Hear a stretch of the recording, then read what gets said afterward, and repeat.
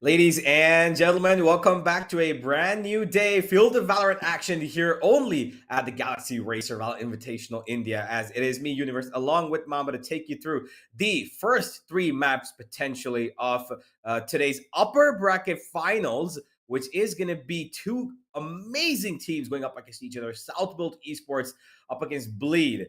Titans of their own amazing rates are now going to be fighting for that final spot to make sure that they can qualify for the big event next month. Of course, it's going to be an interesting day. Both the matches that we have today at our hands, right? I feel like they will go the distance, or at least potentially could go the distance because of all these four teams being so strong. And of course, they're on par with each other. So you look at the data that we have, you look at the matches that they've played. Again, I feel like both these matches are going to be an absolute banger. But of course, let's have a look at the schedule for today. And we did talk about South leaders. Yeah, of course. sorry, the brackets for today. But we did talk about South Build Esports versus Bleed, and of course we do have Myth versus Fancy United.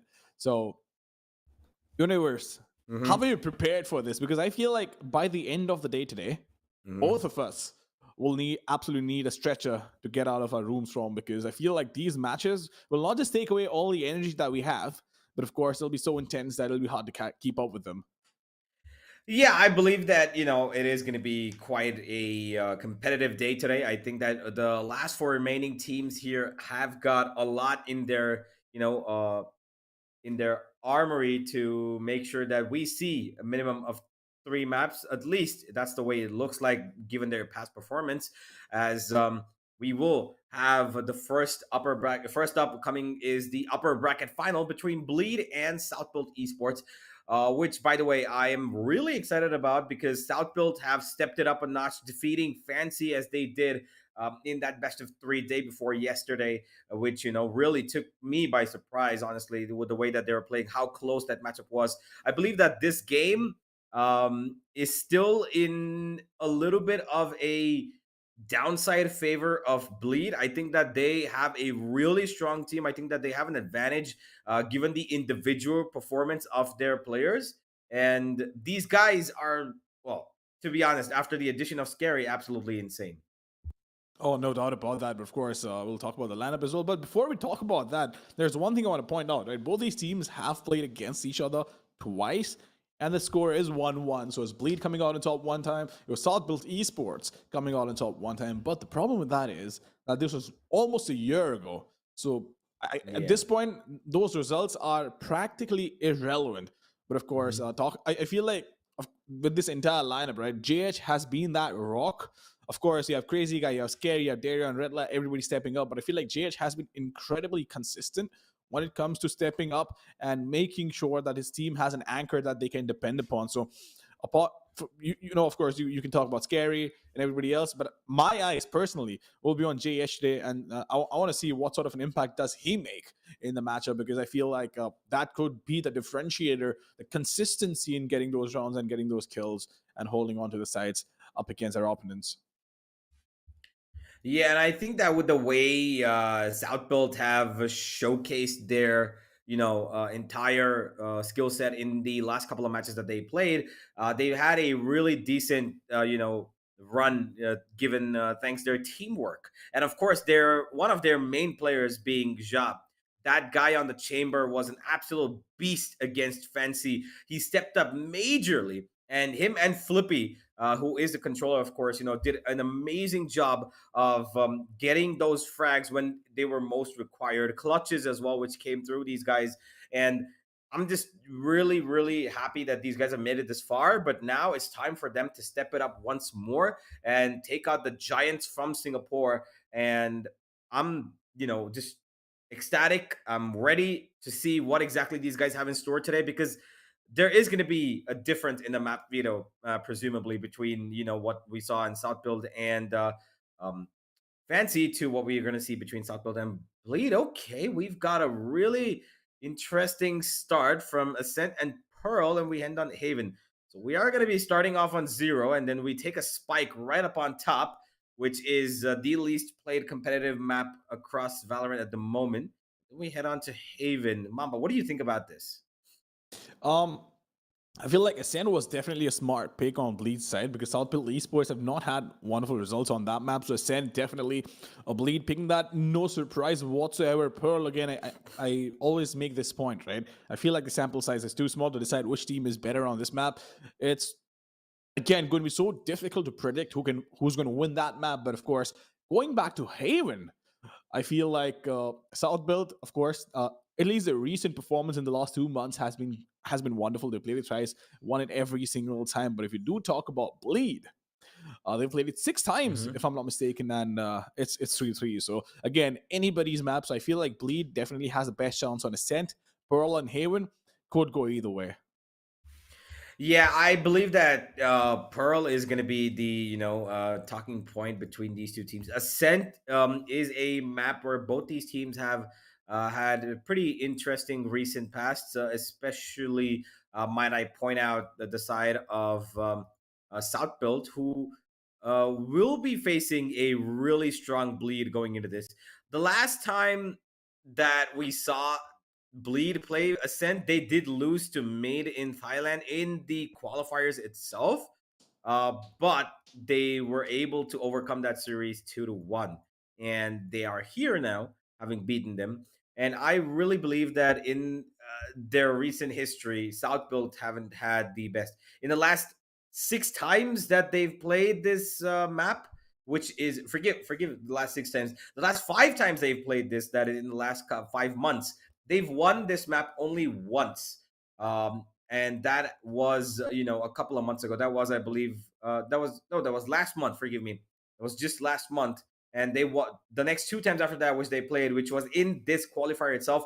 They lost to Oasis Gaming on this map, and they lost to Fancy United also on this map, which was just a previous series. So Ascent, not that great of a place for South Build Esports to visit, but I believe that this should be going to a map 3 if South Build Esports know what they're doing on Pearl. Oh yeah, absolutely. I think you're bang on point with the details that you mentioned, right? But again, Pearl, it feels like even with the data that we had, right, even with the matches that we've seen, it's always been such a back and forth between all these teams that it almost feels surreal at some point that a team that looks so strong in the beginning, in the second half somehow falters, and I feel like it's still a map that needs a lot more exploring in terms of what works and what doesn't for a lot of these teams, depending on your playstyle as well, right? Because you do have some teams which are super aggressive. There are some teams who like to play a methodical approach. Like if you talk about the Indian region, right, you have Revenant on Ascent. They absolutely play triple Anisha, and they get slow and steady, right? And of course, then you have teams like Fancy United who can go out there and be as aggressive as they want. They can force their will upon their opposition. So I feel like a lot of things going over here. The composition, of course, the side that you're starting on. A lot of times, personally, this used to happen with myself as well, right? I mean, I used to think, look, which side you start off on is irrelevant because if the opposition can pull off 5 rounds on defense on Haven, then why can't you, right? But it doesn't work that way, sadly. Momentum is a thing, mentality is a thing, and you need a lot of fortitude to make a comeback from a situation where you're clearly at a disadvantage. So True. The point I'm trying to make is with Pearl, again, needs a lot of exploring. And I feel like it's going to be one of the most entertaining maps we have in the pool as it develops.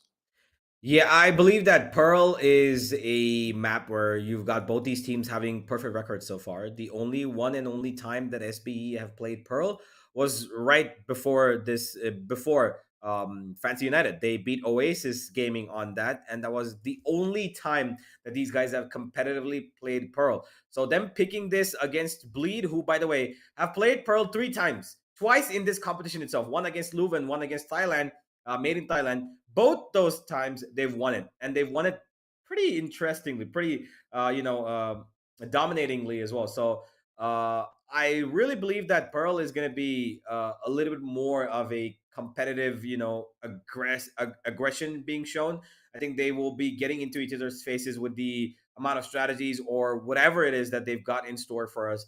But Ascent, again, I would say it's a 60-40 matter. I'd say that Bleed have the upper hand going into this game of Ascent, but I wouldn't completely count out South Bolt. I think that 40% chance that they have also, according to me, is still good enough for them to overturn the result. But we will see as we will head into the game pretty soon, ladies and gentlemen. And if you've got anything at all that that you've got love for these teams, please go ahead and don't be afraid to shout it out in the chat for both these teams. They've done a lot of hard work, to be honest, to come this far. And for them, only one team will be going through, I believe. One team, right? Or both teams will. One team goes through. Yeah, one. That's Yes. how matches work. One team goes through. But jokes apart, you were talking about Ascent being 60-40, right? Yeah. I feel like it might not be 60-40, but maybe more of a 70-30. And I'll tell you the reason why as well, right? South Hill Esports have not had the best stats on Ascent, but again, looking at the last 2 months, they've tried 3 different compositions. They've had Astra, Chamber, Fade, KO, and Raze. There's one more with the Jet replacing the Raze, and then there's one more where the Omen replace the Astra. Now, Omen, of course, is a wonderful pick on this map. You can absolutely use it. There's no doubt about that.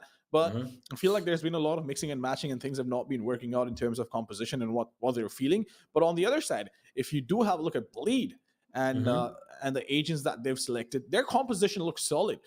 Yeah. 4 times they've had Chamber, Fade, Jet, KO, Omen, and twice they've had a Sage as well to throw in the mix. So they're fairly certain of what they want to do in terms of composition, which of course locks in their playstyle as well. Because of a lot of times, if you want to play aggressive, you need a certain comp.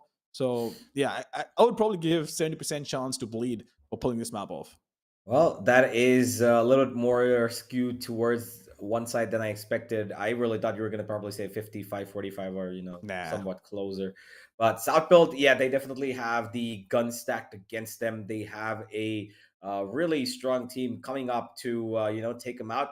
But that doesn't mean that they don't got what it takes to take this all the way to map 3. We will find out why they've chosen Pearl when we go to Pearl. But for now, Ascent is the ground of our first battle between these two giants.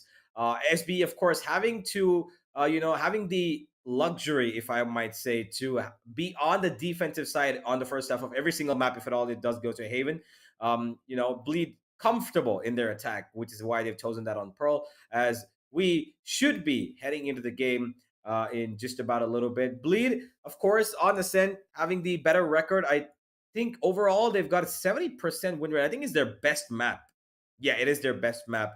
Uh, Ascent is the best map for Bleed. They've played it 37 times. They've won 26 of those. Pretty amazing stuff from them. And like you said, they've got a set of good agents that they know that they can utilize on this. Most recently as well, they even had a breach on this map. That was quite some time away. That was Yeah. about 3-4 months away, but I wouldn't be opposed to them using that, breach, because with that breach, they've actually beaten quite some amazing teams. And yeah, we'll see how it goes with this one. Are they going to change it up again? What are Southpaw going to do? Are going to stick to the previous time that they played the Astra, Chamber, Fade, KO, Raze, which is, in my opinion, a great lineup. But there's been so much changes happening on Ascent, right? We've Yeah. seen that we've got the single duelist, we've got the double duelist, we've also got no duelist, we've got the triple initiator. What do you think is the most optimal, not the perfect, the most optimal composition for this map? Oh boy. I don't really like to fit these answers in a box and be like, oh no, one size fits all. Again, I keep on saying the same thing. It depends on what your actual team composition is. What's the mentality like? Do you like to play aggressive? Do you like to set the mood from the first round itself, from the get go? But if I personally had a choice, or at least what I feel is very appropriate, is definitely one duelist and not Mm-hmm. triple initiator, because that duelist allows you to create so much space and create so much chaos, right? And I would Mm-hmm. preferably have a Jet and Yeah. have the Jet run its course in the map, right? You can be aggressive if you want. You have one more operator to work with if you do decide to play Chamber. And I feel like on Ascent, right? Mm-hmm. If you do get those early picks with the operator, it can make a world's difference in terms of stalling that attack on the opposite side. So yeah, definitely a single duelist for sure. Two duelists, I don't think so. But yeah, Mm-hmm. one duelist, maybe two initiators, control Ascent, and see how that Mm. goes. Yeah, I like that, but I think I'm more of a utility guy. I think I love the fact that you can play around with the amount of strategy that you can build with having a triple initiator. Just gets my back of my neck tingling. It's almost like it is such a it's such a methodic approach to go with. You'd say you got a fade, which is a Revenant lineup, which I really love. They've got the Fade, KO, and Sova. They've got a double recon initiator. They've got a single initiator who is the forefront of the attack. The KO is the one who initiated with the flash going through. He's got a knife to disable. And to couple all of that, you even got the Astra, who makes things a lot more difficult with the gravity wall, with the big smokes, the time it stays as well. So I think that with the way it is, I got this one particular setup towards B that I saw, where they cover literally every single corner possible with utility, and by the time they go in, if there's anybody sitting over there, they're either dead or they're taking a fight with damage given to them at least half, and they're facing 4 players at a time. So I'm more that kind of a guy. I like to see that You throw in the C's, you throw in the grenade on the back of it from the KO. You have the Killjoy Molly going through. You got the Sova recon, you got the Fade recon, you got everything happening at the same time. And the opponents are just like, yeah, you know what? Just come kill me. I don't. It's called ADHD. That's what it's called. Of I course, the amount actually of do have simulation that you ADHD, want. so Oh, I'm sorry about that, but that's a sick haircut. I'll tell you that. That's a wonderful haircut. But of course, look, sure, right? It's every team's flavor. I completely agree with where you're coming from as well, because that's one way to approach things. Utility makes your life easier. There's no doubt about that. But of course, ladies and gentlemen, you know what? Let's just hop into the game and see what agents are coming up over here, and we can theory craft later on. But yeah, that jet coming in, love it. Love to see it. yeah, Darian's not going to be picking up that chamber. He's going to be on the free roll of pivot as he will play the jet. And I believe Retla's just, messing around with us with a Cypher. There's no chance. I don't think we're going to see a Cypher on this map ever again. Wait, okay. Okay. The last time Bleed played Cypher, I'm not even... The last time Bleed played Cypher was in 2021. It's been a year since they played Cypher last, I believe. They haven't played Cypher since then on this map. So this is a big surprise for me personally and for everyone else because they wanted a solid Sentinel and not having the chamber, they put it on to Retla to play the Cypher, which, by the way, I believe I spoke to him recently and he did give me a tidbit about this, saying that, you know what, maybe we could see something new coming in from them in his hands. And I did not expect that it's going to be Choose your Cypher. agent. This is really interesting because, of course, Scary coming into the lineup, they will have Retla switch to a new role because Scary is one of the best controllers in the region. So the opposing team will have a chamber and will have a raise as we have a Jet and Cypher. Slightly, slightly nostalgic if you ask me, as we head back to a day where Cypher was still relevant. Still relevant in a time where the traps would not get deactivated if Cypher was eliminated. So I feel like that changed a lot of things. And yeah, it did. It's kind of ironic how I was pointing out, right? Bleed has their composition down to the T. They've not played different comps, at least in the last 2 months. And then suddenly, out of the blue, right, they decide to pick an agent that they've not picked in a year. So it's just incredible to see that, there's going to be a Cypher. Definitely been a while since we've seen that happen. But it remains to be seen on how that pans out for them. I feel like Cypher has been away for so long, right? People have started to forget how annoying Cypher can actually be. And we saw that on Breeze as well in one of these matches. And of course, on Ascent, we'll see if the Cypher is good enough to lock down sites all by himself. But, there's also one more thing. When Cypher was relevant, 0 Point and KO was not even in our dreams, right? There was not an agent that could take down the utility in a manner that KO can. But of course, I'm pretty interested to see how Cypher pans out in this one.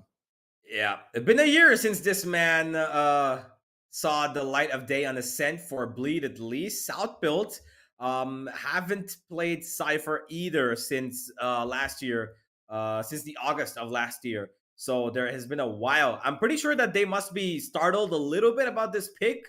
But, having, of course, Scary come into the team, they weren't going to be playing that double initiator, the double controller on Ascent. It makes no sense. Once you've got the Astra, you don't need a double controller on a map this size. So Scary is going to be, comfortable in his role. Retla has had to adjust. We'll jump into the game as we find out whether or not this Cypher is going to be, doing any sort of, giving any sort of value. And of course, we do have Juicy, who is one of Bleed's best aimers, not here because he's got a couple of exams, I believe. So he's focusing on his education at the moment, but he will be back pretty soon. Until then, you've got Darian picking up the jet. But education is really important, kids. If you do want to go course. pro, make sure you finish school first, of course, take care of college, and then follow your passion of becoming a professional gamer. Very important. Do not make the mistake of not following up with that. But, ladies and gentlemen, here we are. Round number 1. We do have a bit of information towards mid, a little bit of a bustle towards mid, and the attackers trying to make their way towards A short. Well, it looks like it is a mid-split approach coming in. They want to take mid and market, maybe then flush out a little bit of B control. There are 3 people on B. They've taken out the trap here as Bleed make their approaches clear towards B. They've spotted out one person who's teleported away, and they've got one person towards lane. They're trying to go and focus on him with the multi-peak, but it's not working out. They've forced SB to the back of sight. Ja still kept alive. Darian takes out Flippy, and now it's the Chamber, who is vulnerable, but is still trying to cause damage. He is going to be able to deliver a couple of bullets, but not to the head, it seems. 3 versus 4. The retake needs to come through, and my god, the amount of spams that's coming through with those ghosts. Absolutely, but look at the fragment locking things down, but Aziz with a pain shell getting that pick is going to be so crucial, but still a 2v3 retake. They need to go in, of course. Spike is not planted yet, but they still need to regain the control and delay the plant as much as possible. But do they go in? JH isn't going to miss that one, and this is exactly what I'm talking about, right? Jay has been so consistent with finding these crucial kills that he's a player you can depend upon and a player that you would absolutely want to have on your team. Oh boy, well, we've got one last man standing, that is Pro, and he spots out one head, gets it. He's looking for the crazy guy, is pretty darn low, so he's got to be careful here, but no, Retla, he's a little bit more aware. He's holding down the perfect crossfire with his teammate. Peek on contact and Bleed. Find the first pistol, really interesting pistol round from the side of Bleed, taking that mid control heavy. Even though they were 3 on B, they were able to isolate those fights instantly. The Fade got kicked away from the site thanks to the smoke towards spawn. He couldn't support his teammates, and the last 2 behind on site had practically no utility to help themselves out, and they got spammed up. You know what the most, I had like a really it was like a fan moment for me. It was like, a fanboy moment where I spoke to Legia, the coach of Bleed, and I'm pretty sure you know him too from, his glory days. Well, absolutely, yeah. I had like such a big fan moment, when I spoke to him. I just couldn't stop grinning. And then he's like, "It's okay, man. Just chill. It's all right." I had this moment with him. It was really cool to talk to him, of course. And he, being the coach of Bleed, has given so much value to their squad in the recent past that he's joined. He's given them amazing stuff to work on. It looks like Bleed have had pretty decent success on the back of it. Will they find success here as well? We find out. Oh, absolutely. But Bleed, I really like what they did on the first round as well. They went up short and then decided to go split mid. So, of course, it was a plan that they had. Now they're trying to creep up towards A shot. Going in contact, no, the flash out will go in, of course, with the cage and the 0 point. The amount of distractions, the amount of utility that is being used over here is phenomenal. The Giant is going to miss that one. Can find the second as well. He's trying his best, but will not be able to close things down. Bleed Esports once again dominating their opposition. So I really like this slow and methodical approach where they get information, and the moment they decide to go in, they go in for an explosive take. That's wonderful. It's almost very contact-esque where instead of waiting for the contact to be initiated by the opposition, they decide, you know what, we're going to go in now, and they go out there and take the site. So wonderful, wonderful take once again, not losing that anti-eco, and of course only losing one player, if I'm not mistaken, in the process. But there's one more thing that I wanted to point out that happened in the first round, right? Having that jet allows you to be so confident, right? That split, for example. You could have the jet use a cloud burst, dash in onto switch, create that distraction that your team needs, and, attract all the attention from the defender base. Maybe if somebody's hiding in the cubby, and initiate them while your teammates can actually come out. So I feel like jet definitely has a lot of utility, even after the tailwind nerf. Of course, it's become a little more annoying, but I still feel that it's just as potent. I mean, it's more about the defense where it has been, a little bit less active in terms of value, because if there is nobody coming towards, let's say you're holding down with the operator and nobody's coming towards you, and that dash runs away, it only on the defense that it kind of affects you, because on the attack, when to use it. So yeah, we've got a technical timeout coming in right now from SBE. Unfortunately, they've got a small little microphone problem, I believe, and should be heading back into the game pretty soon. But so far, it looks like the side of Bleed have got a lot of things in control. But I do want to talk to you about one particular thing, right? And that is the economy management that we saw yesterday from, I believe it was Fancy United. Where they force on the second round for multiple Vandals at a time, and then on the bonus round they always have these Vandals available to them. What do you think about that? Is that a good way to go, or is that too expensive for you and risky? Depends on if you win the round, honestly. But of course, that's a stupid answer. Look, that's one way to approach things, right? It, you absolutely need to guarantee that you win the second round because it's going to be a very expensive to end up losing those Vandals, and you know how potent sheriffs can be. Yeah. So we've seen that happen as well. But as long as you're feeling confident, I think might as well just go for it. There's nothing wrong with it. And of course, if you win the anti-eco, then you have it available on this one. But I'd rather still just stick to the Bulldog at most and see if you can have a faster execute, just to be on the safer side. But then again, what sort of a player are you if you're not willing to take these risks, right? You'd be surprised at how confident some of these players are, irrespective of what's happening on the server, because they back themselves so much, and of course they have faith in the amount of hours they've put in the game. So I think both the ways are good enough, but personally I'd still go for an SMG round. Fair. Look at the amount of control SBE have gotten towards that B main side. They've taken out one player there as well. So the KO has actually lured him towards mid. And if he goes a little bit further, he might just find the two players on short as well. And he gets a free kill there. And Papi Chulo finds that kill as everybody from Bleed has been split and dissected. Only kill that comes through is from Scary. But he's got about 28 seconds left to try and work out a miracle. What he doesn't know is that Aziz pretty up close and personal, right up on top of this ledge on Heaven. And there it is, a kill that he will find for free, and SBE get round number 1. Bleed, I think, kind of took it slow this round. I know that they were going for those. They wanted to take those close range fights, but that B aggression kind of made Bleed move a little too slowly towards mid. I think that Darion could have caused some chaos if he went towards B with the dash and put down a smoke and took a couple of fights. Maybe they would have caused some rotations to come through and let the side of Bleed go towards A short a lot more comfortably. But the minute that you saw the KO run in through towards B main, they got the confidence and they just made it work. And here we are on round number 4. Here we are in round number 4 about playing esports. They're still in a commanding position, right? Doesn't matter if they lost the round or not. But Joel Aziz in the meantime, let me take that back. No, they're not in a commanding position. They've lost 2 players, and South of Esports forcing their will upon their opposition. Darion finding that pick so crucial, right? But the Prowler is going to delay him as much as he can. And Ja once again trying to find the pick, will not be able to connect that shot. It's a difficult shot to hit as well, but Darion isn't going to miss those.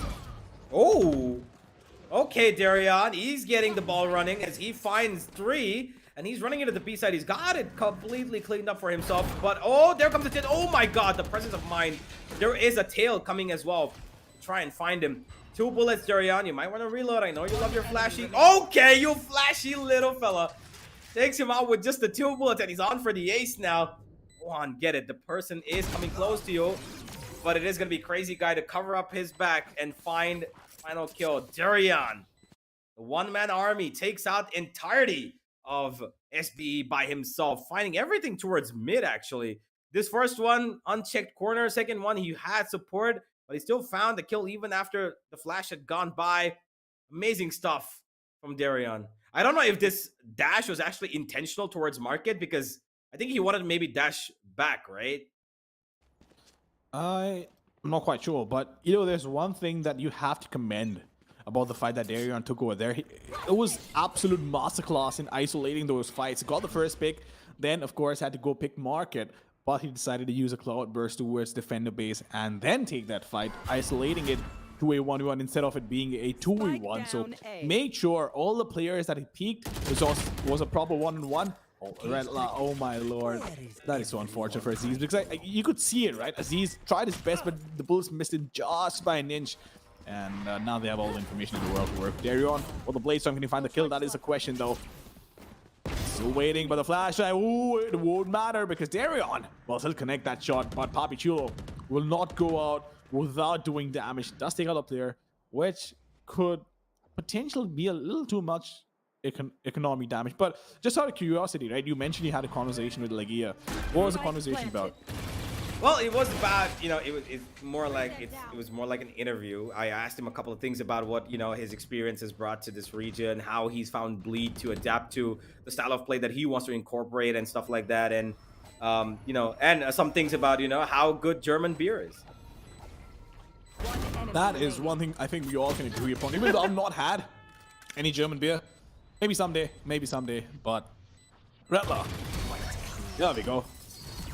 He's going to finish things off, and Flippy, in the meantime, is going to get taken down. So, Blade Esports, once again, they're just looking so phenomenal, right? I mean, of course, it was an eco round, no doubt about that. But Darion stepped up. He knew what he had to do in the last round, as well, as a matter of fact, getting that quad kill and guaranteeing the round to Bleed. They look zoned in. South Build Esports still haven't been able to find their footing, but of course they have taken a timeout to try and figure out what's going wrong, what's not happening for them in their favor. But Bleed, if you're Bleed right now, right, Universe, what sort of a conversation do we have? Because literally everything is working out in your favor.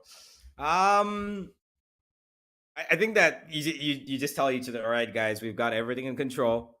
No need to worry about anything. Let's talk about what we're gonna have for dinner later on. I think that's more important. Got to keep ourselves healthy.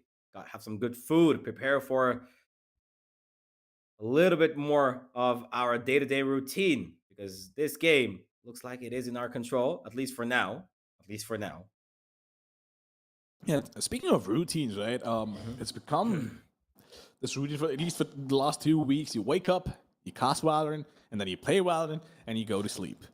Rinse and repeat for 2 weeks straight, and that's when you have Universe and Malmo casting a match towards the last leg of the SEA qualifiers for this phenomenal land that is going to happen. But Universe, how's your experience been so far in this tournament, in this entire event, right? How's casting been for you?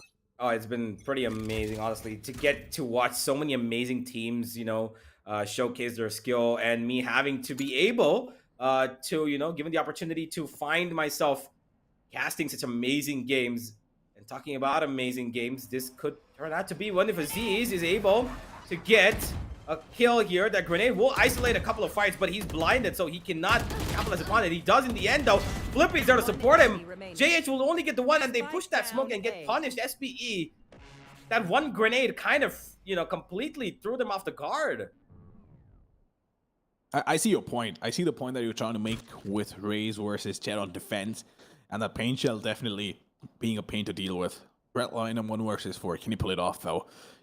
I don't think they know where Redline is, but of course, the position that he's holding has already been blocked by Ja, and that operator doesn't miss a lot of shots. And as you like to say, right?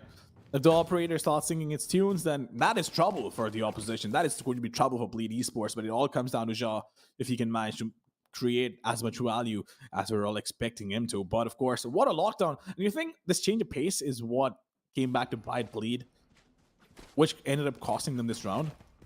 Well, the chamber, of course, is a lot more, viable in terms of the operator. You don't have the chamber on the attack, which means that you're going to have to let your Cypher do a bit of the walking around, the lurking, which the chamber doesn't necessarily need to do because he, of course, is, the ultimate duelist as well as Ascent node. Oh, he spots out a hand there. It's a 4v4. Need to be careful there. Smoke should be coming down towards a short. No, they peek out, but he misses the shot. Ja, is he gonna miss the second? No, he's a flick of the wrist. Insanely precise from Ja, as Darion chooses to fight that without any sort of support.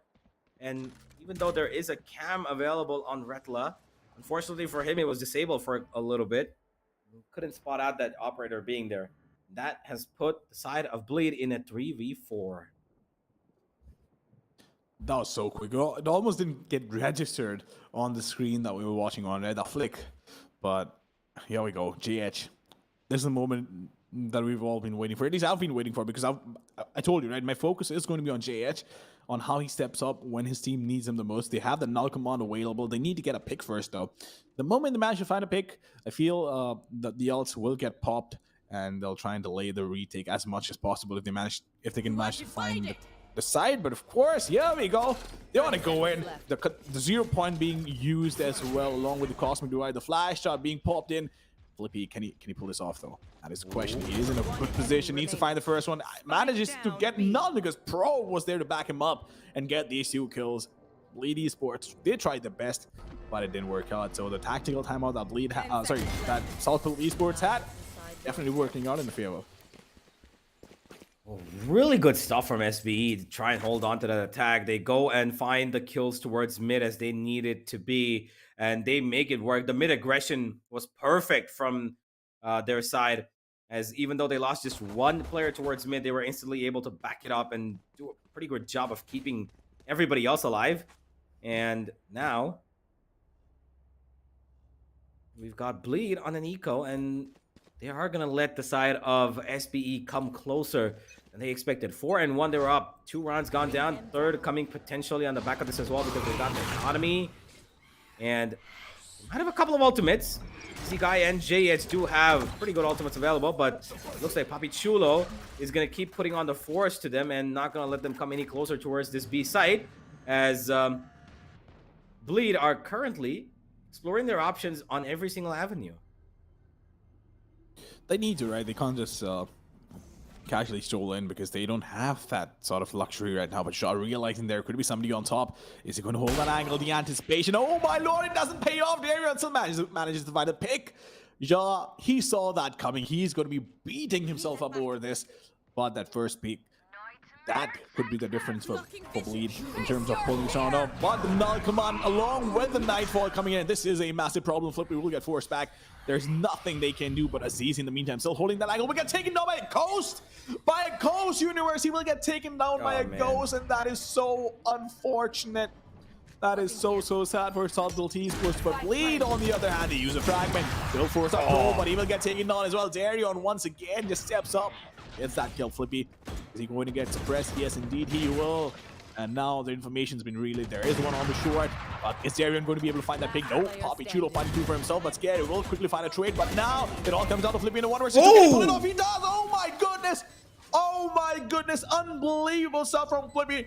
So much pressure on him onto a short. He still manages to pull it off. And somehow, just somehow, he made it happen. Well, you said it, Astra. You are due for a congratulations because that was an amazing round from the person playing your character. Flippy, absolutely insane stuff.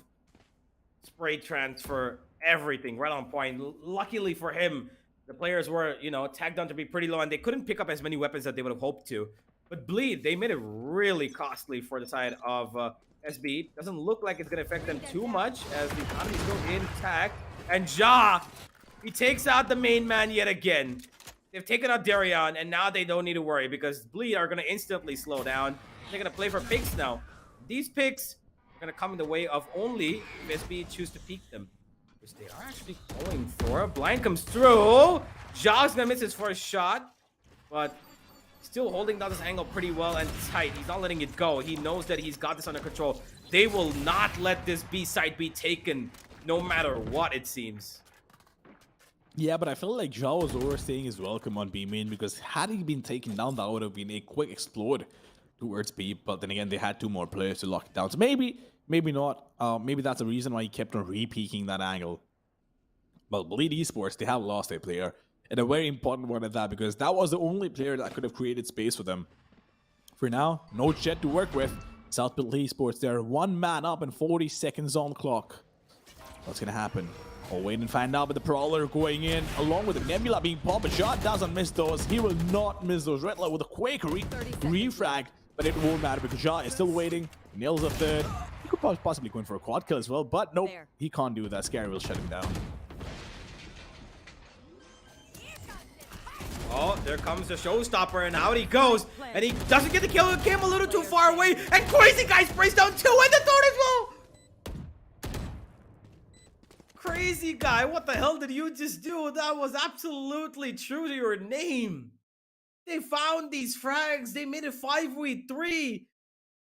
And after that, it came down to a 4v2 as well. But Crazy Guy, that showstopper was so far away. I don't know if Aziz actually saw him or not, but what the hell happened there? That didn't even give any damage, did it?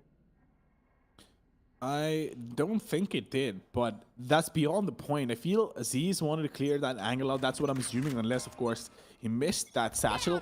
I'm not quite sure which one of the 2 it is, but he used the showstopper behind the green box, and then he couldn't find the pick. Crazy Guy, though, only because of the fact that showstopper didn't touch him, managed to find a 3 kill. So, of course, when they do sit down, they watch the WOD. It is going to be pretty upsetting for them to realize what could have happened. But Crazy Guy stepping up, and that's just Bleed for you, ladies and gentlemen. They can step up when they choose to. and when they want to. But Ja, once again, being so aggressive. Does he have rendezvous available? I'm not sure if he does, but he might just get taken down over there trying to connect the first one. Will he go down? No, he won't. But the flash drive stopping Darion, that was incredible work. That was incredible teamwork. Certainly was. They're trying to keep it live towards this B side. Still, Papichulo is going to keep them away with the knife for the moment, as Bleed are choosing to run away from here. Aziz will dodge that knife by just about an inch, as everybody from Bleed now focusing on a short. Oh, brilliant shot from Aziz. Throws in the grenade to keep them off as well.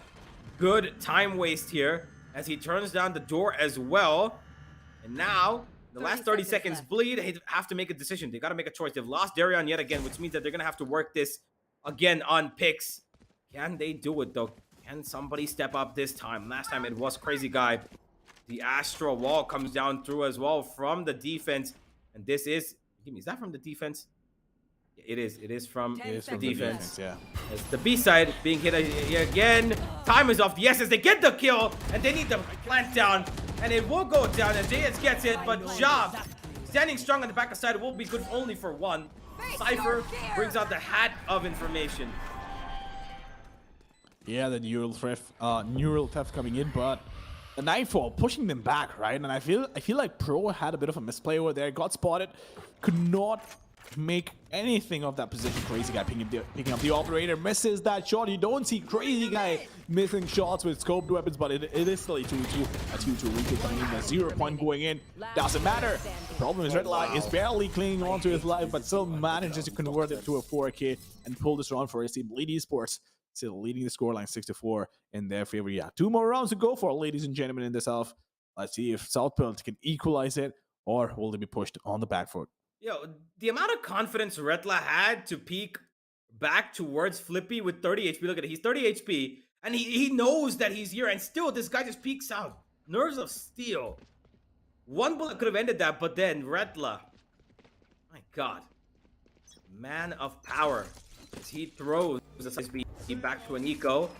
Now, you've got SBE trying to aggress their way towards B.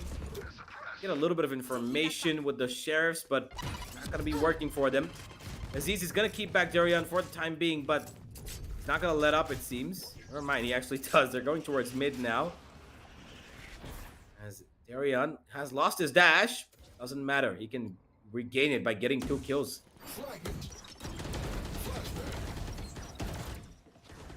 Well, Papichulo using that flash drive to try and slow down that push, but that's not going to make a difference. Not committing to the push. No presence towards B main. They do have the traps though on both the ends to try and get that information. But of course, Darion, he doesn't care. He wants to go and gets that pick. And a very important pick at that. Shaw gets taken out of the equation, and it's all onto Darion to open the side up all by himself, which he's doing so well, right? He's just going in. The spacing wasn't the best, but then again, all he had to do was lead his team into the side and get traded as quickly as possible in case it gets taken down. But now they have the side, they have all the players surviving as well. Fade on the opposition is surviving with half HP. Not the best of weapons to work with as well. Bleed should have a pretty easy round, and they realize this, by the way, that hey, you know what, the opposition is on an eco, so instead of playing post plans outside or maybe a little more spread out, they've all decided to huddle up on side and take them head on if they do decide to commit to the retake. So that's great, and they can all exit together as well, by the way, towards B main or towards defender base if they so choose. But Flippy, oh my goodness, getting 2, that's a lot of damage. Indeed, that is a lot of damage. Papichulo looking for one more. He's gonna give himself up to the spike. As okay, Crazy Guy dies as well. Probably didn't expect it to come that far, but the spike was planted in a spot where it could potentially take him out, given the position that he was standing in. 7-4 now, as Bleed have reconvened at the right time to try and pull this half back into their favor. They will be going into the second half with a little bit of a differential between them and their opponents, but it's at the bare minimum right now, and they, I'm pretty sure, will be hoping for round number 8 to come their way as well. Final round, there is an operator active. Ja is going to be utilizing it towards a short, as Crazy Guy, ooh, he does throw the recon. It's being detected on both sides, actually. Both the fades are doing work, as Darion is heading in towards mid. There's 4 players towards market, by the way, and 1 on a short. I really like this sort of crazy commitment from SBE. as they keep it alive towards mid. Darion now going to challenge the operator. He's going to try and find him and isolate him, but no. His problem is the fact that he's going to get dry peeked, and Ja gets that kill. Crazy Guy might have taken that one towards mid, and Ja is heading to the back of side heaven, rather, to find the rotation coming through. And what they don't do, Bleed, is check their corners, and that's going to cost them as Pro takes down 2 more. That might cost him a lot more than just 2 players going down towards speed. That might cost him the round itself, and Ja getting one more. Papichulo closing things down 7-5. Who would have expected a 7-5 scoreline on Ascent, right? It's not like it ever happens. Of course, every single match that you end up seeing on Ascent, right, ends up in one of these scorelines, 7-5, 8-4. But I feel like 7-5 is a pretty decent half. It's still anybody's game. Just a couple of rounds here and there early in the second half, and it could be South build picking up the first map. So we'll wait and watch. We'll wait and see what happens over here. But South Build Esports, they have a lot of work to do. Lead, on the other hand, they have lost a couple of rounds based off of really silly mistakes. But then again, it is a game of small margins, so you can't afford to make any of those. And I think it was the last second round where South Build Esports were on an eco, and Bleed went in, got the spike down. Crazy Guy was towards the defender base, and he was just scratching his head, right? He was like, wait, what was the spike planted? So you're right, yeah, he did not expect that coming in. But what do you think? What do you think of this first half? Did you think it will be closer than this? Do you think one of these teams will be a little more dominant? I expected Bleed to be at least 8-4 or above. I did not think that SB would be able to put up 5 rounds on the defense with the way that Bleed play. But now we're going on to the defense with Bleed having, of course, the slimmest of leads, having 2 rounds to their name, given that they don't lose the pistol and the subsequent round. But I believe that Bleed still have things in control because they've got a really strong sentinel in the form of Retla on the Cypher, who is a really good player. He's solid. He knows that he's got the aim, and he's playing one of the strongest sentinels in terms of holding backlines and lurking if need be as well. So the only thing that they're gonna have to, wait and see is to make sure that Redla is alive. They're gonna have to see to it that Redla is alive, because him and his trips, his camera, everything really important for this team, and they should be able to, get the pistol and the rounds coming on the back of it as well, and end this map in their favor, which, by the way, is their pick.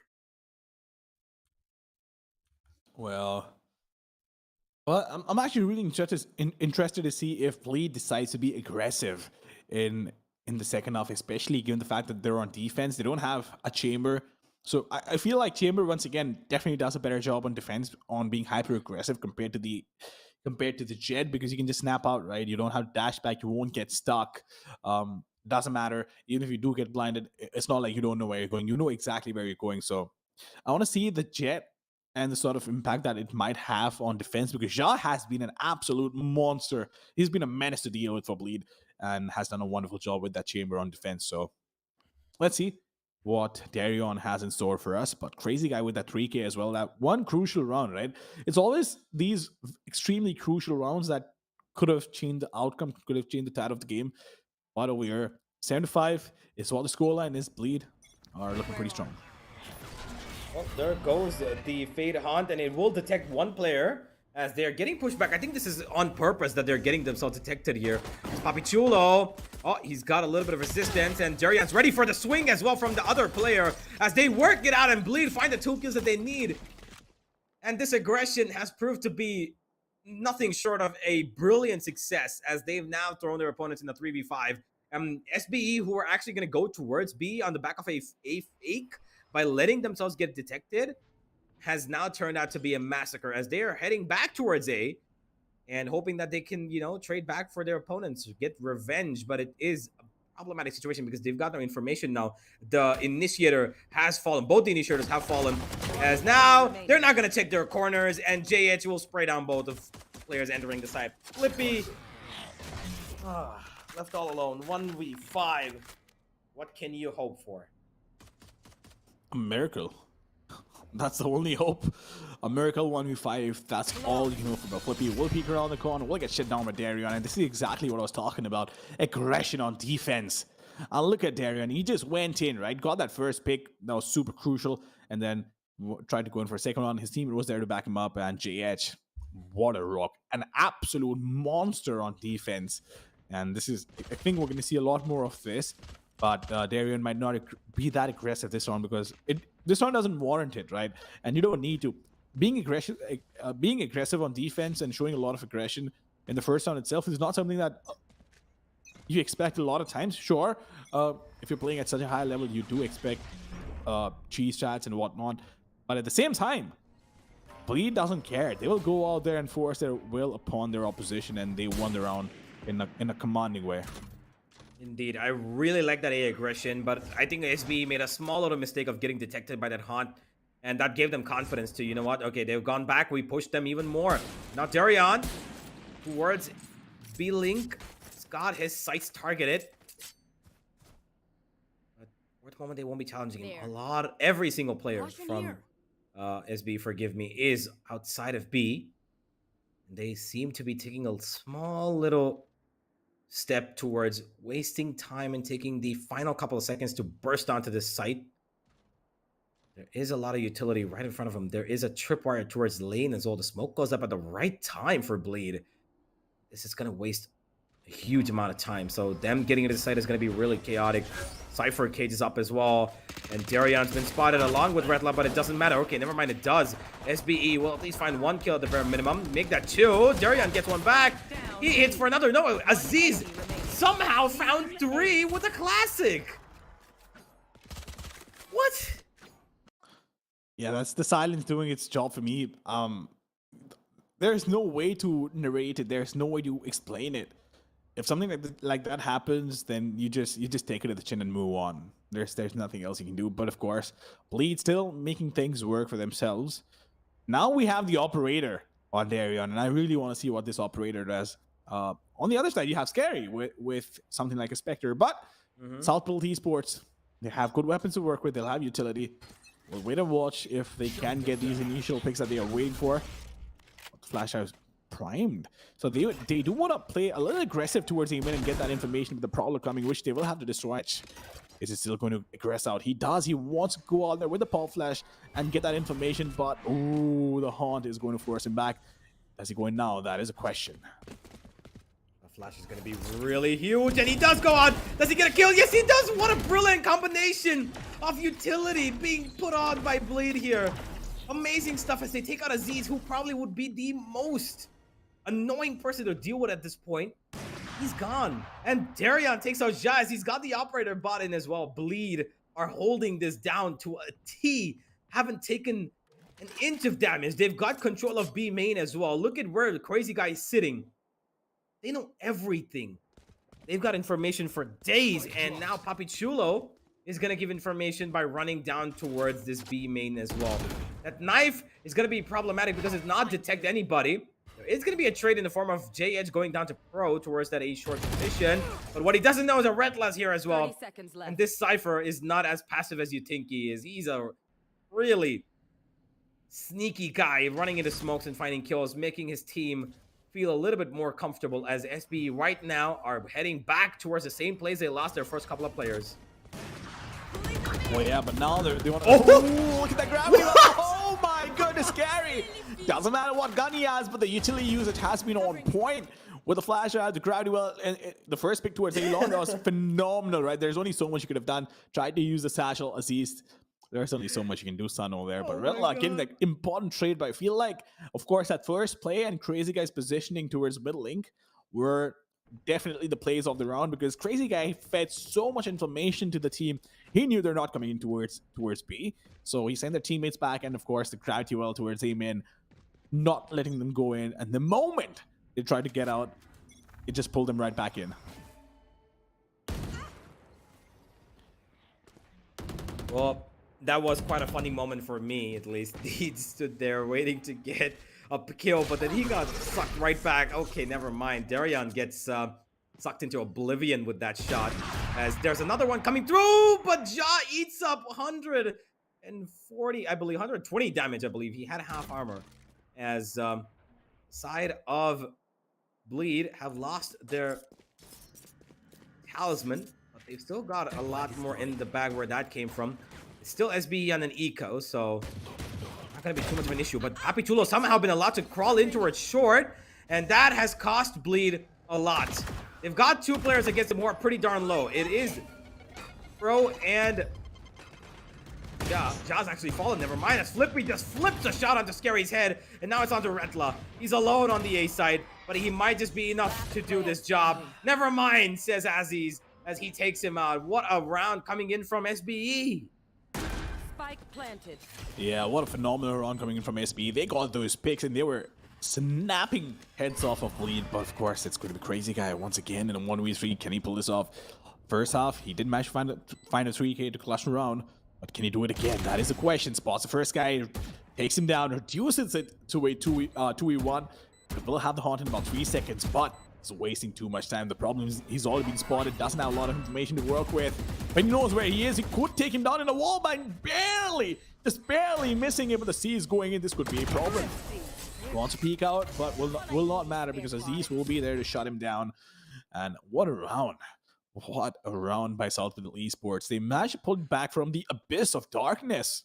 It's just incredible the way they made a comeback in this one. And what if this is the round they've been looking for? Look at the cash though on defense. It's not the best. Redla will have a buy, but JH has to play on a Spectre. That's the problem. Oh, you want to go in for the Stinger? Interesting. Okay. Interesting with full Stinger with full armor. I still say good enough because they do have the operator on the glass cannon with Darion. He's got full utility. Cleared out the B main for the moment, but there is still Ja. That haunt kind of goes to waste there, as they're hoping that Ja is going to be flushed out of his corner. He always plays that, by the way. He always sits behind that hut, and now he's been spotted. Teleports away for safety. Doesn't want to give any sort of advantage to the opponents, as Bleed will clear out the B side, and they've already rotated away from here. Oh, they don't even care about B. They're actually gone completely. They're focusing on A. Is this a read? I'm not sure. I genuinely do not know how they have this information, but this is a phenomenal read. And if Southfield Esports walk in area, this could be a problem, but they do have the Nightfall available, which I believe they will use. They won't go without it. Exactly right. The Nightfall comes in. The fragment will slow them down enough. But can they find the showstopper? Oh my goodness, not being able to connect that shot, but Aziz will find one. JH will get taken out. Scary finding one for himself as well. So it is still a 4v4, and can they stop this? It is going to be a quick rotate. So they did go in for the execute. It's a fake.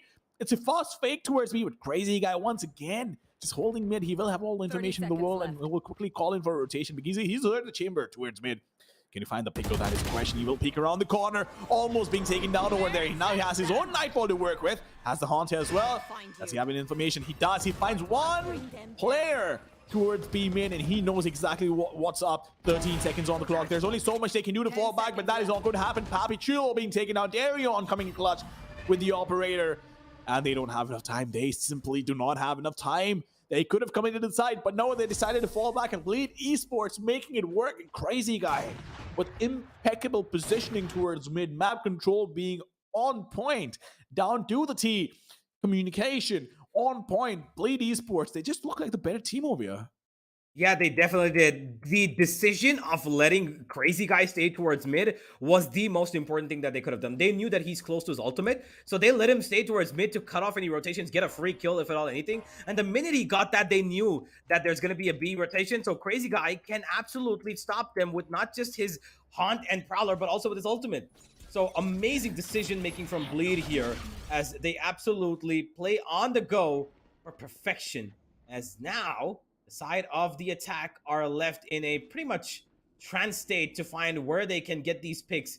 B main taking control of really good stuff from Crazy Guy again to keep them at bay. They're not going to be challenging that anytime soon without any sort of utility, as mid seems to be the region for their attention right now. Retla is keeping an eye pretty passively towards mid, as JH actually has got so much control of A. Main, this is big information, but he expects that there is going to be a rotation coming through because they pushed him off of B and mid, right? So it's exactly why on the right time, he's gone back. Will he expect this is the question? Yes, he sees it. He's got a knife that he will be ready to throw towards short. That's actually going to give so much value. It detects 2 players, and now Darion's ready for this. Gets a hint of information, but doesn't connect his first shot. Will connect his second, though, as now JH in this Cypher Kid needs to stay alive. 4 versus 4, 4 versus 3, 4 versus 2, 4 versus 1. And Bleed just keep throwing down numbers that shouldn't be happening. Match point comes up. And it is the end of times for SB. Is it though? But because it's not over until the fat lady sings. But ladies and gentlemen, it's almost as if Bleed, they're in a different league altogether today. The way they've been playing this defense is phenomenal, and they've managed to lock things down. But I feel like what's working off of them, right? The reason why they've been such a dominant force on defense is because of the information they've had throughout the map. They've had so much map control. They've had perfect positioning with Crazy Guy making sure that he's willing to feed information to the team. And now they've brought out the Odin. What do you do about this? He is going to get spotted. Has the hunt available as well. Oh, no information. That is unfortunate. Can he stay alive? Is he going to get overwhelmed? That is a question.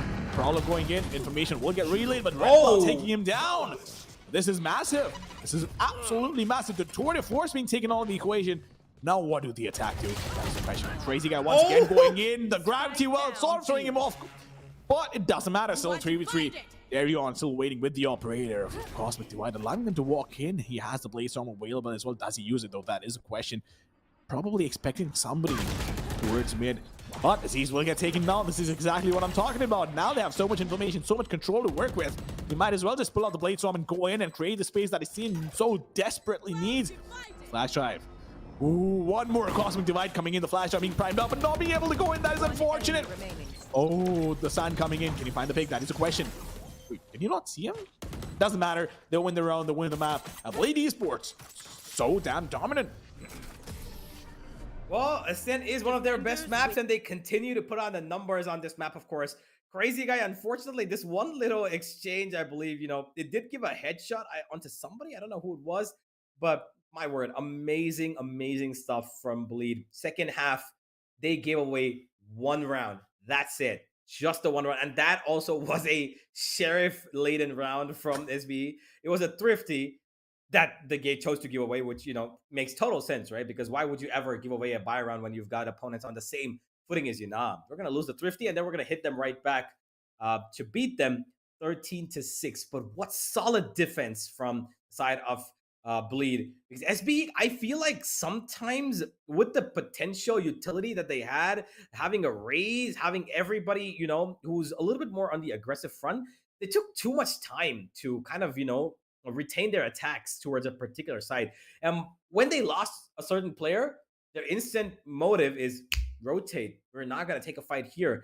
There were a lot of times where I believe they could have gone for a split approach towards A short and A long. One particular round, I believe it was round number 16. I'm not quite sure what it was, but somewhere around that mark, these guys went straight in towards A main. I think it was when, it was just a couple of rounds ago where Retla just jumped in to help Darion from heaven. It was the last couple of seconds, 15 seconds left, I believe, on the clock, and they couldn't run away.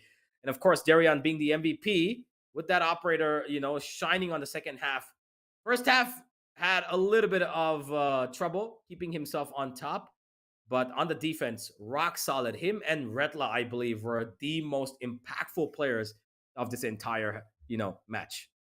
Oh, there were absolutely no doubt about that. 6 first blood to work with as well. Phenomenal job by the entire lineup. Everybody stepped up and everybody played to perfection almost, it seemed, on defense. But the amount of information they had, right, is incredible. I did tell you that, hey, I'm giving them 70% chance in Ascent, but not for the reasons that happened, right? I felt like they had a proper agent composition down to the T, but then suddenly you see a Cypher. So definitely threw everybody off. But the Cypher cam can also get you so much information that I feel like at this point, with all the new agents coming in, has become a little underrated, don't you think? Yeah, I do have to agree. Retla had more of a impact, I believe, in terms of his camera and his ultimate than I think anything else. His tripwire setups were brilliant, but you know what the problem was? Nobody even got around to those tripwires. I didn't even see a single tripwire, be activated because Bleed just didn't even let them come to the site. They played passive on B at times, right? But the problem was that when they played passive on B, the attack was going all the way towards A. And when the rotations were to come through, it was far too late, and those tripwires were destroyed by either the grenade or by somebody shooting it down. So Retla's most impactful performance on this map came through not just his utility, but mostly his aim. This guy was solid. He went out and got a clutch on 30 HP, peeking out with confidence against his teammate, against his opponent on that B site on one of the earlier rounds on attack. And amazing stuff from him. Personally, for me, I think that the Cypher was the showcase of utmost, patience, skill. It is an agent that a lot of people would say that, is far too slow, but that slow patience is what awards you some pretty amazing, rounds, that you can show off saying, you know what, I got, you guys might have, amazing aim. I got 200 IQ. Well, but of course, the first map, as interesting as it was in the first half, the second half was an absolute domination by Bleed. But the next map, even though it is SPE picking up Pearl, I feel like both these teams are really, really good on this map. You look at the stats on Bleed, they've played it twice, they won it every single time. There's Southbolt Esports, who's played it once in a professional setting. That was in this tournament itself against Oasis Gaming, and they won it pretty convincingly as well. So it does come down to which team ends up making less mistakes, but we will talk about that. But ladies and gentlemen, right now it's time for a really short break. Do not go anywhere because we will be right back.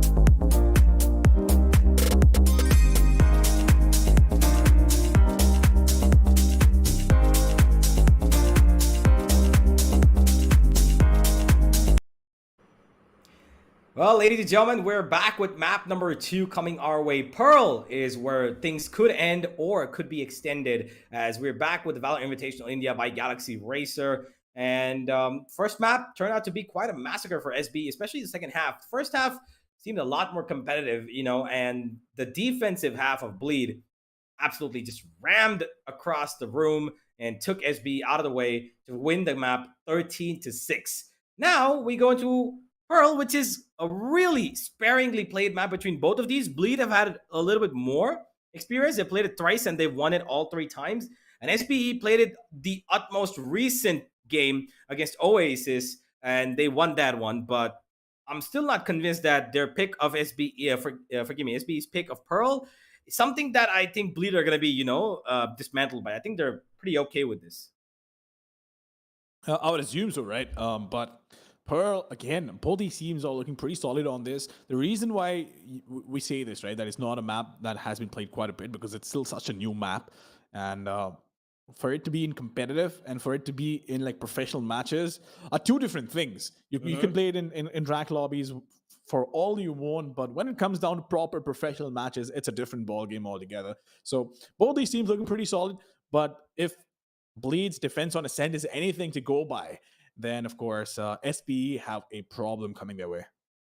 Yeah, most certainly. I think that it also depends upon compositions that we're going to be seeing from both these teams. The one and the only time that we actually have seen Southfield Esports play this game was with a pretty interesting composition, might I add. We've got an Astra, Chamber, Fade, KO, and Raze. So they do play the Raze on this map, and it is something that they found pretty good success with 13-6. They beat Oasis in the upper quarterfinals. That was in the first match they played. But overall, against Bleed, I'm not entirely convinced that they could have, that much of success. I think they're going to have a lot of work put up against them because Bleed have had pretty decent teams that they won against on this map. They've beat Made in Thailand recently. The last game they played, they beat Made in Thailand. They beat Louvre on this map, and the first time they ever played this, they beat Revenant 13-2. So all 3 times they've got a double controller setup. By the way, no duelist for them on this map. They played a Brim, Viper, KO, Fade, and Chamber, which is really control-based mechanics that they go for. They don't go for that aggression that they usually love to play, and they let Darion do the work with the Chamber. But I believe that with them continuing this lineup, it should give the side of SB a bit of work to do because I think even here, this is going to be a Bleed map. Oh yeah, and look, I'll be honest, the Chamber, of course, will do the God's work with getting those picks, but at the same time, KO is so damn effective on this map. It's incredible how impactful a KO can be.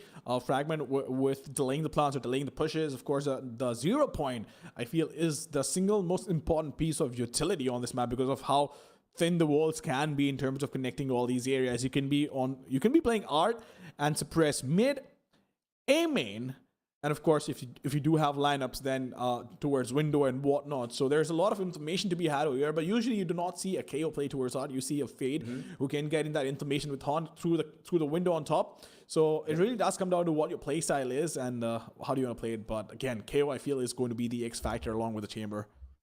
Yeah, most certainly, as we are going to be heading into the agent selection as, wait a second, Darion could be picking up that Reyna. I love to see him on that agent.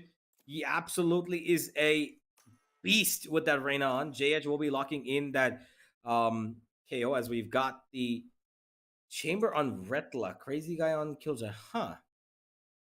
Okay, now they're just messing with us. On the other side, though, we do have our same locks as we did see before. Ja and Aziz going to be sticking to their agents as Bleed are still contemplating about what they want to do. Well, I don't think they're really contemplating though. They already know what they're going to pick. It's just that they're taking their sweet time. If there is a discussion to be had, but Arena would be a massive surprise if they actually end up picking this. Do you really think there's going to be Arena here, or are they just messing with us? Well, I really think that they're not going to go for that Reyna. Reyna is not that potent on this map. Not that great. Yeah, there they go. They're switching it up. There we go. Again, Cypher? Okay. I wouldn't be opposed to Choose it. your agent. Sentinels? Wouldn't be a bad idea, but I think he's just messing around with us. They are gonna, yeah, Brimstone is gonna. There's no chance for that. We've got an Astra on the other side. We've got a Fade and KO both sides. We've got a Raze to compete against. No Duelist on this side. Two distinctively different rosters, and yeah, this double controller setup from Bleed just gets the blood running. I'm pretty sure for a lot of people because they play really heavy on that control basis, and if you have a Brimstone whose smokes last up to about 35 to 40 seconds, it's a huge thing to have. And of course, regeneration walls from the Viper. She's of course got the post plan utility. Brimstone also has post plan utility. Lineups of the Molotovs, the Snake Bites, and of course the Orbital Strike as well. A lot of control base utility for the side of Bleed as SBE need to keep them off the site. The minute the plant goes down, it's going to be mayhem for SBE to try that retake. Oh yeah, there's no doubt about that. But both these teams, of course, going in for practically the standard picks for Pearl. And again, I've been saying this, right? Chamber, of course, you can be aggressive and go out there and get those picks. But I feel, once again, KO is the X factor over here. If used properly, it could be a menace to play against. It could be such a massive problem to deal with as well. But of course, it's Southwell Esports who have their back against the wall right now. They've lost the first map in quite a dominant fashion. This is a map that they've chosen to play. So they need to have a monstrous start to this map to have a chance of pushing Bleed Esports on the back foot once again. So we'll see. We'll see if Southwell Esports have in them what it takes to take down this giant that is Bleed Esports. Well, let's find out as we head into the game, ladies and gentlemen. Pearl is going to be really, really interesting map. Complete spike from the outside of what we usually see from both these teams, as we have Bleed going in with a perfect record. Both these teams going with a perfect record so far. One of them is going to face their first loss. Scary holding down towards mid, making sure that nobody's trying any funny business here. A smoke down towards B to give a little bit of information that, okay, you know what, we might be crossing in towards B, but it's actually going towards A. There is rotation being called, so this is actually good stuff. They've actually put down both the controllers to take a little bit of, false information given towards that B side, as everybody with the spike is running in towards the A side slowly but surely. And SB, they need to be careful about this. They've plotted out one. Flippy. Oh my god, what a shot from Darion. And that was an incredible shot, but Bleed getting those two first picks might just be the difference in Southwell Esports being able to win the first round or not. But Darion once again being so aggressive. He knows what's up, and he can fall back as well. Has the rendezvous available, but can he find the pick on shot? That is the question. The flashback coming in, but he will fall back. Gets blinded, did not have force the issue over there, but JH once again so dependable. You just know that if you put JH in a spot where the opponents are coming from, he's an absolute turret. Will guarantee you one kill for sure, no doubt about that. But that pick on Astra was so precise. Sometimes it's just incredible to see all these simple looking shots, right? But yet so difficult to hit and yet so effective. And it's a treat. It's an absolute treat to watch. But a Guardian on a JH, this is interesting. Yeah, they usually go for that Guardian on the second round after they win the pistol. So JH especially loves that. Him and Scary are really proficient on that Guardian. As Bleed now are playing a bit of a default, but more concentrated towards B, as Ja walks straight in towards his dad, Darion, expecting that chamber push, as they will lose out on the teleporter. And now they're running straight in towards that B side, but still being meticulous about their approach, making sure they check every single corner possible, making sure that they don't have to face off too much resistance. As the flashes come through, they gain control. They're going to keep them at the wit's end by putting that wall down actually pretty aggressively, not even close to getting a plan. They just want to make sure that the opponents don't get any closer, and JH will find a trade. Forgive me, he gets the kill, no trade either, and Bleed find flawless round. Almost minimal damage. Oh yeah, I mean, barely taking damage. I believe it was only a Viper that took any, if any at all. But yeah, the one thing I really like from Bleed is how they play their anti-eco rounds, right? So much discipline, so much restraint. and they make sure they don't take more damage than they should. And this is where, you know, of course, going in for the Vandal and whatnot pays off. Because if you know you have the restraint and the discipline to make it work, on a bonus round, or what should have been a bonus round, you have a proper buy to work with. And then, of course, in the next round as well, they'll have decent weapons to work with. So this could be a massive problem for South Pole Esports if Lead managed to pull this off, because that's going to push them so far back in terms of confidence as well. It's not going to be easy to bounce back from that. But GH, once again, just going so slow. Methodical approach. It's almost surgical how they've been approaching this attack side, just moving in, getting map control, waiting for the first contact, and then exploding. That is exactly what's going to happen towards Odd. First contact, and they'll start exploding on the side. There it is. Flippy gets one as these will get another. Scary. He finds both of them as they run into the A side, but they're actually instantly trying to change their rotation because they've already heard everybody from SBE run away from that B. This is perfect. All they need to do is now run to that B side. I really hope they do, because Crazy Guys got pretty good control of that side, and they need to make this movement happen quick, because SBE are going to read into this any second now, and they're going to be going back instantly. And the problem with this go back is that you might just not have enough time unless those smokes go down. Crazy Guy holding on pretty good angle towards B link, and he might just be finding a free kill here as he's crawled up really comfortably towards that cubby corner. And now, with the plant going down, post-plant utility available for both these controllers. SBE are in a really tough spot, but they're going on the flank, so they'll be fighting them head-on first to make sure that they don't go for these post-plant positions. Well, he will get taken down. The Papi Chulo isn't going to miss that one. And reducing it to a 2v3. Now, Scary has to be on point in terms of getting that pick, but is he going to get spotted? Are they going to expect him more there? Yes, indeed, they will. They will check that angle, but doesn't matter. Scary finds one, but Crazy Guy once again reducing it to a 1v2. Sorry, 1v1. Has a Prowler available. Along with that, he has one more and sees to add to that, but he will peek around the corner, get that pick, and Lead Esports. Look at how happy they are. Crazy Guy with a bright smile, right? And you don't see them celebrate the way they do, but they're feeling it right now. They're feeling so confident that it's all just working out in the favor. And Crazy Guy once again coming in clutch. Whenever his team has asked him to step up, he's always delivered. No, he seems like a really quiet guy, right? But this guy, when he talks, he's got so much to spill. It was insane, you know, the amount of stuff that I really thought he wouldn't be talking. When I had a chance to interview him about a month ago, I believe. Insane stuff. This guy's, he's crazy, not just in game, but also in real life. Oh yeah. What? What in the world is that shot? Darion gets deleted off the server, and South Pole Esports finally with the man advantage going their way. But you know what? Let's just add on to that. Papi Chulo with the Sheriff once again. Getting that opening, and it's always been these pistols. These damned pistols. Hasn't it? Lead Esports and the Kryptonite, the Sheriffs and the Headhunter. There's nothing they've been able to do with this. My God. Okay, they just go dry peak and they lose their lives. Okay, then that's just how it's gonna be the pattern, I guess. As Side of Bleed are struggling in a round against pistols with absolutely no utility being aimed at them either. 5v2. And somehow SB seem to be living up to their pistol mechanics as best as possible. Bro peeks out, does give a little bit of damage here. 30 seconds left. J-Edge is going straight in for it as the flash will protect him from the other side, but not from Flippy taking out Retla. He's in a 1v4. He's being hounded by every single corner he can possibly think of. Pichulo is covering up from sewers.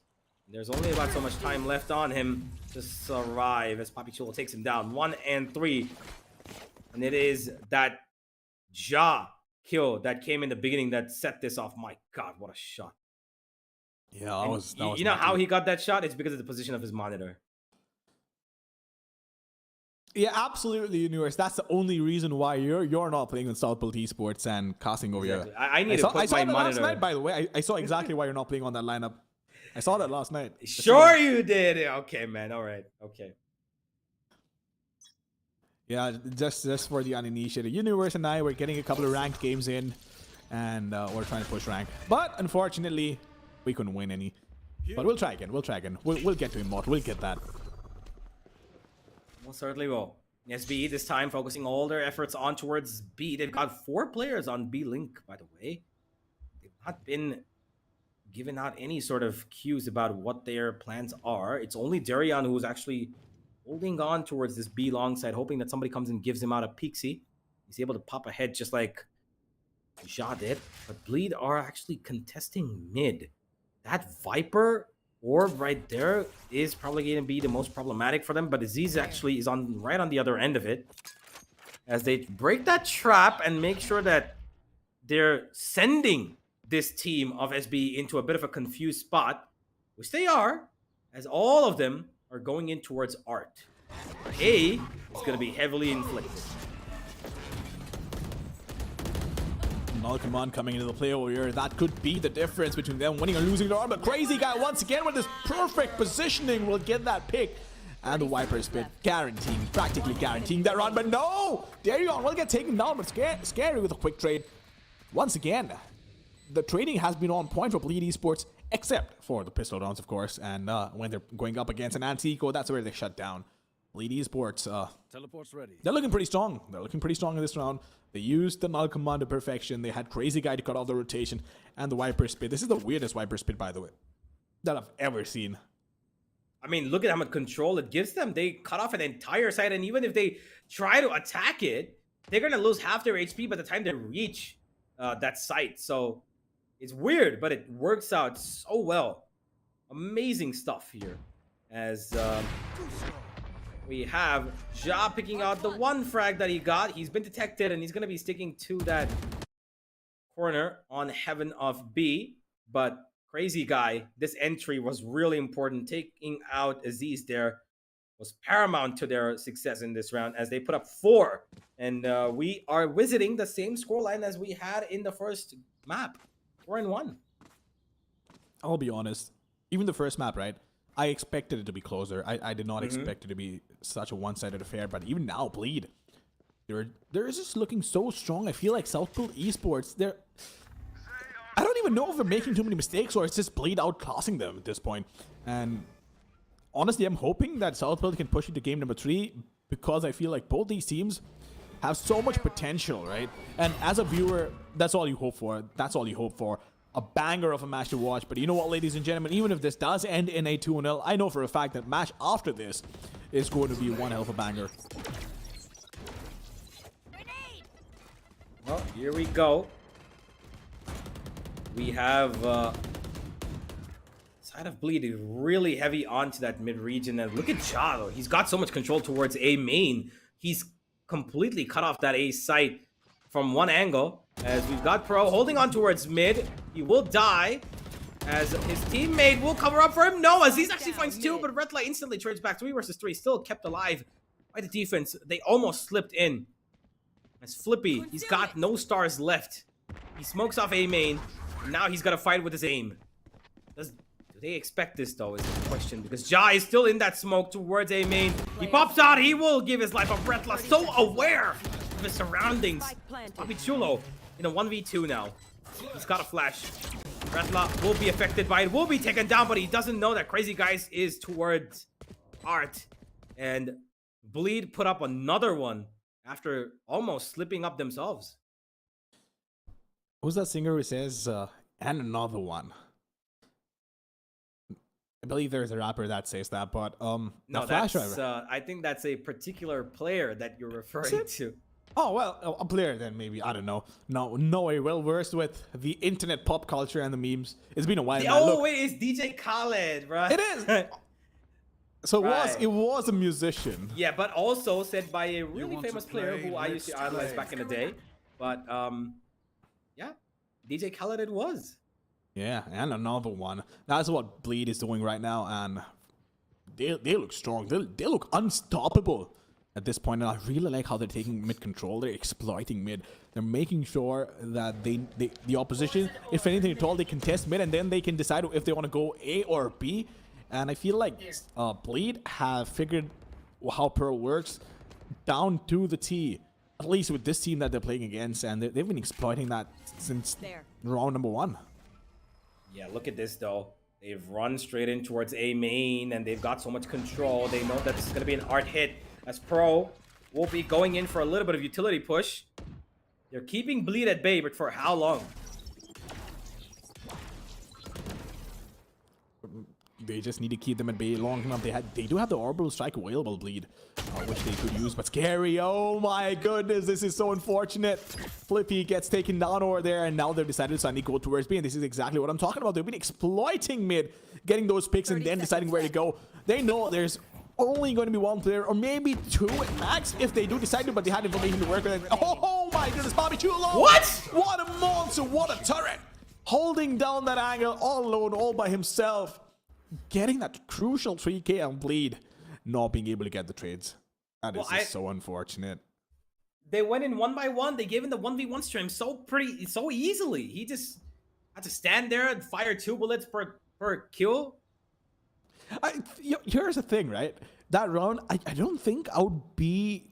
I would want to be that critical of what Bleed did, because you saw the Viper holding the other angle off, right? So I feel like Viper should have been able to trade, but at the same time they did have the threat available. So it wasn't the first player's mistake that peaked. It was the Viper and then the last player that peaked that should have been able to communicate better with each other, or at least have a better awareness of what was happening. So it's just one of those smaller mistakes that ended up costing you the round, but a mistake nonetheless. Indeed. Chulo yet again towards that B site region where he's left alone, as Bleed are exploring their options yet again towards A. Ja is holding on a pretty great angle. I'm not quite sure if they know this. Bleed actually probably don't, that he's sitting on the back of this box. But they're going in towards mid. And Flippy this time is going to be the one to hold off that angle. Oh, Flippy needs to be careful. There is a knife that's going away from him towards the B side where they've detected the KO. And they realize that this could be potential point to run in. And look at that. There's an ultimate. The Fade ultimate goes through, and they're actually all rotating. This is amazing from Bleed. The fake being sold so well. Only Aziz to hold on to A site. And now that one kill could probably change up the game here. Out comes the showstopper, but he doesn't know where these players are. Crazy Guy's found one. Scary will take him down towards Art. And oh my god, Bleed, what is this amazing, weirdly crazy stat coming in from you? It almost feels like an overcomplicated painting that a layperson would not have any idea about, but it was beautiful. There's no doubt about that. Bleed with an incredible fake, reducing it to a 3v2, and that showstopper being taken out of the equation by Scary was crucial. So played it to perfection. Poppy Shuro trying his best to clear out all these angles, but it's too much. It's too much even for him to go in, even with the amount of utility that he had, right? So Pro will make his way towards mid. See if he can find a pick. He wants to go in for the fight, so this is quite concerning because he doesn't have a lot of HP to work with. Crazy Guy, though, checking every single angle possible. Can he find the pick, though? That is the question. Never mind, doesn't matter. The Fade has decided to fall back, but he could still potentially find the pick on a Crazy Guy if he decides to run in. Well, he is going to be keeping himself safe, but this round was almost taken out by Aziz. Unfortunately for him, he didn't know that Scary was towards mid still. But it didn't even matter. The rotation that was called in, that was all they needed. They needed to make sure that these guys were confused. And they needed only one player to take down, and that was Aziz. The minute he fell down, the A side was opened up, and there was nothing they could do. SBE being bested by one ultimate here. The mind games are so good from Bleed. The mind games are pretty good from Bleed, no doubt about that. This Poison Cloud going in. Is this going to be a double fake? Well, we'll see about this, but I feel like for now they're gonna wait for an initial pick, but Ja is in a perfect position. Can he find the bit? Ooh, almost getting unlucky over there. Crazy Guy will get taken out towards mid, which could be a bit of a problem because then you don't have the prowlers available. It was a Fade that got taken down, so you also have to be really careful of what angles you're peeking while figuring out what role you're playing as well. Pro does have his ultimate. He detects one, make that two. As side of SB have got information right now. But what they don't know, look at where Darion's crawled up. Oh boy. This is big from Darion. They don't know that he's here.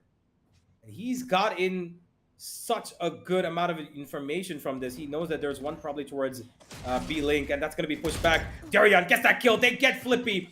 Goes straight into his crosshair. Darian gets another!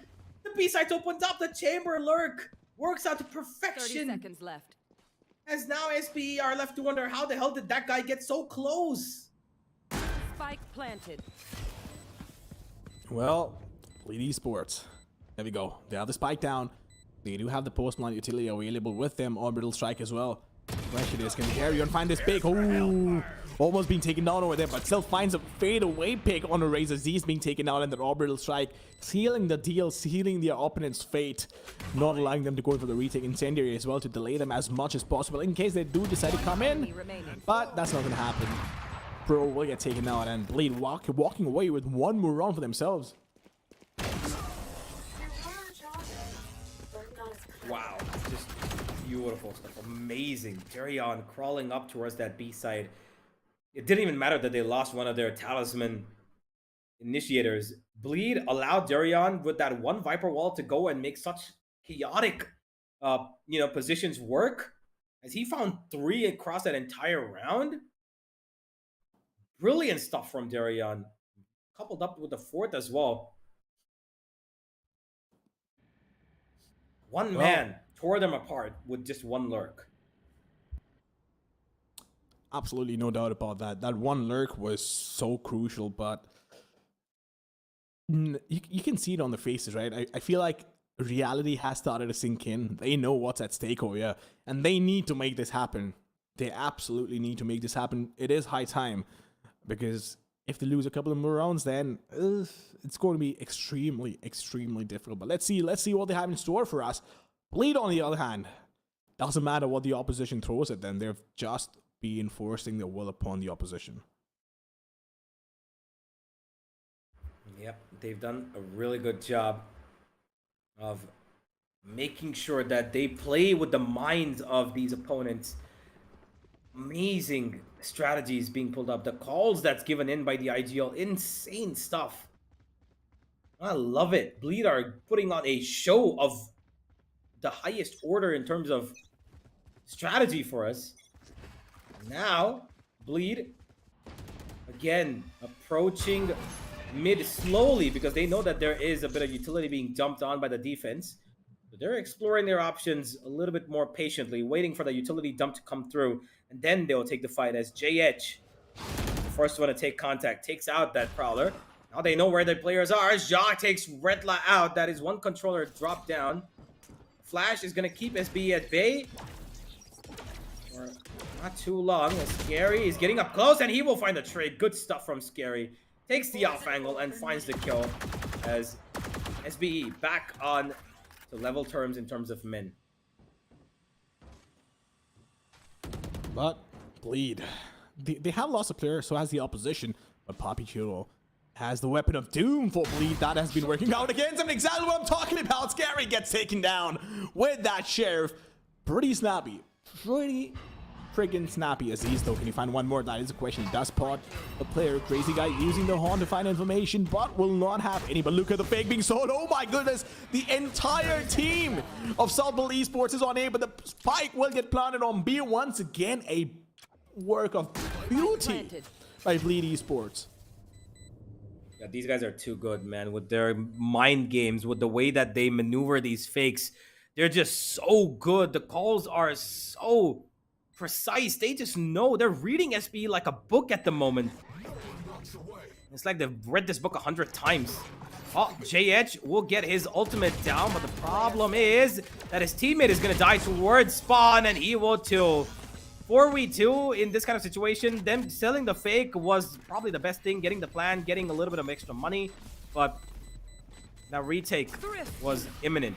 It's not like they're going to be able to do anything more than maybe 1 or 2 kills probably, but wouldn't have gone any more further given that these two players were so far apart in their positions. There's nothing they could do. 7 and 3. SBE will load up an operator onto Ja yet again as they hope for him to pull out another miracle. Oh yeah, it's always the sheriffs, isn't it? It's always these damn sheriffs. I don't know what it is, but Bleed have some sort of an allergy against It's a shares. kryptonite. Let's be honest, it's a kryptonite, no doubt about that. Might as well at this point just play with the shares, but Blade Esports, they are still in a pretty good spot with 7 rounds being in their favor. They could make it a 9-3 or an 8-4 if they believe in those curses. But in the meantime, will creep up along with his teammates, and this pro will get them some sort of information to work with. But look at what Crazy Guy is. Once again, just being their Slurk with Fade, right? That throws you off so much because you'd expect the Fade to be along with your team to get that information. And that's exactly why those fakes are being sold so well. That's why they were sold the fake last time. Oh, Blade GH almost lost his life there too due to the Astra pull. But no, his teammates got him covered up even though he's lost his life. The plant will go down. Retla make sure of it as Crazy Guy coming on the lurk again! Finding value! And he's keeping Papi Chulo busy. His teammates are going up to find that kill, and they will trade him off, and it's a 1v3 now where Ja is left to wonder what the hell just happened towards Art. Bleed so good with their late lurks, with their late calls, with their strategies. This time they turned up the heat, went towards A main, and the perfect utility being dumped upon their opponents. The flash, the Viper wall, everything right on point. Oh, absolutely on point. But yeah, those fakes are incredible. Crazy Guy has been doing God's work for the team. He's been there to get all the attention towards him when his team needs it, and then sell a fake towards A, lurk around, get these crucial picks, and just a threat of him being alive over there, right, is so massive. But JH as well, almost losing his life because of the gravity well, throwing his aim off, but still manages to find the pick because that flash drive is still so damn powerful. And imagine this is a nerfed flash drive on the underarm throw. Imagine how crazy it was before. Yeah, that is true. It stayed for a longer duration. This is, of course, it's popping a little sooner, just by a couple of milliseconds, but it still makes that difference. Now we're 3-8, up for Bleed to take the lead up to 9 if possible, as SBE are going to do everything they possibly can to not let that scoreline come through, to not let themselves be 6 rounds down. But as I say it, the operator, the main man of SBE, drops dead towards that B site, as Bleed now have the advantage of not just men, but also of utility and position. They're faking another time towards B, I believe. They've got Crazy Guy still standing there. They're allowing Retla to come close. And out goes the Fade Ultimate. Out goes this Recon as well. But this time, are they being sold by it again? Yes, they are. They're going to rotate away. And they will lose the player on A as well. Oh my god, Bleed. Stop it. This is just disgusting gameplay. Don't get in my way. It's not just disgusting, it's just Bleed on bullying their opposition into submission, and it's been working off of them the way they've been playing around. Once again, you see this Viper's pit. It's always being used in the same position every single time to lock it down, and look at how they've managed to do this. It goes right through the window, if I'm not mistaken. Yeah. And I mean, it takes away so much map control from them, right? Shutting down their rotation. So Bleed have definitely done their homework. And here I was in the morning, right? Making my morning coffee, like, man, today is going to be a long day. But Bleed, no. They want to shut this down. They want to close this out as quickly as possible. Well, it looks like they just might. 9-3 at halftime, ladies and gentlemen. This is going to be quite a talk with the coach for SBE. They need to make sure that they win this pistol. This is going to be the most important round for them, because if they've shown their proficiency on the pistols, they've done it in the eco rounds, it's now time for them to do it against the pistols themselves. Because if Bleed win this, Pearl is going to be sending them down to the lower bracket, where they might face either one, Made in Thailand or Fancy United yet again.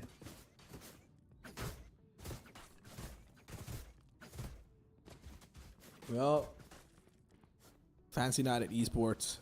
That match, by the way, is going to be interesting. But coming back to this one, South Built, Bleed.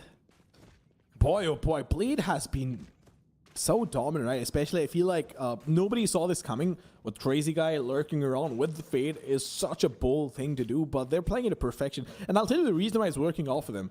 They're going in for a slow, methodical take, mostly based on contact.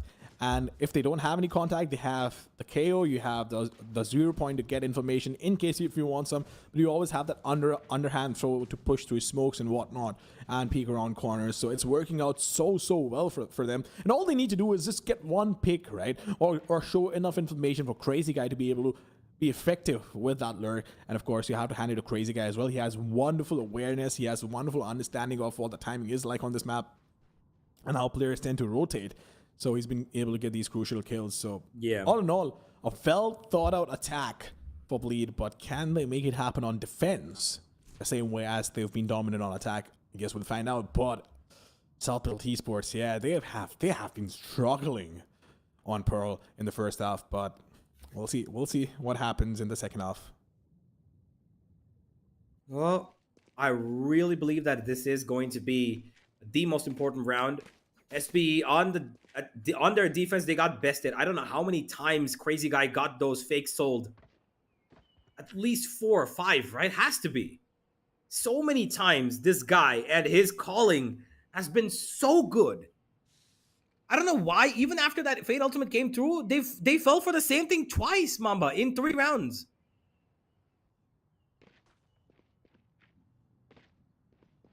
Kind of goes to say that SB were just not ready. It's almost as if they just could not read the fact that, okay, you know what, the Fate Out's coming. Maybe we should wait for a couple of seconds and hold this side until they go to that side. Maybe. Wait, but no. They just started rotating instantly, and that happens so many times. As here we are on the attack, SBE looking for their picks towards mid, which, by the way, is already isolated from one side. They've smoked off high mid, and Darian's found Papi Chulo. Oh, man. That knife point already gone. And this is going to be utility completely intact for the side of the defense. But as I say it, Redlet falls, and Ja gets another towards mid as 2 really important players fall down for the side of Bleed. Now suddenly it's turned around to an SBE round, it seems, in control. Oh yeah, they Bleed managed to get the first pick, but then they end up losing these 2 players, which could be trouble for them. But scary, oh my goodness, with the classic 2-tap. How do you make that happen? That is so on point. But Ja on the backside, can you find a second as well? Yes, indeed, he will. 1 versus 3 for Bleed to pull off. Can they, though? They have the Astra, Fade, and Chamber on attack, which is going to make his life living hell in terms of getting these picks and going in for the retake. But he still has 3 bullets available in the Headhunter, and that is all he needs for 3 kills. But can he connect those? That is the question. A lot of pressure on him, but Pro will swing him and take him down. So good start for Solid Built Esports. Bleed, of course, getting a taste of their own medicine, right, on Art. Yeah, most certainly they take control of Art, as you know, that mid region of Pearl is really volatile because you can instantly change your rotation to either one of those sites because of how close the mid region is to both these sites. You know, you take a left for 2 meters, you go towards B. You take a left, right, you take a right 2 meters, you go A. That's exactly why that mid region is so important because of how much you can control rotation, you know, from this. And this time they're being pushed in the same region. Bleed got all 5 players here, by the way, and they're finding value. JH will take out the first one, and Scary jumping in like that for the second. Not the best of choices, but he did try. Ambitious indeed, but not for the most successful reasons. Oh yes.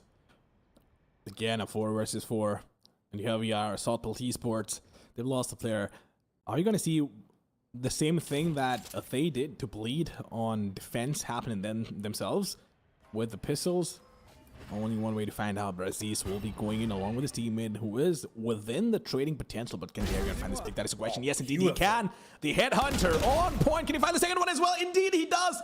Darian, what a monster. Almost finding the third one, but just not enough. On Bleed Esports, they still have a man advantage. Darian, I wouldn't say he overstayed his welcome. He got 2. It was expected for him to go in for 1 more. But here they need to find a pick towards speed. They have a man towards the backside. Flippy, is he going to be able to back his team up? That was a question. No. Redlock taking a shot, not being able to connect it. Now this is a problem. This is such a big problem to work with. And Crazy Guy will get taken down. They almost had this round in the bag with Bleed Esports. Oh no, Redlock. Oh no. he could have turned that around. He could have gone in for that, stopping the planner from getting the spike down kill, because his teammate was not actually supporting him, or not looking towards the back of side. He was looking towards heaven. He was looking towards B main. He could have gotten this kill, man, pretty easily, to be honest. Unfortunately, Yeah, the timing just didn't work out for him. But that's the thing as well, right? I mean, we know exactly where the players are, so we feel like, sure, he could have went in, get that pick. But at the same time, all he knew was where the spike was being plotted. For now, Ja has been spotted because of that haunt, which will force him back. So, Blink playing really proactively. They want to be aggressive. They want to go out there and get these peaks. And I like it. I quite like it. Honestly, they want to take control of the pace of the game. And that's exactly what they're doing. But the only problem is their chamber on A main is all alone. So if indeed he does get taken down, that's a site for the taking, because there'll only be KO all alone where there's no trading potential. But that also goes on to show that defense on Pearl, it can spread you thin in terms of holding the line, but there we go. Scary being taken down, but Crazy Guy will not let that slide. Will take down Aziz and take down Ja as well. Stuff from Crazy Guy to keep sure that Archway is not given away towards the opponent. And look at Darion's push. He's got A completely under control. He knows that this is going to be an easy B hit, an easy B defense. But the double peek from Papi Chulo along with the Astra just get one kill. They will be able to pick up that weapon, as JH will take down Papi Chulo actually towards mid. And he's coming covered up for his teammate. The spike is in his hands as well. Darion's lurk from mid, from A actually, makes it a lot more easier. Bleed find a comfortable 10th, as we will be finding double digits for the leaders. Oh yeah, Bleed getting that 10th round, so crucial, right? But at the same time, Southfield were just not able to capitalize on the start that they managed to have. It's going to be difficult for them to mount a comeback from this point on if Bleed can be aggressive and get that initial pick going on in this round as well, because they've been taking away so much map control from the attackers, right? And Bleed understands why that's necessary. And look, everyone once again gets one. Can he find the second as well? He needs to snap back. He does snap back. Oh my goodness, Darian, there's no stopping this man. Somebody needs to stop him. Well, he's on top of heaven. I'm not quite sure if they know this, but he's got a good alpha angle. Gets off it right about on time. He could have been the victim to a double peek, but good recovery. He goes out. What a brilliant flash! He's gonna find the third as well. Yes, he will! Darion's done more than enough for his team to cover up, as JH will struggle, but he will still find the kill. Aretla, he does give a couple of bullets to Flippy, but it's gonna be scary to finish that off. What a round! They completely shut down this B attack. But this first kill was the most important. What the hell was that from Darion? Yeah, he snapped on the first one. Took him a while to get the second, all right? But he still managed to find it. And Darion just shutting things down. And this is exactly what I'm talking about. Bleed Esports is taking away so much map control. Early on in the round, getting those initial picks, it's so important for them. And they've managed to make it work. So, this time around, South Pilt Esports on what happens to be Bleed's kryptonite, the Sheriffs.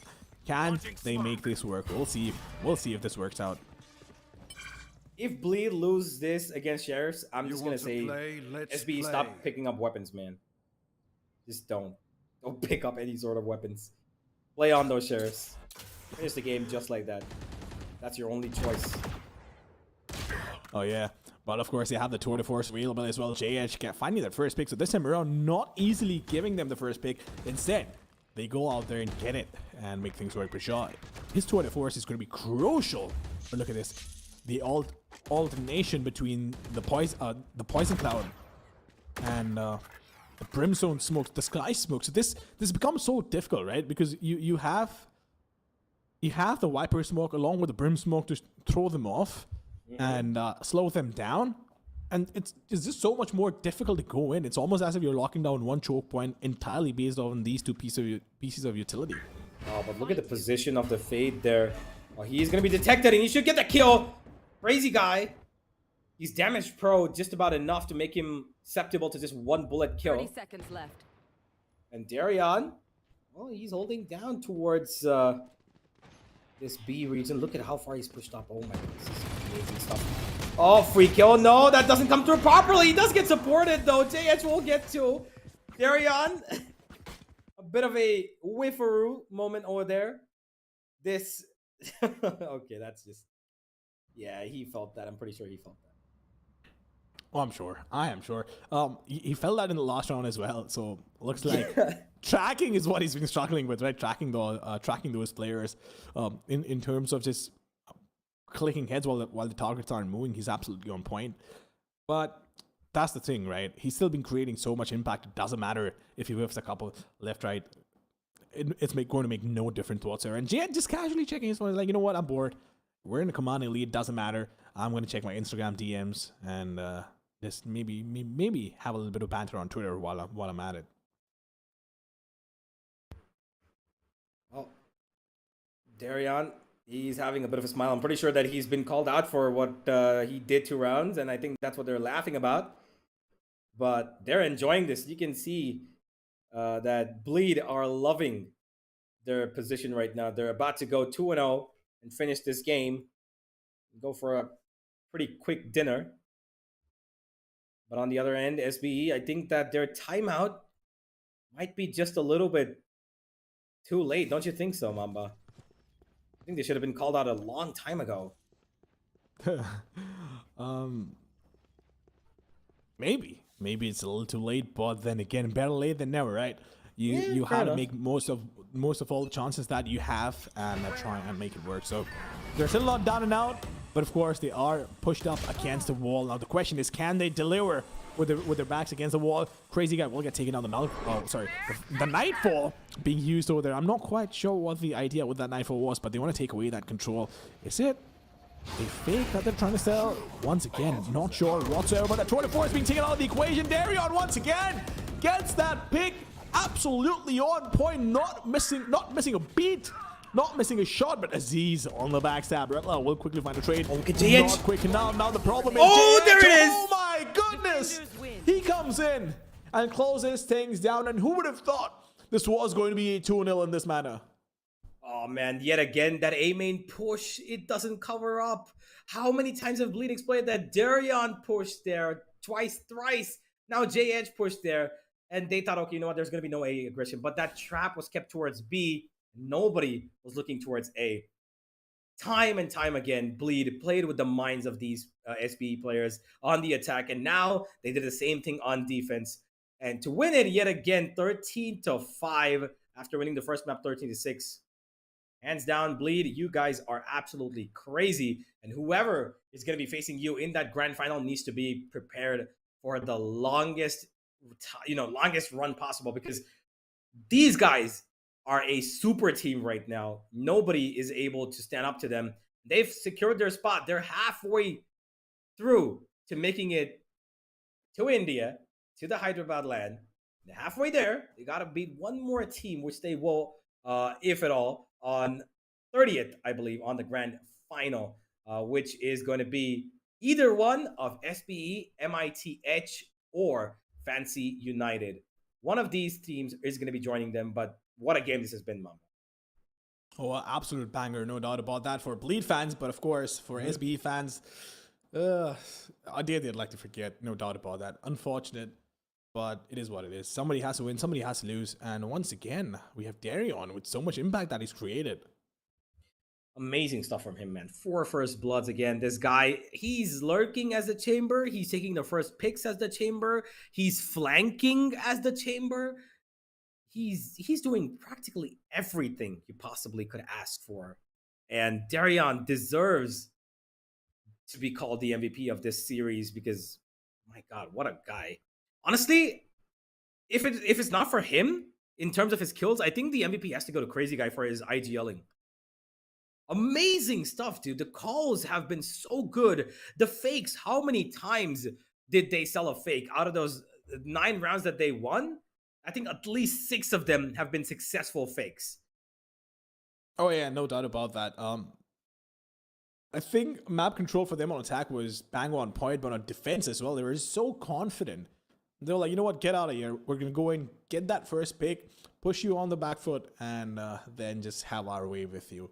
So, all in all, Bleed were phenomenal on this map, and they will be really happy, as they should be, right? Because it wasn't them just winning rounds, which were super close. It was them absolutely outclassing their opposition, and they will maintain their record of not being defeated on Pearl once again. And look, if you're a team that is going to play against Bleed, I feel like just might as well just stay away from Pearl. Yeah, and Ascent as well while you're on it, because both these maps clearly have worked in their favor to the best of their abilities. And every single player from Bleed was a force to be reckoned with. Retla might not have had the most amount of kills, but that guy did so much damage in terms of executing these fakes along with Crazy Guy. He had 10 assists as well, enabling his team to run into corners with that stim beacon, of course, the Brimmy with the stimmy. He is known for that. Whereas on the other side, Pro and Flippy, Aziz, all three of them just couldn't step it up today as much as they would have hoped for. Aziz did a great job on Ascent, no doubt. But here on Pearl, it didn't work out to what they were expecting. Ja, again, the only one to put up as many numbers as they possibly could. And most of those numbers for both Ja and Papichulo came from sheriffs, from eco rounds. Oh yeah, those sheriffs. I mean, they managed to pull rounds which they had no business winning, but of course in the buy rounds where they were on an equal footing, they were not able to get those picks. And all in all, I feel like even those sheriff rounds, right? It was completely based off the fact that they were winning those duels, but it can only take you so far, right? True. You need to know the map like the back of your hand and understand how the opposition can possibly play on this. But with that being said, ladies and gentlemen, Bleed, of course, moving on to the grand finals. But here we go. Here we are. And we have one more match coming up for the day, which, once again, I feel like is going to definitely be a banger, even though this one should have been a lot more closer from what we were expecting. It wasn't, but was definitely entertaining. But ladies and gentlemen, right now, it is time for a break. Do not go anywhere because we will be right back. But make sure you grab your lunch, grab some popcorn, grab some coffee, because the next match is going to be an absolute banger.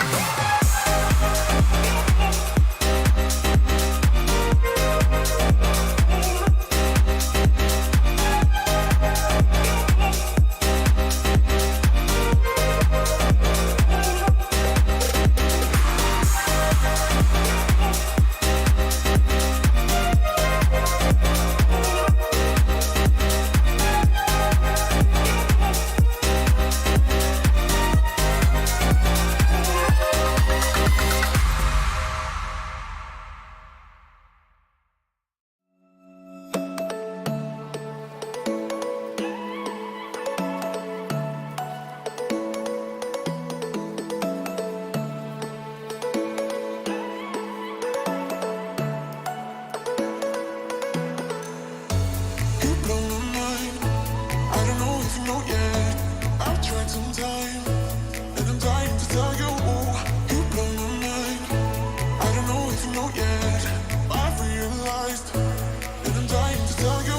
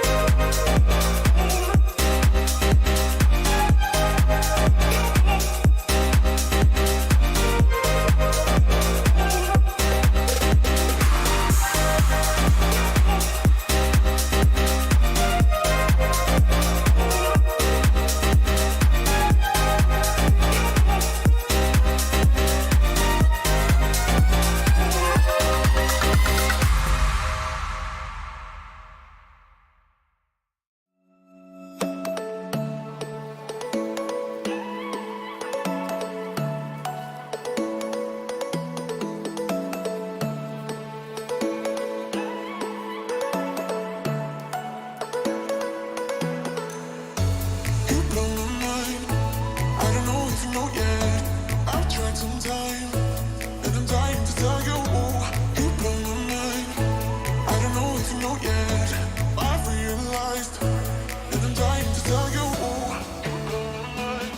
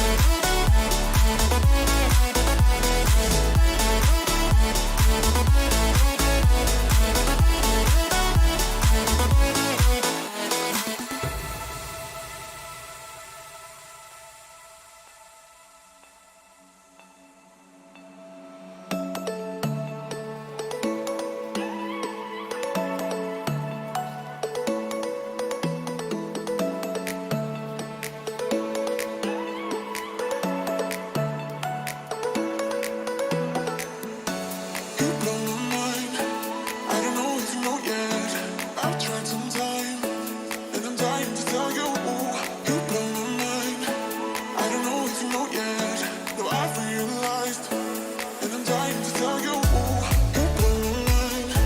I don't know if you know yet. I've tried some time, and I'm dying to tell you, you blow my mind. I don't know if you know yet. But I've realized.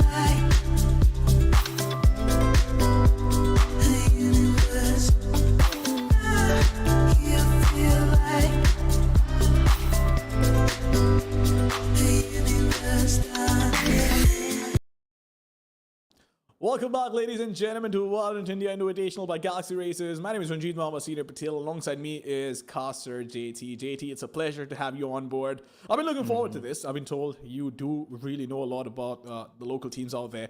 And of course, we'll have some crazy stats to work with. But of course, it is going to be an interesting matchup. I don't know if you've had a chance to catch the first match. But we'll talk about the numbers. We'll talk about the teams later on. First of all, how are you doing? I am doing great. I'm actually super excited. Like I did a bit of more research again. I like stats. I like making storylines. I like researching on how these teams are in this situation right now. What brought them here? I'm gonna give you guys this whole shebang on what happened. As you can see in the brackets right now, and how Fancy United started from above in the upper bracket, and how they fall down when they played up against Southfield Esports. Like I have the entire thing ready, and I can't wait to actually just tell you what it is. Actually, True, indeed. Of course, the brackets are right in front of you. Of course, Southbound Esports not being able to close it out against Bleed, and Bleed being so dominant have made their way towards the grand finals. But right now, we have Made in Thailand going up against Fancy United Esports, and whoever wins will advance, and we'll see them go up against Southbound Esports. But Fancy United and Made in Thailand, what do you think? What are your thoughts on this, JT? okay, now here comes the storyline on the journey of Fancy United Esports and the journey of Made in Thailand going into this match. So, Fancy United Esports, they started on a roll actually when they defeated X10 Esports in the upper bracket, right? How do I say it? It was heavily favoring them as he brought it to a 2-0 closure as map number 1 went 13-3, which was insane, by the way. 13-3 in Bind, while map number 2 in Haven went 13-5. So like Fancy United Esports had a tremendous start in this tournament. While they definitely decimated X10 Esports, but when they faced SBE, aka South Built Esports, it started like changing the momentum wise, where it was such a, how do I say this? It really brought me at the edge of my seat each time I saw them play up against each other. It was so intense. With map number 1 going to South Built Esports with a score of 13-11, and then map number 2 going overtime 14-12 to Fancy United Esports. But at the end of the day, Fancy United Esports had the short tail end of this. The fell short in the most crucial rounds, which ended in Haven in 11-13. As SBE, we did see them play up against Bleed Esports early on. As you can see, tremendous players right here, right in front of us. I'll continue my jibber jabber. But in the lower bracket, this did not really stop their confidence. The way they played up against Naos Esports in the lower bracket, it really showed that if you let them dictate the pace of the game, it's so hard to get an answer or to fight back up against it. We saw now Esports try their best, but they weren't really able to recover or get a foothold in the game. And that's the reason why it ended on a 2-0 on the hands of Fancy United Esports, with map number 1 Icebox ending on 13-8, while map number 2 with similar fashion 13-7, total domination inside of Fancy Esports. But now they are facing another mighty contender, and this is a mighty contender that can definitely give them a run for their money, or in this case, their tournament lives. Because if you get eliminated, your chance of qualifying is gone, nada. So, man, what do you think? Made in Thailand, like it's like I feel like this is like a super action pack best of 3. Oh, absolutely. So these two teams have played against each other in the past, which I believe was the Champions Tour APAC Last Chance Qualifier, where Made in Thailand came out on top. 3 maps were played: Icebox, Ascent, and Fracture, where Icebox, Fancy United, where they end up winning the first map. But Ascent was so close, right? Made in Thailand winning 18-16, so multiple overtimes, and the Fracture was a proper domination from Made in Thailand. So it's going to be interesting to see what the veto is going to be like. But these players have played against each other. But last time, Peter went ham, absolute ham. He played Astra, Viper, and Brim, and he had a frag difference of 14. So, of course, he had a massive contribution to make over there. But we'll see. We'll see if it is going to be Fancy United Esports getting their revenge, or is it going to be Made in Thailand carrying on the legacy that they've started the last time when these two teams met. But talking about these both teams, right, and the players on the teams, I feel like PTC, again, we've seen a lot of value being created by him. He's super consistent. He does play a lot of chamber, has created so much impact that it's difficult to understate the importance of this man being on this roster, especially with those initial picks. But it all does come down to if they'll be able to deliver today or not. Yeah, that definitely. I think the number one takeaway with these type of teams is depending on how well do the players really pop off, or if they're really on how consistent they can also be in their performance. Like Made in Thailand and Fancy United Esports, these are very consistent teams who have really performed well in multiple tournaments, But there are some times when it feels like, for me, with the performance of Myth, when they were playing up against Bleed Esports, you really kind of see their vulnerability sometimes. They played a very intense match up against Bleed Esports early on the upper bracket semifinals. It went to a map number 3, but having a very, how do I say, grueling match, it felt like Myth had no more fuel in the tank and they ran out of gas, thus losing map number 3 in a 13-7 in Pearl, right? So when it comes to really playing up against each other and making it super highly intense, it really plays a toll on the players on how their performance, will do in those matches. So if this ever becomes a gruesome match where it will really tire you out, as you can see the maps right here, it's really hard to tell in which team can take the win. That is true. But what is interesting over here is the last time they met, only one map is being repeated over here. That's Fracture, which of course Myth were dominant upon. So it remains to be seen if Fancy United are able to create that sort of an impact in the first 2 maps itself, because Fracture, the last time these two teams met, Myth was very dominating. So of course they're hoping for it to be a quick 2-0, but that I don't believe is going to happen. Myth has picked Haven, and talking about the agents that they've chosen on Haven, right? I feel like it's been a pretty standard pick, but Made in Thailand as well. Look, so they've decided, so out of the last 5 times they've played Haven in the last 3 months, they've had 3 different lineups: Fade, Jet, Killjoy, Omen, Sky. That was twice. With Breach Chamber, Neon, Omen, and Soa. which is something I personally want to see. But Neon isn't something that we've had the opportunity of seeing in this tournament so far. And then once you had the Jet in the mix. So what do you think? Are they going to try and pick Neon this time around, or are they going to stick to that conservative setup with the Jet? It feels like they're always going to their comfort zone, you know. They like Neon is such a curveball that it really depends on how well your performance is going to be early on, and if you can continue with that momentum, because Neon provides quite a lot in towards entering that site and taking control of it. A very fast and quick agent from be able to go to site A to site B, right?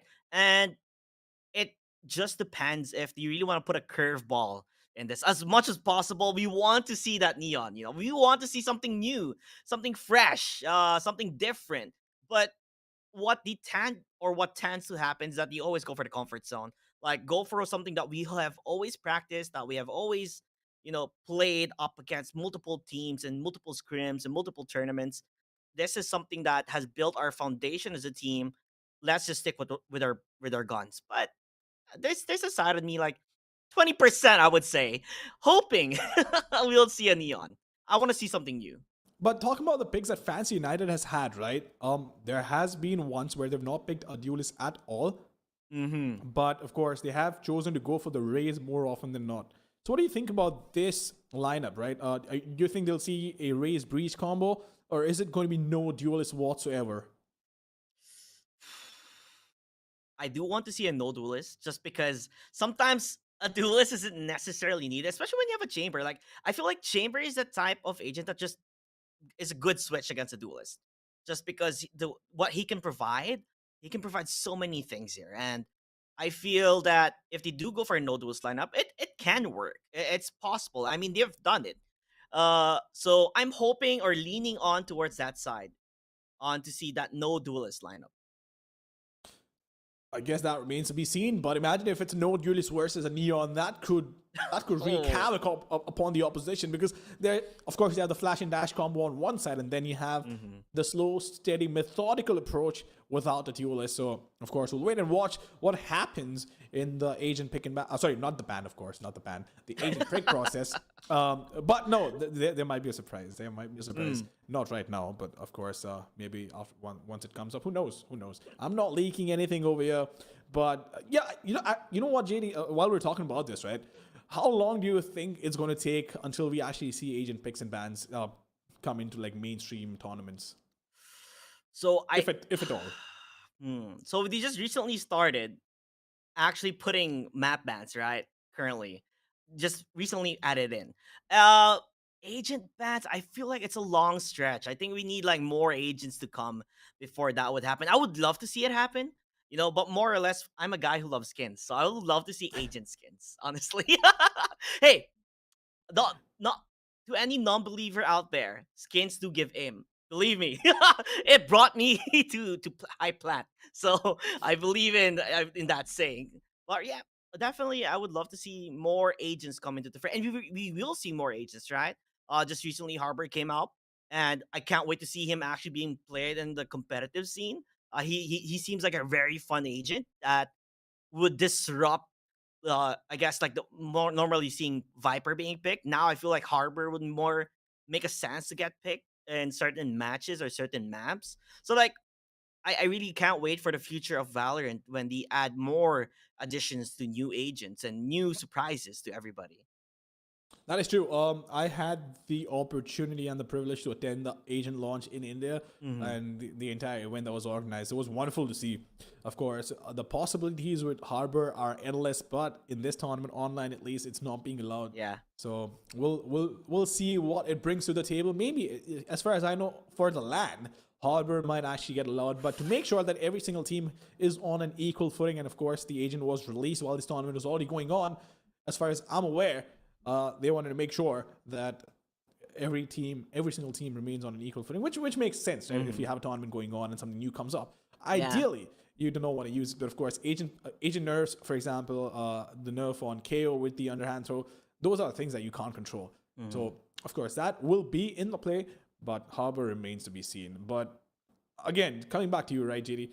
Do you think Harbor is going to have that big of an impact? Have you had a chance to see it maybe in scrims or maybe in other matches that might have happened?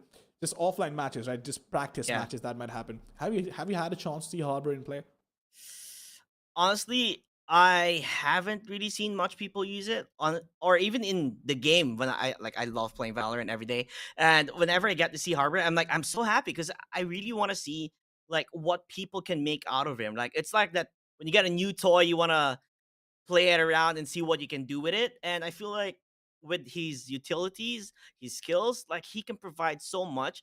At the same time, you can there's like combinations, that can work with different agents with him. So like if you're able to find that, how do I say this? Like a symphony of utilities, I would say. If you're able to find that good flow with it would be really phenomenal to watch and phenomenal to see. And I would love to see him enter the competitive scene just because I feel like a lot of players will be able to do things that we never thought of seeing, right? Hopefully in the future, but that I feel like that's a bit far off. Like maybe a few more months when the agent has been more used for everybody. But nonetheless, Mamba, we're finally, I believe, going to the agent selection. Oh yes, here we are with the agent selection. Absolute, the straight up. We have Kadum on Jet on Haven to pick things up. But on the other side, Fancy United Esports, once again, no duelist composition is what it looks like right now. And I guess your wish has been their command, and they will go in for absolutely no duelist composition. Yeah, I am so happy to see this. I mean, well, to be fair, I feel like it's very conditional when you do go for a no duelist type of setup. So Haven, definitely a map where they can get out of it. Going for a no duelist setup, and I'm super stoked. I really can't wait to see what they can do with this and how they play around as defend. Obviously, as defenders, you'll do really well, but as attackers, it kind of changes the game a bit, and I really can't wait to see on how Fancy United Esports will be playing this one out. Oh yeah, but given the fact that Myth wanted to pick this map, right? The stats, of course, back them up. They've played it 5 times, only lost once in the last 3 months. And if you talk about Fancy United Esports, they've struggled quite a bit on Haven. And the scoreline as well has not been the best. Up against Southfield Esports, it was 11-13. X10, they won 13-5. But then every single time they've lost, apart from the match against Southfield Esports, it's been below double digits, 13-5, 13-8, 13-6, right? And then there's, of course, a 13-0 victory, if I'm not mistaken. But the point I'm trying to make over here is that Myth is definitely looking stronger on this pick, on this map pick. And it's no surprise that they absolutely want to start off on the right foot, and they went out of the way to pick Haven first. Yeah, I mean, like every team has their kryptonite.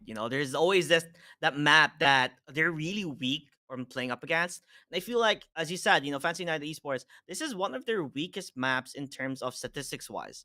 But recent showing, other than the X10, game, their way they played up against Southfield Esports, although they did lose, but it was a close game. So you can really tell that they're trying their best to work on their issues, on what they're missing, and to fix the problems that they have. But at the end of the day, the question is still there. Are these strong enough to answer mid? This is made in Thailand. This is their map pick. They know that they can take map number 1 up against Fancy United Esports. But it's still a question of what ifs. They're still both consistent. These two teams are very consistent in terms of how they play and how they perform. Now it's just a matter of fact on how well can really Fancy United Esports upset, Made in Thailand, aka Mid, in this map. Oh, no doubt about that. But I'm actually pretty excited for the first 3 rounds and to see if Myth forces their will upon their opposition and they go all guns blazing, or they're gonna slow things down and just take it, maybe round by round. The first time they'll maybe start off slow and then pick up the pace gradually. What do you think is going to happen? I feel like they will want to try and be aggressive given the agent picks they've had. But at the same time, Fancy also has so much utility to work with. Yeah. It's not going to be easy. Yeah, that is true. I mean, after casting, not gonna lie, the first India qualifiers, like there's something in me that love watching those teams play super aggressive just because like they are not afraid. Like it's a double-edged sword. Like when you go aggressive, and you pop off amazing play. But when you go aggressive and then die, ugh, that's not nice to see. You lose a star player. And I don't know. I'm always like that guy who like to put like some fancy plays here and there just to show like I'm confident. Even if I die, I'm gonna bounce back in the upcoming rounds. I'm gonna fight back. I'm gonna continue doing what I'm doing. Yeah, there's a bit of stubbornness here and there, but that just shows like what can a star player really do. And I've seen that multiple times happen in the indie qualifiers. Hoping to see maybe something like this, but it tends to happen for Southeast Asian teams that they're very how do I say this? Their behavior wise, they're not super risk takers. Like when they know, like, okay, this is not working, let's go to backup number one or backup number two. Let's do plan number B or C. So like, we won't be able to see them always go aggressive. So they'll probably fix their play styles during in this match, like on what type of play style should we adjust, because that's how usually it happens. We adjust depending on the situation that's happening. Well, here we are, ladies and gentlemen. The first round coming up in 20 seconds. Made in Thailand starting off on attack over here. And we'll have Fancy United Esports on defense.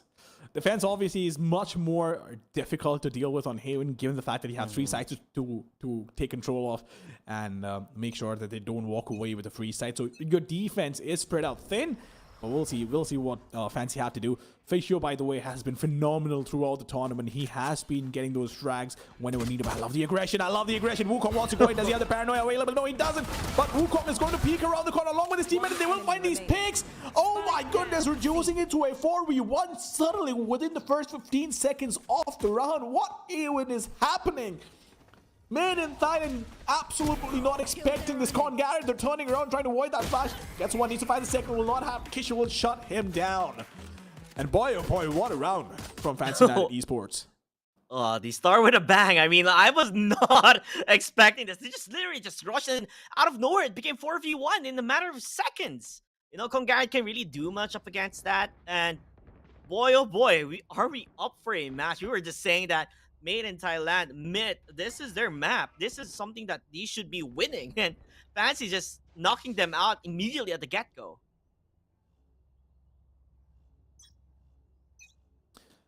This is going to be interesting to say the least.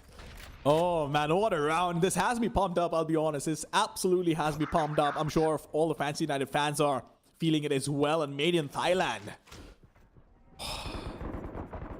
They didn't see that coming either, but now, of course, they want to be aggressive along with the guiding light going in. Kisha will be forced back. The spike is going to get planted as well. Alone Fields with the shorty though. He wants to go in. Yes, I can. Will shut him down. Aggression not allowed, but Kadum somehow still manages to find the trade with that shorty at that range. And PTC will find the pick as well. And somehow Fancy United are losing this on anti-ego against shorties and classics. Made in Thailand are making it happen, but that guiding light Kishi not being able to get that trade, that is so unfortunate. That's such a massive problem deal with. Kishi wants to go in, but Kadum is going to be there to back him up. What is happening, JD? What is going on over here? Made in Thailand responding to Fancy United's aggression with an aggressive B take.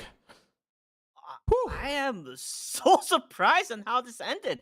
PTC, he was just waiting for that lurk or waiting for that player who would flank from behind, and he just gave up B side so easily. It was up for them to take, and he had shorties, my friend, shorties up close and personal, and that is what they wanted. You go near those entrances, you go near those links. It's so hard to just try and enter towards the side, and he played it phenomenally, like amazing. I don't know how they did it, but they did it. There was completely no contest for Fancy United to save that, to be able to retake the B side. It just happened in a matter of seconds, and it just 2 rounds in a row just went immediately by that quick. Oh yeah, but we will have a technical timeout coming up because one of the players has unfortunately disconnected. I felt like the breach lacked out while trying to go in for the retake when he was trying to engage Sky on B backside. So I wasn't sure if that was the problem, but now the game has been unpaused and we'll see what's about to happen. But Fancy United, boy oh boy, they were caught off guard. Made in Thailand. You know what? They were like, fine, you aggressed out first round, you caught us off guard, but we will respond to you in the exact same manner that you did to us. But you know what's the most interesting bit of this? Made in Thailand picked the map, and Fancy United Esports decided to start off on defense. I mean, it would make absolutely so much sense just because of their pacing, I guess. You wanted to have a good start, to have the momentum on their end. And when I feel like momentum-based, if they're not doing good, it will continue on towards the second half. So you want to have a good start, and that is what they're looking for.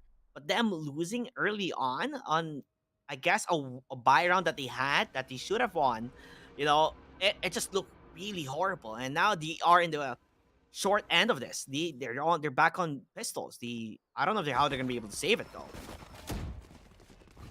Doom, he's activated his tailwind. He's going to dash in to create that space. The smoke, maybe I'm looking too late, but the paranoid going in. Free control of site. Made in Thailand just casually stroll into the A side, and they will have the spike be planted. But now there's a massive backstab coming in. 4 players towards the attacker base. This could be a problem for the attackers. But Kishi, along with his teammates, is coming in beta. He's going to be holding the angle along with PTC. But do they expect this? That is the question. Are they going to push it? Are they going to wait for exits? We'll find out. But the distraction from the fade on the A side, the fault line coming in as well. Beta, I'm not quite sure if he's going to expect 4 players on long, but he will have a contact on the short as well. PTC holding the fort, but that is too much, or no? His teammate is going to be there to back him up, and that is not going to be enough for attackers. That is not going to be enough. They will shut them down. Fancy United Esports tried their best to go in for a 4-man backstab, but it just did not work out because Made in Thailand is just that good. It goes on to show why they've been such a dominant force on Haven. Yeah, I mean, just judging on how they play this, they already had a feeling on that they could be coming for backstab. We did see PTC have the alarm bot already on that side just to make sure that if they do push towards it, they will immediately know. So, and then the turret, you know, a very good placed turret watching Heaven, so that once he's looking down, turret is also firing up, so they can't really peek at the same time. Just because the turret will be a nonsense or nuisance for him. So, amazing play again for Made in Thailand, but this is the buy round this time for Fancy United, and they have to answer back here. Oh, they need to answer back. There's no doubt about that, but oh my lord, that Trailblazer is going to be such a big problem for Fisher. Wukong trying his best, gets one, but that's all he's good for. The guiding light coming in as well. Yes, I can. Will be taken out just for 2 seconds, which could have been enough for them to go in. But Made in Thailand, they've decided to fall back because PTC is creeping up towards the B side. And this could be massive. This could be big if he can manage to find a pick or force a rotation. But look at Myth. Look at the way they're playing on C Long. They slow things down and they're making Fancy United double guess themselves. They could go back. But the Dark Current goes in. Oh, they have to finally decided to fall back. PTC is on B backside. They have so much control towards mid and the B side. It is phenomenal. There's only going to be 1 player, but do they want to commit to B? That is the question. As a matter of fact, they do. No smokes available though. They will slowly walk in. Will have to go contact. Yes, I can. Could have the backstab of his life along with his teammates. Concarried holding window as well. He does spot the battle. Does he expect 1 more player over there? Yes, indeed he does. Takes down 2 players from Garage. And it all comes down to the chamber in a 1 versus 4. Yeah, sometimes when you want to play sneaky beaky, it's not really gonna work out, as Nizzy gonna get found out immediately by that turret. Gotta go for the peeks here and there, but it's so hard to win when you're up against like 4 players just searching for you and getting that kill. That barrel of the gun, it really showed on where they could be and how fast Fancy United Esports, you know, they responded on towards the C, but got blinded immediately by Made in Thailand. They really couldn't do much, and Alone Feels, we saw that. Easy 2K for him. Knew where they were coming from just because that gun was peeking out. So whenever you want to play slow, sometimes it doesn't really work out because they're already just in the corner seeing where your gun is at pointing. That is true. But Alone Feels, he has a recon lineup to work with. Is he going to find any info? Nope. That will get destroyed. Nizzy, though, being so aggressive on the A-short, I kind of like this. Fancy United, even though they have been losing rounds, but they want to take away map control. They've come in with a plan, and they are executing it. But it all comes down to how Made in Thailand adjusted this. Wukong has a sheriff to work with. Get a pig. Ooh, snaps, but that is not quick enough or accurate enough for him to get those picks, and Made in Thailand will make quick work of their opposition and take them down 1 by 1. Once again, it all comes down to Nizzy. who I believe managed to stay alive in one of these rounds and has a one to work with. But nope, he is going to get taken down. Kadum does not miss those. Is he taking his sweet time? Won't matter. Made in Thailand on attack are being an absolute unit to deal with. But let's be honest, Haven is also a pretty attack-heavy map, isn't it? Yeah, yeah, definitely. But he did go for more of a defensive lineup, so hopefully it was supposed to technically work a bit for Fancy United, but somehow it's just not matching well or meshing well with their chemistry as a team. As you can tell, immediately going for a timeout because they have realized if they continue on and letting mid play the game they're playing right now, they can win by a landslide. I mean, you talked about statistics wise, right? On how really bad or how lackluster Fancy United Esports play in Haven. So if you're just gonna allow mid to continue doing what they're doing and they continue that pacing that they have and you don't stop it, it's just looking like a done deal here. You know, you can't just give mid that cake. You can't give them map number one just like that. So they have to bounce back. They have to find the answer on the question that they're or the wall that they're facing right in front of them. And as you can tell, it's just so hard. Every time they try to defend the side, mid is just always one step ahead. And I feel like more than them expecting what's about to happen, they've been really good on readjusting to what Fancy United has been throwing their way. The aggression in the first one definitely caught everybody off guard, but then they were super quick to readjust. Fisher in the meantime is going to be there. I believe, was that a cease? I'm not sure, but the Omen using their shroud step to go away, and Kadum in the meantime finding that opening pick, but he will not fall back. He doesn't want to fall back.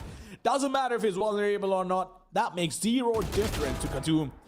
Nizzy, though, finds a pick on a PTC, and there's a lot of presence towards the A side. As a matter of fact, everybody on attack is on the A side, along with the Seekers going in. This is going to be such a big problem to deal with. Fishy, can he find a pick, though? That is a question. He misses. He whiffs. He cannot afford that. Yes, I can will get taken down as on once again. It's all up to Nizzy, and there's only so much he can do with a Wandle and 30 points of HP to work with. You can't miss those. You can't miss those on Elon, can you? You have to hit those shots. You can. I mean, we did talk about, like, we do want to see them play aggressive, for Fancy United Esports. Like, defensive aggression would be nice to see, but right now, it's just really not working out. They tried it multiple times. Like, during the first round, it did work out, and then afterwards, it kind of stopped. It stopped working, and maybe this is when they really have to stop and try and see and re-strategize on what they can do, because the economy-wise, credit-wise, they are not looking good. Yeah, I feel like Made in Thailand at this point is just winning everything, right? In terms of readjusting to their strategies, winning these aim duels as well. Like, a lot of these rounds could have been closer, or even would have gone Fancy United's way, only if they could have won these aim duels. And I've counted at least 3 separate instances of Fancy United not being able to win these aim duels. So I feel like losing an aim duel is the worst way to go down if you're losing rounds. And Made in Thailand so dominating. I can only imagine what's going on in Fancy United's mind right now. And of course, their coach, who's always so animate, right? He's so passionate for the team, and he wants the team to win, of course. Every coach does. But it is what it is. Fancy United Esports, not off the best start. Starting off on defense might have been a mistake to think of now. But then again, it's a plan that they chose to have, and an aggressive Nightfall.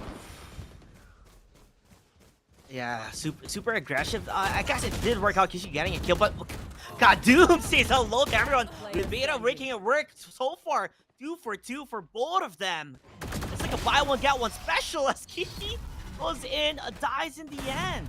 Has no answer whatsoever. I mean, I just talked about the pure and aggression not working out, and it just happened again. They played aggressive again, and it didn't work out again. It's not, I don't know. Like, I feel like Fancy is like just on the edge of a cliff where they're only stuck at fighting back. I mean, sometimes you can climb, around a cliff instead of just going full force on.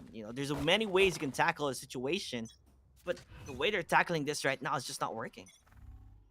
It is, and look, you had to give it to Made in Thailand as well. It readjusted so well to that aggression. But once again, you saw those aim duels being lost by Fancy United. doesn't matter if you have the best strategy in the world, but if you can't win these duels, it's going to make zero difference whatsoever. PTC in the meantime, once again on the lurk. They will drop down towards mid, and Lone Phil's getting that initial pick is going to make the world's difference. But Nizzy, will he be allowed to push in? The Owl Drone comes in, delays his push. Beta is marking the backstab, but PTC will get taken down. Oh, he knew where they were coming from. He heard the Prowler coming from Fischio, and somehow he does get taken out. I guess when two players do go for the peak, you are in a disadvantage. Fischio getting the kill, and although Ibira is just ready, but it's quite winnable for them. Never mind, you know, Kadu was just like, nah, not gonna happen. As he gets 2 kills, looking for the third. Will Fischio be able to at least say hello? Oh, never mind. Good night, as another round being won in the hands of Mate and Thailand. And I would say, Fancy United Esports, they are in dangerous waters right now. Very dangerous waters, if I'm to be honest. Kadoom's just been so snappy, right? Even through the boxes, he knew exactly where his head's going to be. Got those picks, dashed away. Made in Thailand is just styling on them. They're absolutely styling on their opposition. And what do you do when this happens, right? You have really good strats. You're being aggressive. You're executing your plans, but you've just not been able to win those aim duels. Yeah, I think it's the nerves really affecting them. Like, you start very confident, and then they just crush their confidence. And look at this again. Super aggressive plays. Wuka gonna go in. He's gonna get flashed though. Paranoia. He is afraid. He does not see anything at all. But he goes for the P. He wants to get a kill, but dies in the end. Nizzy though, answering back, and somehow they're making it work, and they are gonna win a round.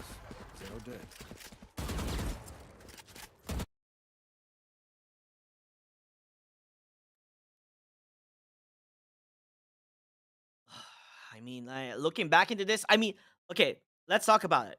Oh, when you play aggressive, it is a double-edged sword. So they have played aggressive multiple times, multiple times.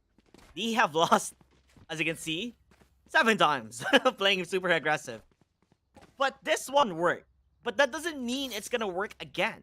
You know, like we said, Made in Thailand, Myth, they are really good at readjusting their strategy. They are good at being spread out. Even PTC has been their lurk for his team and has found a lot of kills here and there. Trap destroyed. They have, but this time around, they will not be that aggressive because she's going to be playing B backside. Kadoom is going to find a pick for himself. Made in Thailand was on an equal footing. Now they're down to a man. Lone Phils will also get taken up, but Kadoom wants to be aggressive. This is going to be the differentiator. That is a question. Wukong not checking his corners once again. Is he going to let him pass? He will let him pass, but gets the second con. Got it!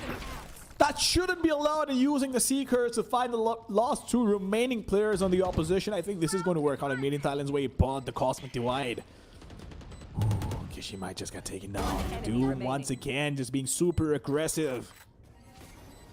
And Made in Thailand, how do they end up adjusting every single time and pulling these rounds back in their favor? It's just unbelievable stuff. I mean, I guess when you play this map multiple times and really practice and you heavily favor it, it just works out. And it really goes to show that Fancy United Esports, they're not as experienced as Made in Thailand or Myth when they do play this. That big error of not checking your corner, that's really gonna bite them back heavily, and it will really hurt the confidence of the team, as the momentum that he had, that he started, you know, they won that round. This is the momentum that he wanted, and look at that. Kong Garrett, he just gets 2 kills swiftly and easily. You know, meanwhile, Kadoom, he's just ready for the person coming up, which is Kishi. It's just one after another. Myth has been dominating, and I think a lot of people didn't expect this to happen, especially in Haven. Consistency-wise, Myth performs tremendously well in Haven. They've played really good. And the latter hand, Fancy United Esports, we can really tell that there's so many shortcomings in this one, you know? And so far, it felt like they were just sticking to one plan, which is just play aggressive and see if it works. And it's just really not working their end. It really isn't. Kawa is less animated than usually you get to see him, right? A lot of times when he's happy, he has a bright smile. If he's angry, he shows But I feel now he's just realized the exact problem, and that's not a problem you can solve on the fly. Losing duels is not a problem you can solve. And PTC is just he's just existing. He's like, yeah, let's just get down with this, boys. We've been killing it. We've been readjusting really well. But the scoreline reads 8-2 in the favor of Made in Thailand. They have started off on the attacker's side. So, of course, it is easier, relatively at least. But Kadum with 17 kills and 4 deaths, doing God's work for the team. Yeah, definitely working out. And they're very persistent in entering towards A. And a very good adjustment here for Fantasy United Esports as they do have more players defending this one out. So a good read for them. Now it's just a matter of winning those duels like we talked about. You know, these crucial duels, if it will work out. Wow. We'll wait for the lockdown. Lockdown has been deployed, but will it get taken out of the equation? That is a question. I don't think so. They will be forced back out. And once again, free control of the side. Doom.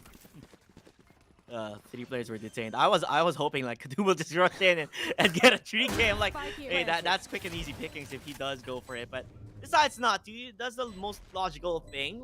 Defend the side. Let's not go too crazy here, as they do have the advantage and you don't want to lose it. The question is, how does Fantasy United Esports go for the retake? And what is their answer? That's a good question. I guess we'll find out in just about a few seconds, but the dark cover towards heaven is going to be such a problem to deal with. The nano swarms being used along with the horn, but Nizzy is going to find one for himself. Beta Kadum finding 1-1 each, and PTC strikes back down. The last player standing will get taken down as well, and PTC once again just so damn consistent. I've been saying this over and over again, like since the beginning of the matchup. He is one player you can count on, and it's just such a pleasure to have a player like that on your team that, you know what, hey man, this is where the players are, go do your thing, and he will get you those kills.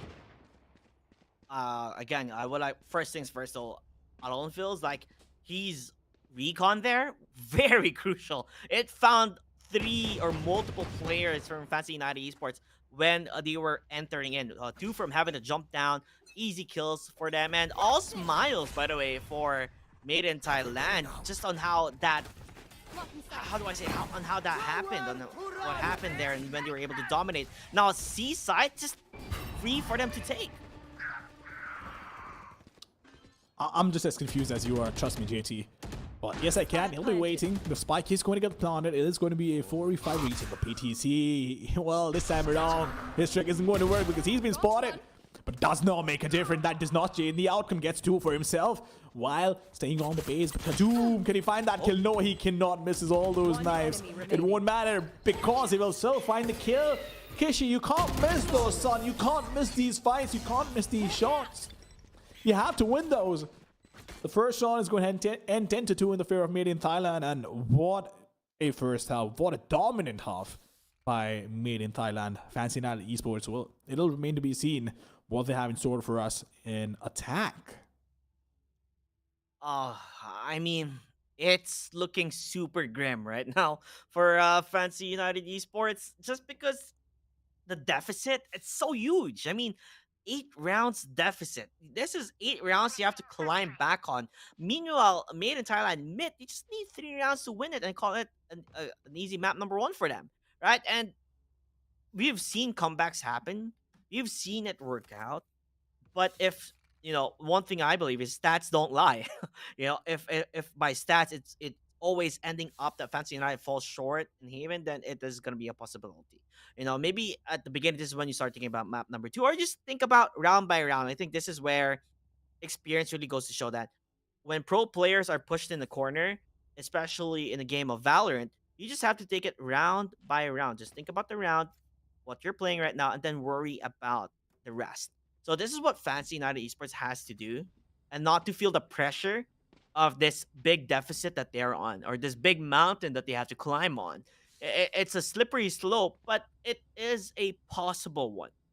But you just have to really work out for it, and depends on how they play too, because it's so tricky. I mean, multiple times we've seen Made in Thailand on how well they readjust and re-strategize and reposition the way they play. They would fake out C and then go towards B, and it's so hard to predict. Now, as defenders, though, are we going to see a curveball? Are they going to be as aggressive as Fantasy United Esports? Or will they be calming down and playing the music that you want to play?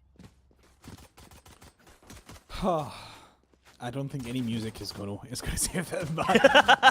Made in Thailand. Look, if they can be just as dominant as they were in the first half, then absolutely no chance. Fancy United manages to get more than 3 rounds in this attacking half because they've been on point. Aim, game, strategy, map control, timing, flanks, every single thing that you could list, right?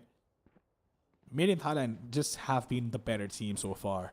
And if I had to analyze this matchup, right? If there were ever to be an analysis test for this, regardless of which teams are playing, right? I feel like one team was just better at using the keyboard and the mouse than the other.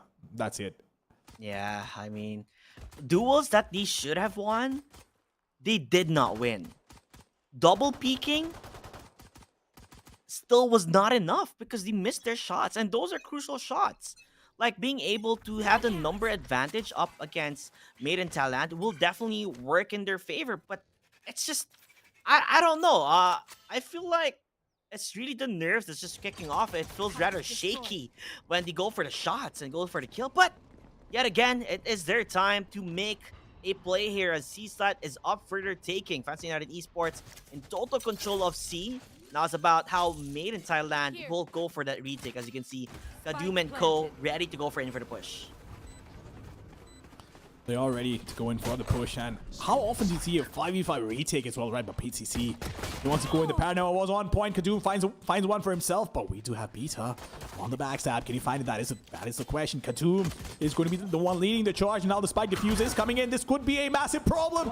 Will they actually defuse the spike? It looks like they will. Wukong coming in will not make a difference. Made in Thailand, once again, in the second half, starting off on a very dominant note, and I feel like Fancy United Esports, Haven is done and dusted for them. It just seems so like another one bites the dust. As Made in Thailand, just phenomenal, honestly. Like it's not only like Kadum really doing amazing work, it's the entire team that's doing really well. Like we do see Kadum really pop off multiple times, but the entire team is playing really well. And Fancy United very lackluster in their performance, and the most crucial part, their shots. It's so sad to see that they should be winning those, but it's just not working out. That was wonderful timing by Nizzy, though. You have to hand it to him. There was a recon dart there, but he still managed to peek it and get that initial pick, which has thrown a spanner in the works for Made in Thailand. But they've been so good at readjusting whenever Fancy United had the upper hand. So I'm assuming he'll be able to do the same. I like how PTC, like, literally right in the middle of round, is adjusting his headset in the backside. Like, it doesn't matter. They won't walk in, will they? But now he's on backside, and Paranoia is available with Wukong. But is he going to use it? Yes, indeed, he will. And PTC gets taken down with Stinger. Remaining. Maybe he moved his headset, made it different. Left is right and right is left. Who knows? Just put a challenge on. It would be interesting to see, but can the retake work out? I mean, Beta's just all alone by himself, by his lonesome, man. There's only Yes I Can inside the site, so it's a possibility, but I really doubt it's gonna work out in his hands. He could probably get one kill, but it's taking their time as Yes I Can will find that round for his team. 3-11, like I said, a tall mountain to climb, a big challenge for them to get back into the fray. As I think mid is just, there's no way for them to panic or just be relaxed, and it's okay. You take it down, we can still have opportunities to end this one sooner than later. You know what's funny? I actually used to have a teammate back in back in the glory days, early 2010s. Who used to wear his headphones the other way around. Like, wait, legit, what? I'm not even kidding. Actually used to wear his headphones the other way around because when he was younger, that's how he started, and he just got used to it. Wait, I'm so sorry. Like, oh, wait. Okay, 1 second. Kadum's gonna go in for the peek. He is gonna get one, but dies in the hand. Looks like Fancy is finally showing signs of life here. And towards this game, I will get back to that one because I really want to talk about that. That's insane. As Lofio still trying to gather as much information if they're still there, but playing it rather slow. They will slow things down. They have to slow things down. They can't afford to be aggressive in this one. PTC, though, does have a sheriff, and we know how potent these sheriffs can be. The question is, can they manage to find those picks? Do they have enough information? Alone feels though. Still on the side, has the Stinger to work with. Could potentially find this pick, but depends on the timing. Yes, I can. Using his Nebula to block off Heaven. Alone feels all he needs to do is be patient, but oh no! Oh my goodness! He will get stunned. That is so unfortunate. Wukong though, making his 30 way seconds left. deep into the side. And yeah, Spike meaning planted. Thailand, there's not a lot you can do on this one. Yeah, I feel like it's a hard one to win out, and it's okay because it wasn't really their buy round. Do you go for a light buy, I guess you just do go for the Marshall and the Stinger just to see if it tests the waters, if you can take one in. But nonetheless, a good hold now for Fancy United Esports, making sure that they can't really just take in and just let them be.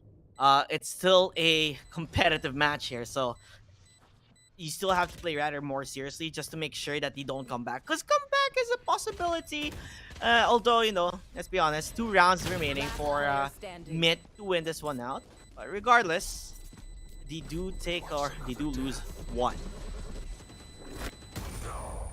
And Veto will do die in the end. Now. I want to come back. Your friend. Yeah. Why he got used to it, right? Playing the headset like, Yep. but in real life, won't that affect him too? Because when you think, Apparently it did not. Like I genuinely did not. And it's a funny thing. I felt like he was lying. And this is 2012, right? So Yeah. this is when you'd have some of these smaller tournaments happen in LAN cafes and yeah, whatnot. exactly, So there was a tournament for which the qualifiers were in a different city that he lived in. So I went down for the qualifiers. I thought he was lying. You know, we sat down to practice, we sat down to play, and I asked him to show me his headphones, and he was actually wearing the opposite side. So doesn't that mean the mic is coming on the other side? Like, if Didn't it's- matter. didn't matter. We were on LAN. that is hilarious, but not as hilarious as this one, because Mid are defending the side really well, but Fancy answers back with a knockout punch. As standing. Doom not gonna work out for him. He even says, "Ooh, that's gotta hurt." planted. As Alone feels left alone, can he do anything by himself? It seems like he could go for a save, or will he risk the biscuit? Seems like he might risk it. Scanning ahead. Well, I mean, look, there's no harm to be done, right? You do have a round to work with, so might as well go try and take away as many guns as you can. But there comes a point where that stops making a difference. For now, he is going to get spotted. Will get taken down by Kishi. And looks like Fancy United Esports are suddenly back in the game. Or are they? They do have the Rolling Thunder available for the next round if they want to aggress in. But the question is, will they be that aggressive? I mean, possible. But in terms of credit-wise, you know, again, Mid, they're going back to the, I guess, light eco buy, or as we can see, I mean, 1 Stinger. But honestly, I think there's a certain extent where you can just let Fancy win certain rounds, but you can't give them too much, because that brings up the morale, that brings up their momentum, and finally their aim is working out. You know, it's finally hitting where it should hit. And this is something that you don't want to give, as he misses a lot of those, as he was unable to get a single kill, as only 1 knife left on his hands here. So definitely Mid gonna be in a bit of a trouble, if I would say so myself. Yeah, but they only need 2 more rounds, right? So I guess that's all they're counting on. Doesn't matter how many rounds they end up losing, but they have been so good on attack. They've made their lives easier on defense. Kazum, though, with a crossfire, along with Congarad, the question is, are they going to walk into this crossfire, and can they make the most of it? For now, they will slow things down, but we do have the Chamber walking in towards C. This could be a potential problem for Made in Thailand.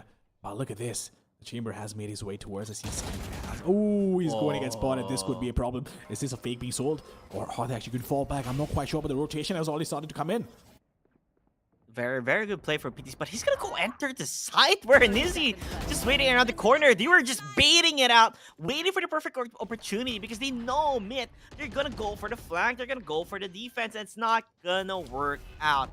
As Beta, he is gonna try his best with that Marshall, the hand cannon, if I say so myself, but that can only do so much.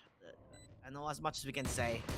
As Kishi waiting it out, setting the bait, setting the trap. Gonna go for the recon, but not gonna work out. And they're sitting ducks here. There's no way they're gonna go for the retake. As Kishi, easy peasy, lemon squeezy as he gets 2 kills. And Wuko might be greeted by another player here. Oh, he smells him out. Sniff, sniff, and there you get it. Flawless victory, 6-11. Like, I mean, to be honest, like, to be fair, it is true. They set themselves up to a very comfortable situation, but you can't always be too comfortable, right? Like you said, it takes only 2 rounds for them to win, but there's always something about Valorant where they should win, but somehow lose.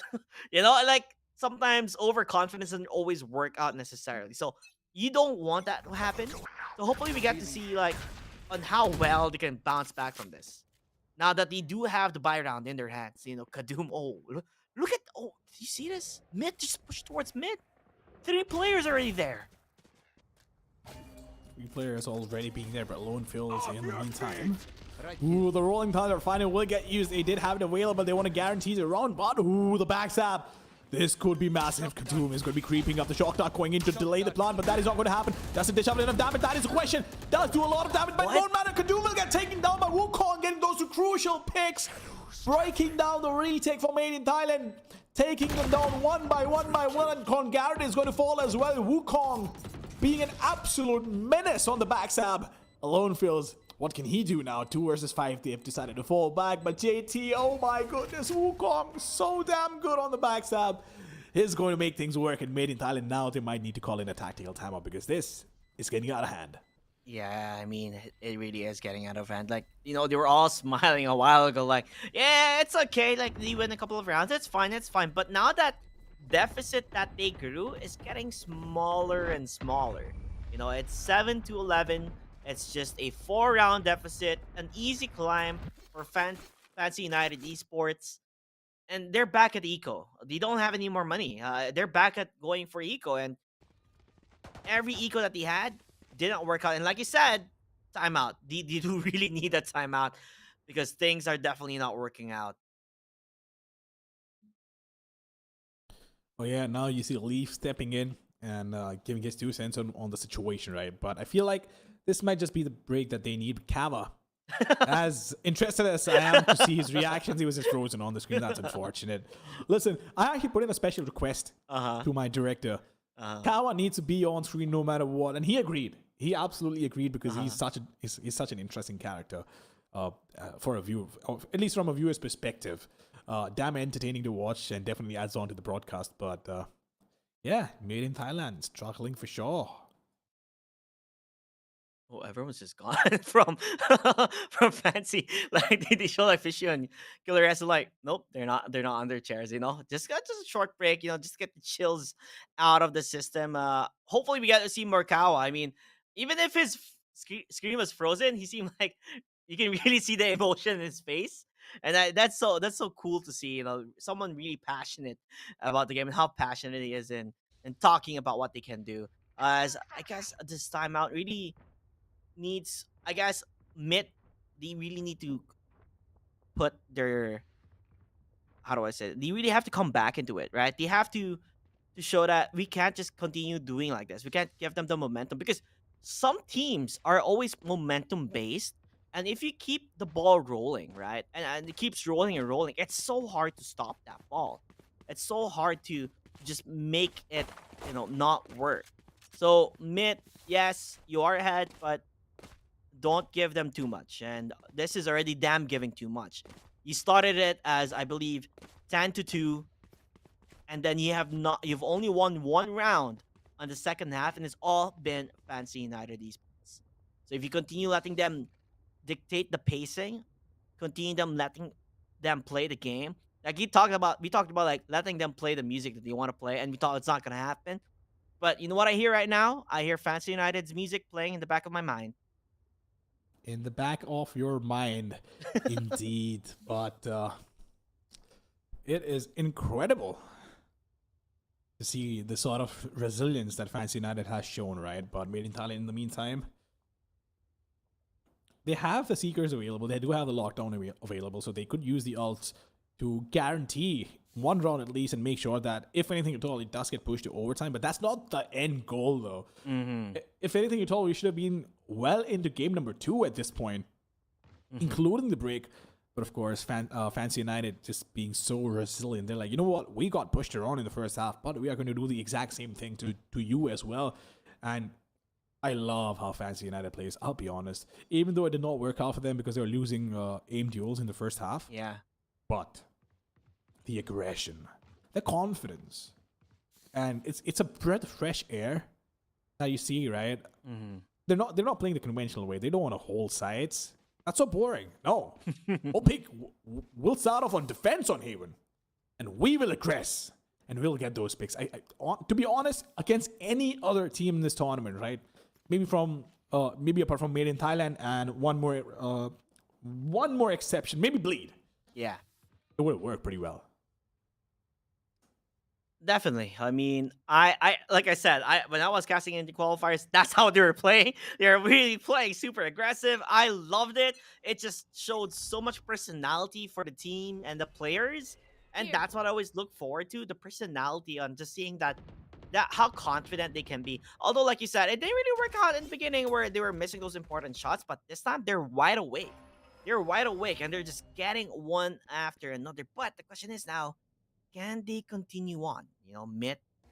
With that, timeout, with a pause, they could go for it. But the Prowler will be there to spot them out with a concuss. You do get one. Nizzy, though, will fall down. Official gets the trade here. And yes, I can. Finding another. So, it is indeed working out in their favor as it's the number game that we're playing.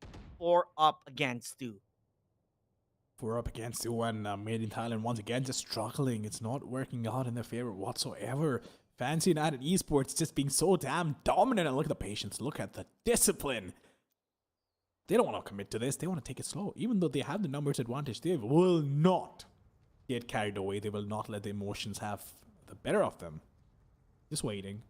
And PTC with the Marshall. There's only so much he can do. But a short, well open, he has his third. 30 seconds Make sure left. that nobody walks past. And now they're all just slowly but surely creeping up.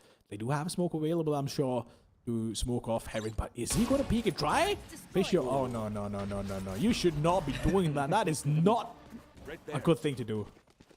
Yeah, that's gonna hurt him a little. I mean, it did let 10 him seconds 31 HP, but still, the R ahead. I mean, you can only do so much with a Marshall unless you get multiple headshots with no scope. So I mean, like, could you imagine jump out 360 no scope just gets a headshot? That would be insane. That would be a play of his life here. BTC, please don't dumb here. Gotta do it. Oh, going for the quick scope. It didn't work out in his favor though. As Lone Fields, he's left alone up against 4. And buddy, oh buddy, well, I have news for you. That is gonna be a hard take for him. So might as well just save the gun and go back. But he at least gets 1 before he dies in the end. 8-11. 3 rounds, only difference. Their defense towards Garage didn't really work out in their favor. I feel like what I've noticed so far, Fancy United Esports, the way they play with their utils, the concuss, the prowlers, the way they get information has been spot on as attackers. You would expect as defenders, they would do way better in the first half. But somehow, this agent lineup does magic as attackers, actually. You want to play? Let's play. That it does, but oh, look at the fault line being on point. It won't matter. Fancy Wukong. He's made his way. Fancy being so aggressive. Wukong made his way towards A Long. He's going to be up close and personal. He's going to be breathing down their neck in case they want to aggress out. But this is incredible work made in Thailand. Can they hold this off? Can they hold this off? That is a question. Wukong once again just onto A shot along with his teammate. We do have a lot of information on C Long though, but they've not decided to be that proactive.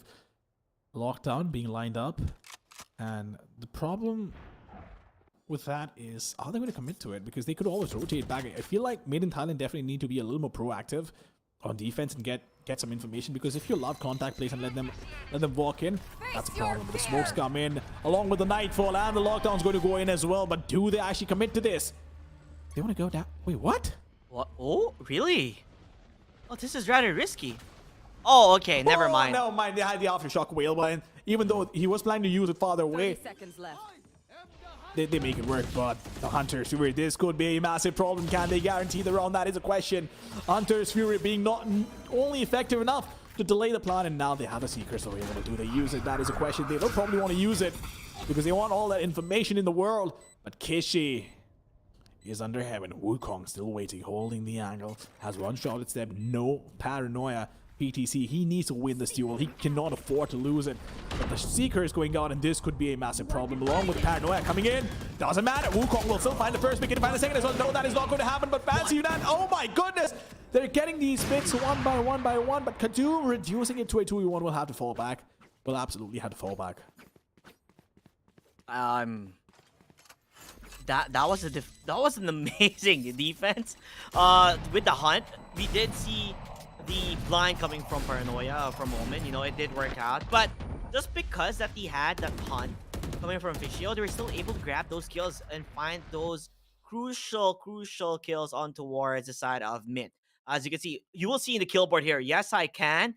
Found 2, and I believe Nizi found another. And that just stopped immediately the retake of mid. No, they couldn't really take it in. And boy, oh boy, it's 9-11, and it's only 2 rounds. Could you imagine? From 10 to 2.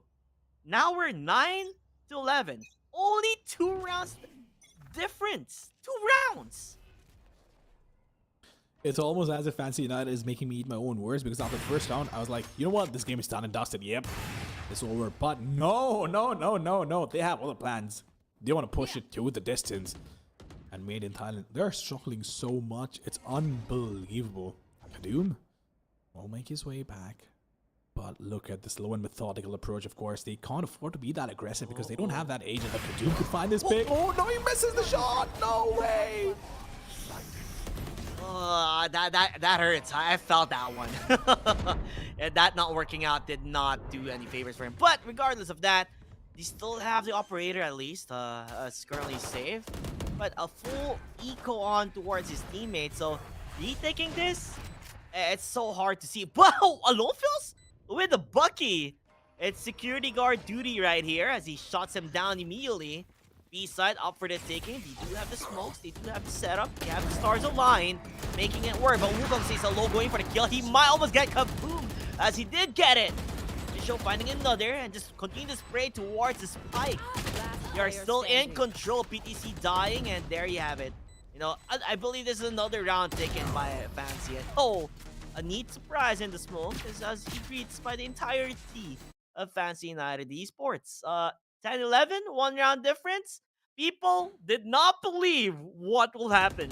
Meanwhile, on the other side, I kind of maybe saw it coming in a mile away that if you just let Fancy United Esports continue the pace that they're playing, it's gonna be hard. Like I said, when you have the momentum, the ball is rolling, it's hard to stop. And boy, oh boy, mid, they're having a hard time stopping this huge ball that is Fancy United Esports. Oh yeah, but look at Dizzy. He is waiting for the aggression. They're expecting this, and this is going to be an easy first kill for him. And oh, no. Maybe not. Doesn't matter what angle he was holding, but he's dished out enough damage both for the Jet and the Omen. But they have the Sky to heal them back up to a healthy amount.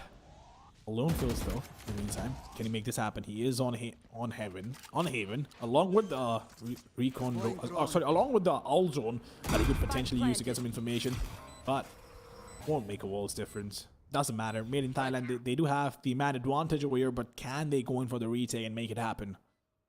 Now that Chamber is gone, it's gonna be hard to take. You don't really have that way to look for the flank. Meanwhile, yes, I can gets one, but dies in the end. Numbers not in their advantage. They do have the concuss working out in their favor. The B peeked on, but he gets a kill. But never mind.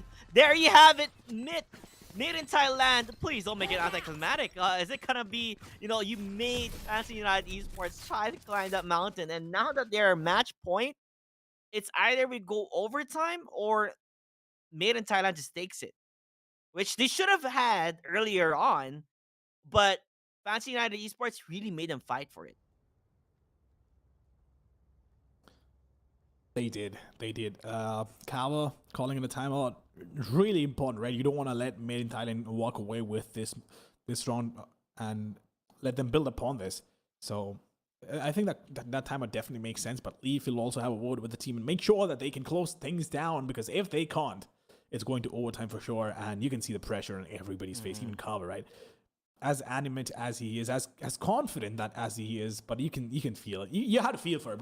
It's not an easy place to be in and have all these eyes on you. But for now, we'll see if Fancy United has what it takes to push it to overtime, or is it going to be Myth closing things down? I mean, ever since the second half, I would say the pressure has always be on the side of Fancy United Esports, right? So it does make sense why a lot of eyes are on them, and that they have to perform in the second half if they want to take map number one, which is heavily favored on the side of Mid. But seeing on how they're doing, if their momentum has been stopped, it's not gonna look good. So they really need to go back and go to the drawing board and see what was working with them, because Neezy dying there, that played a really crucial role. So he realized he has to readjust and not play those cheeky peeks like he did earlier on. Oh yeah, but Made in Thailand, they need to make this happen. Be proactive if you need to, be reactive if you need to, but close this down. One round is all you need, but that round is going to be the hardest for them to get. Fancy United Esports will throw everything they have along with the kitchen sink to try and stop Made in Thailand from walking away with this. So slow, a methodical approach. No, look at that! Oh no, Made in Thailand! Oh no! They almost threw it away. Almost. Oh my goodness. My heart can only take so much. But Alone feels he has the drone to work with. It is going to be an A-take coming in. It was a fake towards mid. And this is brilliant coming in from Fancy United Esports. They have the Rolling Thunder available as well to delay the retake. And along with from the shadow. So the Omen also has an ult. He can TP back to work the base and backstab them. But oh my goodness, it's going to work out. Yes, indeed. Kadu finds one more. Yes, I can't get taken down. And Alone feels before he gets taken down, finds one for himself. Made in Thailand making it happen. 1 versus 4. Can he pull this back for his team? No, he can't. Made in Thailand going so far, so far for closing this down, but finally we'll get that round going their way. And of course, the most important round of this map, number 13 for them. Dude, what can I say? Fancy United really gave them a fright there. Yeah, it was really scary, right? They were like scaring them. Hey, we might actually take this map out of your hands here if you don't stop it. And then they went for the timeout. I believe the coaches really gave their talk. I mean, especially Leaf, right? Really made sure that, okay, guys, we really have to be calm. I believe I have found the weak point of their play here. If you're able to get the kill towards Neezy, it just changes the game, the pace of the game here. As Neezy is trying his best to lurk, when he's down, it's so hard because yes, he's watching the flank, but there are certain times where he's not able to get the kill or not able to get the trade. As we saw there, like he just got destroyed immediately. He wasn't able to get the kill. Losing that core player, I believe, for the player to watch the flank, Neezy, it just goes to show that this is one of their, I guess, their weak point in that strategy that they needed just to continue playing the game that they were playing earlier on, where they won multiple rounds in a row. But somehow they stopped doing that, and maybe it became because of the call, or it became because of the confidence that you were having. Right, when you build up confidence, like you're there, you feel like, oh my gosh, my aim is amazing, and I'm doing great. I'm gonna get those kills. I'm gonna get the frags, and then you fall short. Right? Imagine all that build up that you had just chopped down immediately to a 13-10. Oh yeah, it's never fun, but of course, let's have a look at the numbers and see who the map MVP was. We do have Katium, 5 first bloods, 311 ACS.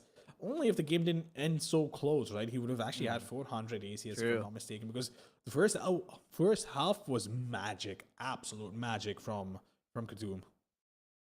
I would say he massacred everybody, honestly. Like his team had like, I guess the second highest frag in his team was like 10, and he was already at 23.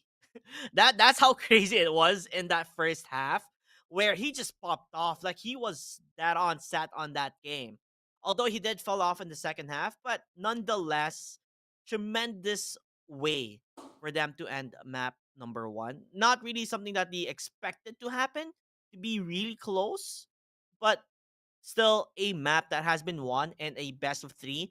You being ahead really will dictate what can happen in the next maps.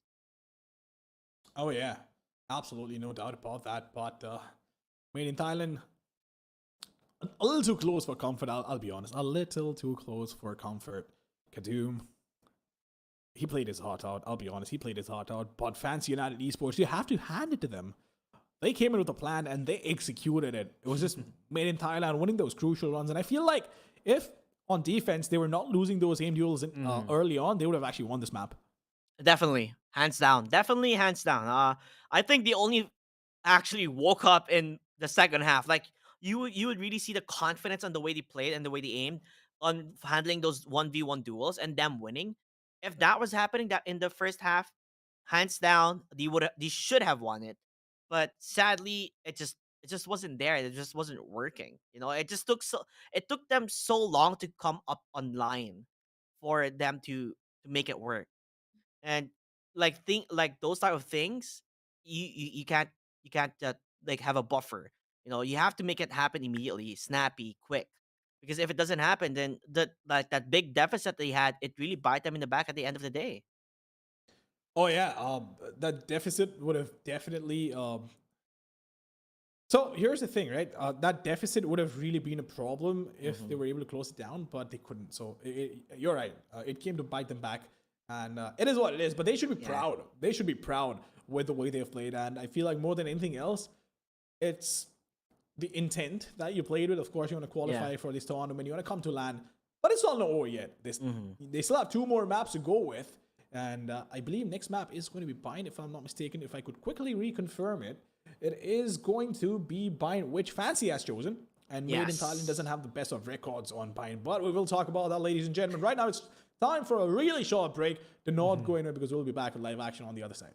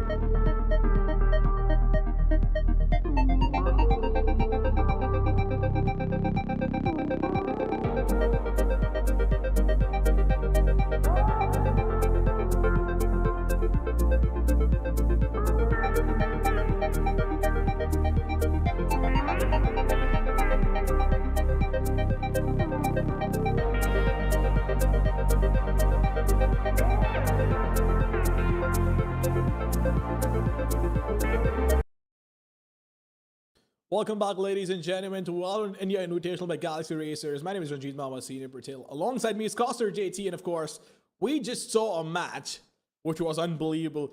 First half, so dominant. Even the first round in the second half, it felt like Made in Thailand had it in their bag half an hour ago. But Fancy United had different plans. How do you even break down a game like this? I would say you don't.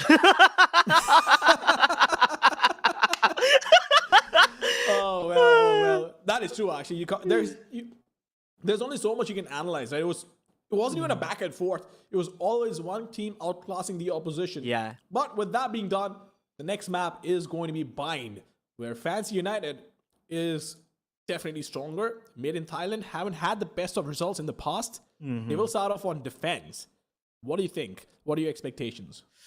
Okay, judging on what happened in map number 1, so if Mid actually went 13-2, I would say Mid should have will win map number 2. But on how Fancy reacted and how they really changed the pacing of their gameplay and finally hitting those crucial shots and duels, it feels like Fancy United here has the capacity to really take map number 2, and this will go to a map number 3. That's what I believe in. Because if you were a team who was down 10-2, right, and come back, there's a high possibility that that confidence, they're riding on it. Meanwhile, if I'm at the side of Mid, I'm going to be a bit afraid here because, boy, oh boy, can Fancy play. Like, they are insane if you let them be. Indeed. But we do have Sky on Bind, pretty good agent, I'll say, because I still remember when Sky was just released into the match, right? Sorry, into the game. There was a lot of use for Sky, but KO at the same time. Now with Fade, it becomes really tricky on what you are going to use. Do you go in with a double initiator, double controller setup? That is what it looks like. Double initiator, double controller, and Raze as a duelist. I feel like Made in Thailand might have something up their sleeve because look, Raze can create space, Sky can create space, Fade can create space, and on the other hand, you do have the Raze along with the KO and a Breach. So a pretty flash and dash combo for Fancy United, but on the other side, Myth looks like they will be a force to be reckoned with their composition. Which one, in your opinion, seems like the better comp to play on Bind? I always like the KO. I'm surprised we don't really see Chamber. Usually we do see Chamber. I guess I got used to always seeing Chamber in Bind. But this time, we don't see any Chamber. I feel like Fancy here, if they play their lineup right, if they play it well with the KO suppression, if they are on spot with it, yes, I think they can work. And also, not only the utils, I guess, right? Of course, being able to use your utils correctly and using it at the best time. But judging on how well they're able to get their shots now compared to before, if they can really win those duels, like we said, crucial duels, then definitely Fancy has a chance here. I mean, it is their map. This is their pick. And judging, like you said, on the history of Mid, they haven't really been so well when it comes to Bind. Again, I feel like today it won't matter because both these teams are at it. The moment they start feeling it, the moment they start getting this the momentum, they've been unstoppable. They're not easy to stop. So I feel like at this point the results won't really matter, except of course if you're like sub 40% win rate, which I believe is Myth. If you do look at their numbers, right, real quick, if I could pull them up, I feel like Made in Thailand might have a problem. But actually, no. You know what? in the last 3 months, they've played it twice and lost it once. So again, it becomes pretty dicey. Yeah, it's really hard to take then if that's your sample size. Like you really can't tell on what will happen. But it goes to show if it is your map pick, sometimes that's what you're really good at and that's what you excel at. So Fancy, they're going to their comfort zone, and this is where they want to win. They need to take this map, or because, like I said, it's a do or die moment now for them, right? Because if you don't win this map, if you lose 2-0, you're eliminated from the qualifiers, and you have no chance on going to the main event. And that's what you want to go to. You want to go to the main event. Oh yeah, you definitely want to go to the main event. I think there's nobody in this entire tournament that doesn't want to go to the main event, right? Because LAN is not something you can compare with online. It's just a completely different ball game. It's a different feeling. A team which is super dominant online can soil their bed on LAN. So it's the audience, it's the atmosphere that makes the world's difference. But Beta will have to fall back over there, JT. Yeah, let's see. They're taking their time. They're playing for picks. They're not really fully giving in on what they want to do. And that's usually the general setup here, I guess, Unbind. Like, is not to really go for a pick off immediately, or you just look on what you can find, and then from then on you go and enter towards the side. Although I would like to see them pick up the pace a bit. It feels rather slow. Judging on how Haven was, where the first 2 rounds ended in I don't know, like 20 seconds. This is really slow. Yeah, this is pretty slow. There's no doubt about that. But they slowly want to walk in. But the problem with this one for Fancy United is the fact that this might be a little too slow. A lot of util being used over here. Is this going to be a fake? They can use the teleport to fall back, but they've decided to commit to the side. Kishi finding the first one, needs to find one more. Kongara taking the world's time to find that first pick will quickly get taken out of the equation. It all comes out of 2 players surviving on the A side for Made in Thailand. It felt like 100 years for Kongara to connect that shot. So unfortunate, but alone feels. Can he find this pick though? Oh, well. This is not going to be easy. One speaker on the corner. Fishy will shut him down really quick, and Kishi with a quick refrag. The moment PTC got that pick on the Wukong. But Konkara, look at this. Look at this. I almost aged by 5 years in a span of half a second over there. It felt like, hey, I feel like the main event already started. Like, you're talking about the jitters, aren't you? So I'm like, he really took his time there. I mean, sometimes you really have to be quick and snappy to be able to find that. He could have gotten 2 there if he was able to find the headshot immediately, to find it precisely. But at the end of the day, like, you do want to get a kill, but don't take too long. As we can see now, though, mid Doom looks like he wants to play a bit aggressive with that Marshall that he actually bought, going for an aggressive play here. They will be greeted on by Nizzy as they do say hello and they get their greetings and salutations out, as he does die in the end. It seems like just getting that orb, being able to get your ultimate up and ready as soon as possible really will change the tide to your favor, as much. That's what you're looking for anyway. Yeah, looks like it for sure. But Made in Thailand, they've lost 1 player now. Not like they have a lot of guns to work with anyway, so it's understandable. But look at how Fancy United is starving their opposition from information of any kind, right? It's almost as if Made in Thailand has 0 information to work with, and they're only playing on contact. Even in the first round, even in the second round, they're bringing it down to the last 30 seconds on the clock, and now they will start committing to the B side. But I feel like this, the moment they realize there's so many players over there, they might actually want to fall back, or maybe not. They want to commit to this. Wukong will get taken out. Alone Phil's finding the first one. Nizzy has been made vulnerable. Will get taken out as well, if I'm not mistaken. No. He will still survive. It all comes down to the Viper. But will not make a difference once again. Fancy United taking a minute to walk up to the side, and then taking 10 seconds to win the round. I mean, it's like that full-on burst in. Although I was a bit afraid on how Fancy was playing there in the final few seconds. A very good take here for mid. They were defending that side, ready already to play with their utilities. Unlucky for them is that they always have a buddy system. There's always somebody there watching their backs, making sure that if he gets initiated on or gets shot on, there's always somebody there at the back and just being ready to cover fire. And that's the important part, right? Covering fire and being able to trade things out when it hits or when the worst is yet to come. The question is here, are they able to defend the side? As you can see, Wukong just rushes in control towards lamps, and a lot of information just because of him jumping in is there. Alonso's getting that kill towards Kitchen. They're looking for more, holding it down. Wukong, tappity tap tap tap, gets one but dies in the hands of PTC, and Kadoom also trading it out. So 3-on-2 now on the side of mid, looking around the corners here and there, looking for Fancy. Still gonna take some time. Yes, I can. Can he get that kill? If he checks the corner, but the guy on the butt! No! It didn't work out as PTC closes that one out, and it's time to run away for Fisher, but he doesn't know. Right in front of him, Hit is just there, lurking on towards the corner, hoping to get the kill as they do. Yeah, PTC tried his best, right? But doesn't matter. There's only so much you can do from a position like that.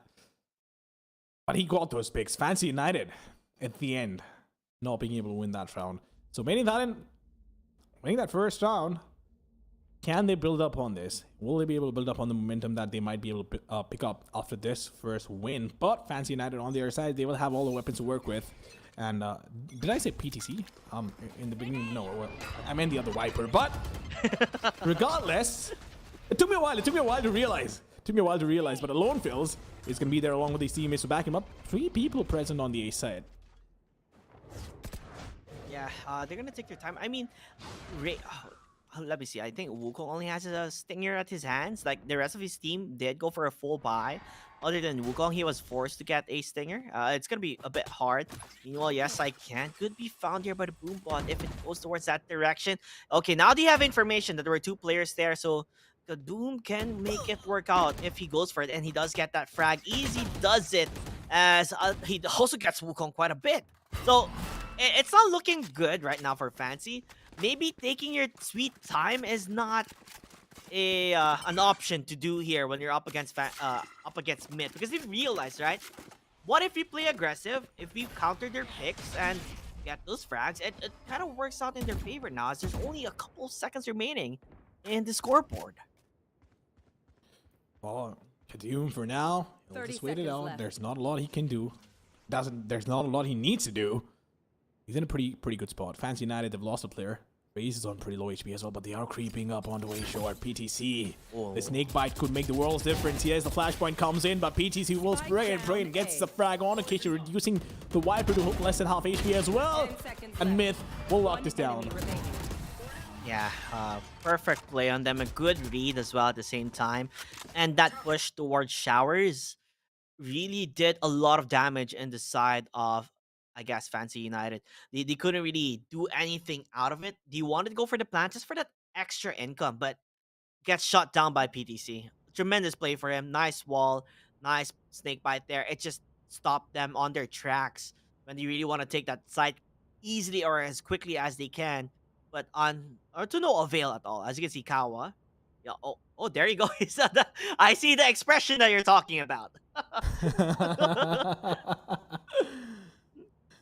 Well, Fancy's called it a tactical timeout. They want to fix things and they don't want to let this slide. So, yeah.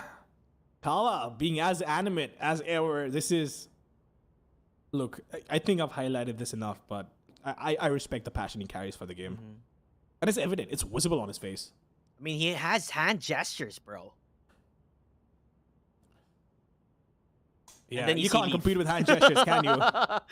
Like, two different types of coaches here. You know, Leaf is just like portraying or giving the information that the team needs. Kat was like the passionate one, where he really like the way he expressed himself, not only by his face but the gestures as well. So like, it's pretty cool to see like the 2 different types of coaches in here, and definitely I like watching Kawa too. Like, I don't know, there's just something about him that just reels you in, you know? Well, yeah, there's definitely something about him that reels you in, no doubt. But Con Garrett, we'll see. Well, we'll see what's happening over here. Wukong. Wukong just walking along with his team. Con Garrett, can he break the knife? No, he can. He will be suppressed. Will have to fall back as well. Cannot commit to that fight. Along with a flashpoint coming in. Is that C is going to be late? I don't think so. It will land properly, but Con Garrett will shut them down. Facial Nizzy Fighting two for themselves, but can they make it more? That is a question. Congar being spotted against. Shuts down Nizzy, but yes, I can. No, he will respond and making himself believe and making his team believe that they can pull this back. But look at BTC, he's on the backstab. Is he gonna get spotted? That is a question I feel. Oh, he has been spotted. I don't think he's gonna expect this. He is not going to expect this. Oh my goodness. Does he expect this? He does, but it won't matter because he will still get taken down. Fancy United Esports. It's almost like, you know, this tale of Achilles' heel, right? All he saw was the heel of that Viper over there, and all he needed to see was the heel of the Viper over there. That is crazy. Congar, you know, I really did thought the Mid was gonna win this round, just on how well Congar was just holding it. You know, it felt like everyone's just taking an interview, like a one-to-one interview with Congar. So like they all went one by one, and they all just got picked off immediately. And somehow he flicks all the way to the right. He saw Astra, but he doesn't kill Astra. He kills the guy beside Astra. So like, now you're in a situation where they should have won, but somehow lost in the end. The question is, can they continue on for Fancy United? Can they actually answer back and win the round here, as there are control of the side here, as Wukong, he is looking for the kill, but will not be able to find it. They are playing peekaboo here, but Wukong does find one, but dies in the end. Easy getting another. It's just a full-on onslaught towards the B side. It is a proper onslaught. Now they have the Seekers available. They do have the Nightfall as well to push them back if they want to use it. But for now, they have information that they need to work with. The trades will come in, but no, yes, I can once again.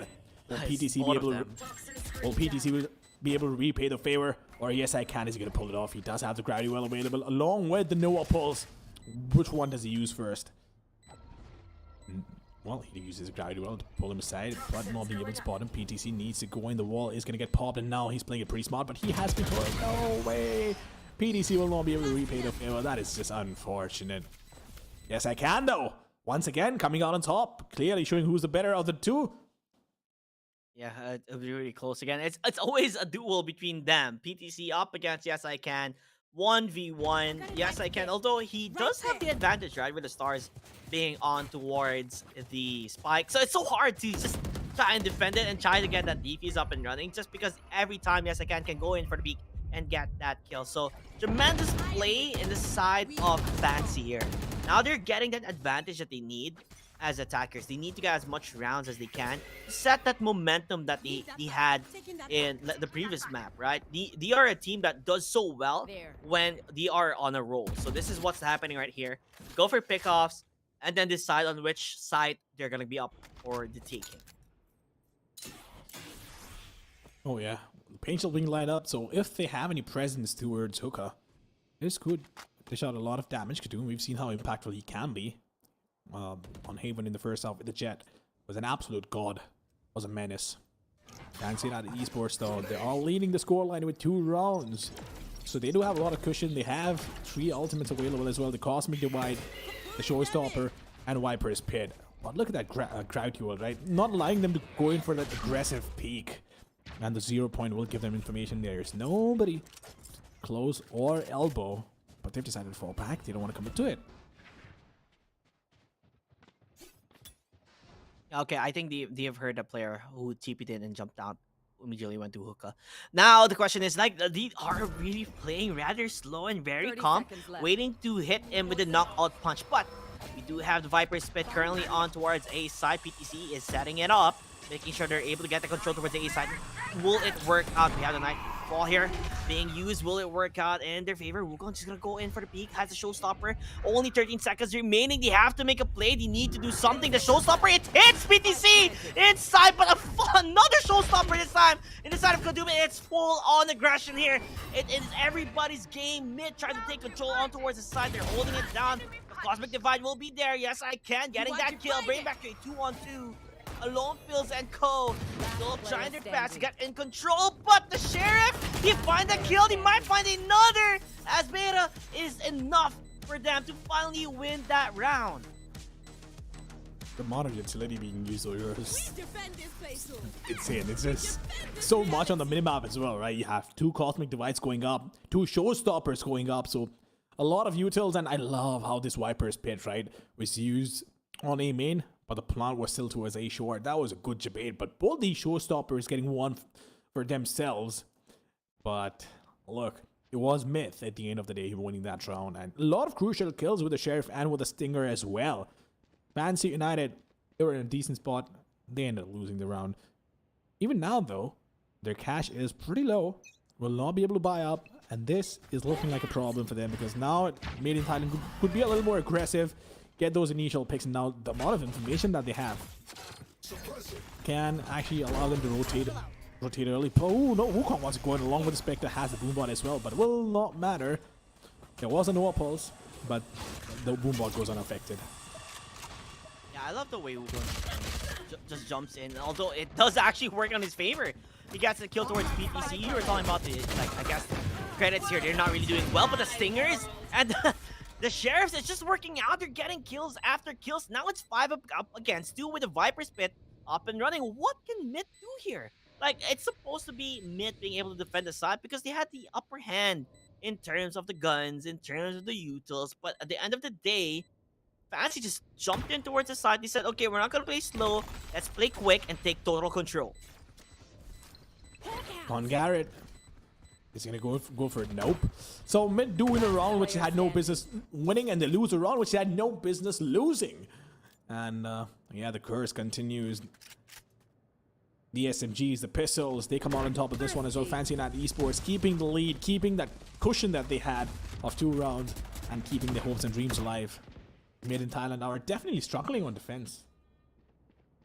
A very good adjustment, though. I would definitely say a good adjustment now from Fancy United Esports. Although, let's say that PTC did get that information. Was it? No, it wasn't PTC. My mind is on the loose right now.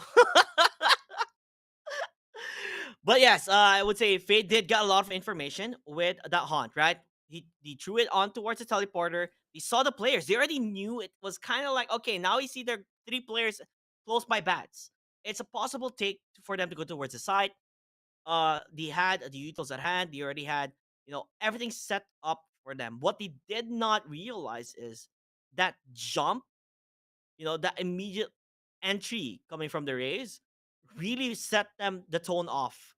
Because he played super aggressive there. He played aggressive to the point that they were able to find multiple kills. And not only that, a Stinger kill and a Sheriff kill. Getting those headshots. Their aim is so on point right now that even sometimes you think, like, do they even need the Vandal? I mean, if they're able to get a kill up against a Vandal user with a Stinger and with a Sheriff, then that's so scary to see. That is definitely scary to see, but we'll see what Made in Thailand have in store for us over here. They have a Guardian along with a Sheriff and a Vandal available. Alone Phil's definitely wants to commit to that Guardian.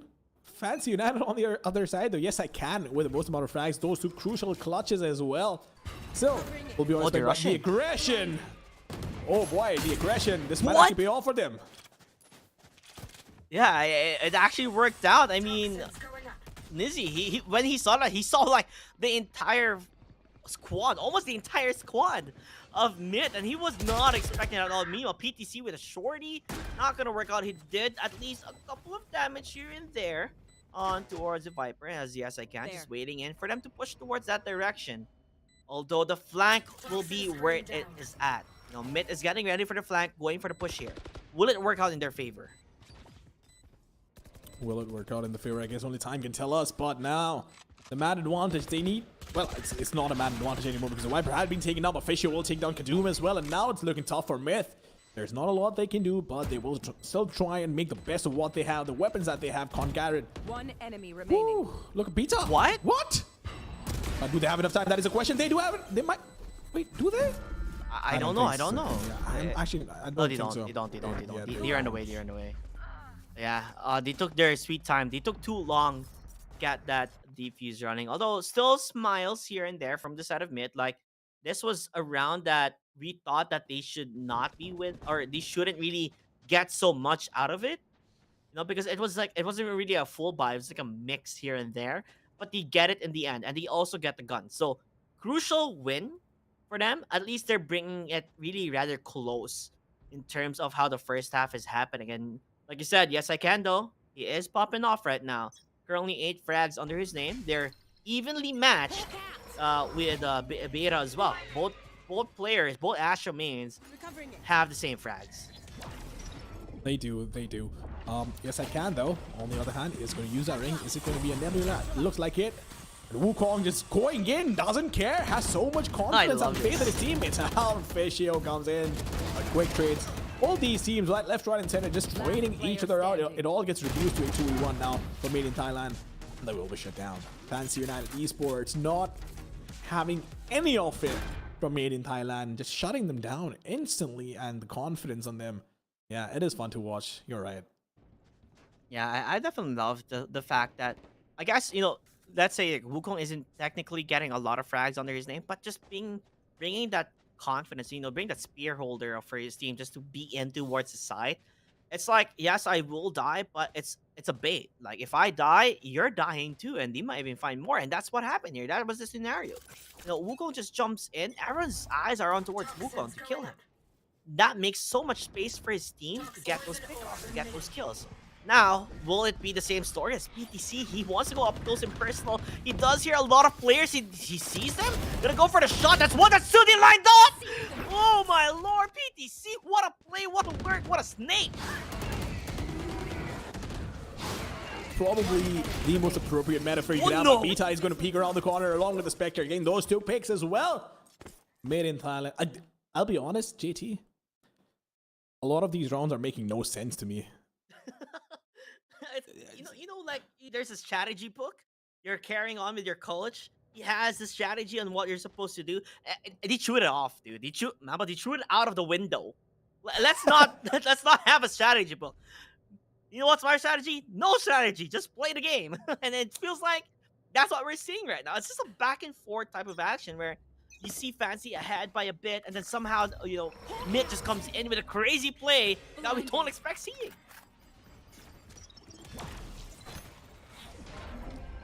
Now, it's going to be a slow run.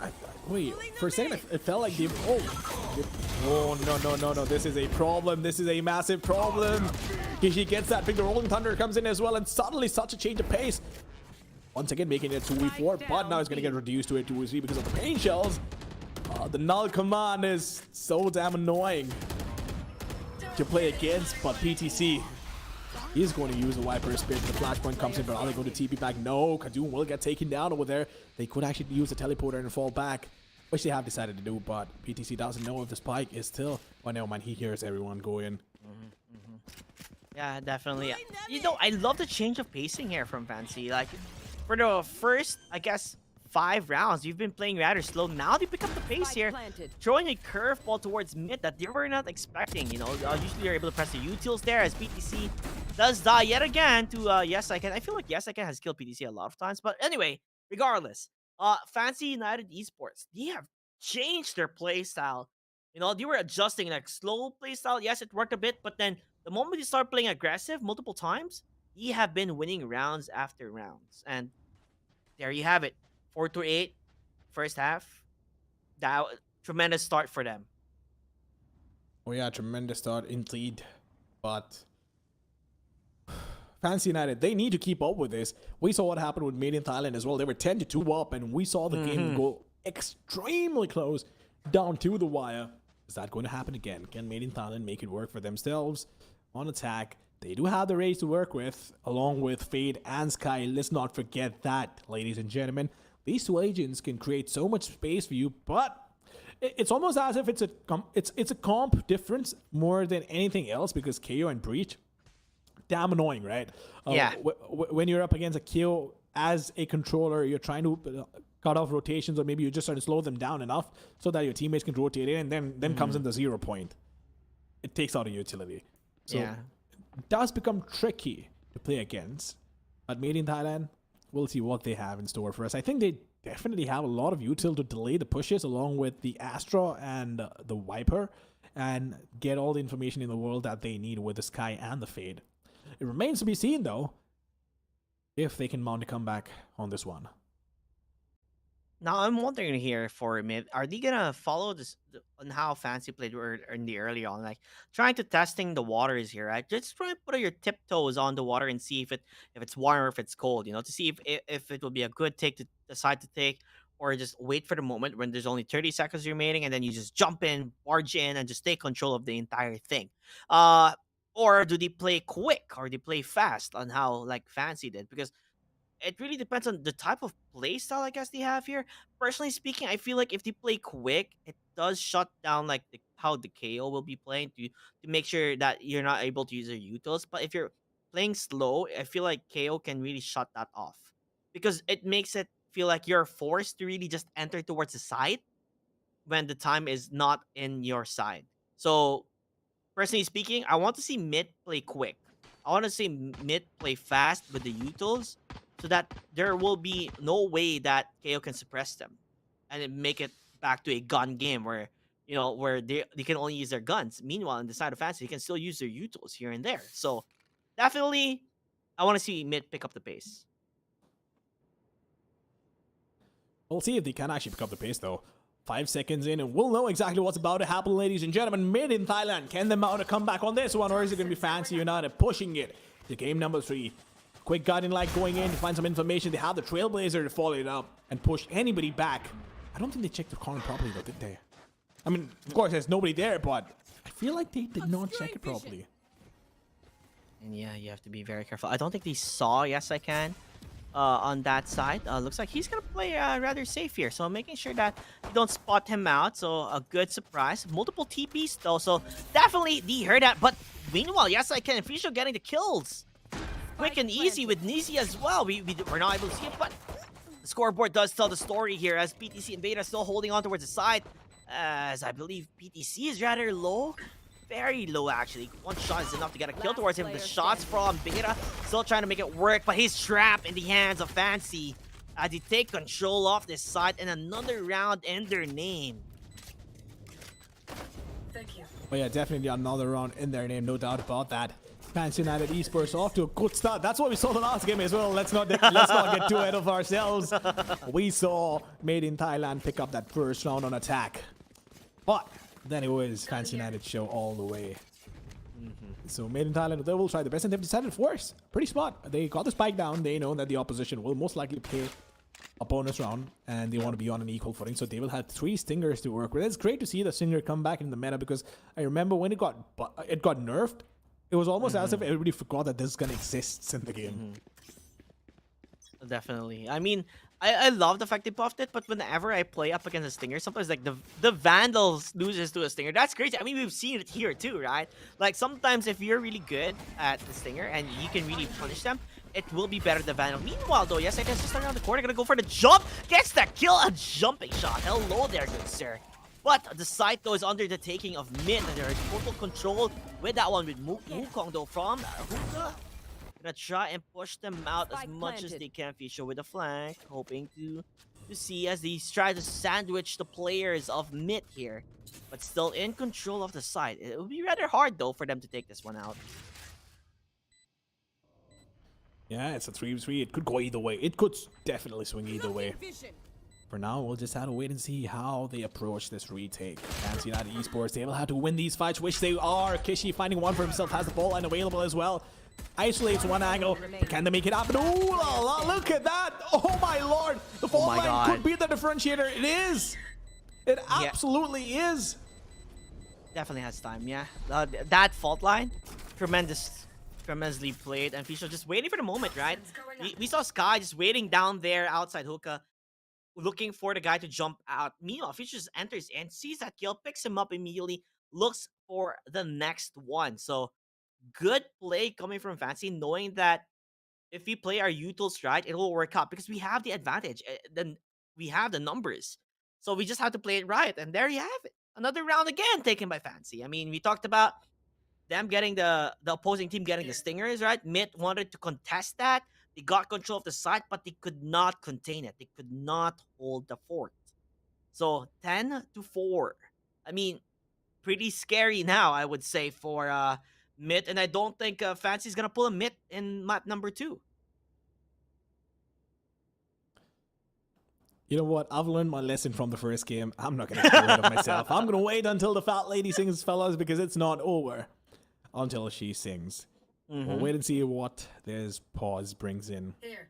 for all of us and for, of course, the supporters of Made in Thailand. But that was so close. I think that fault line definitely created so much impact.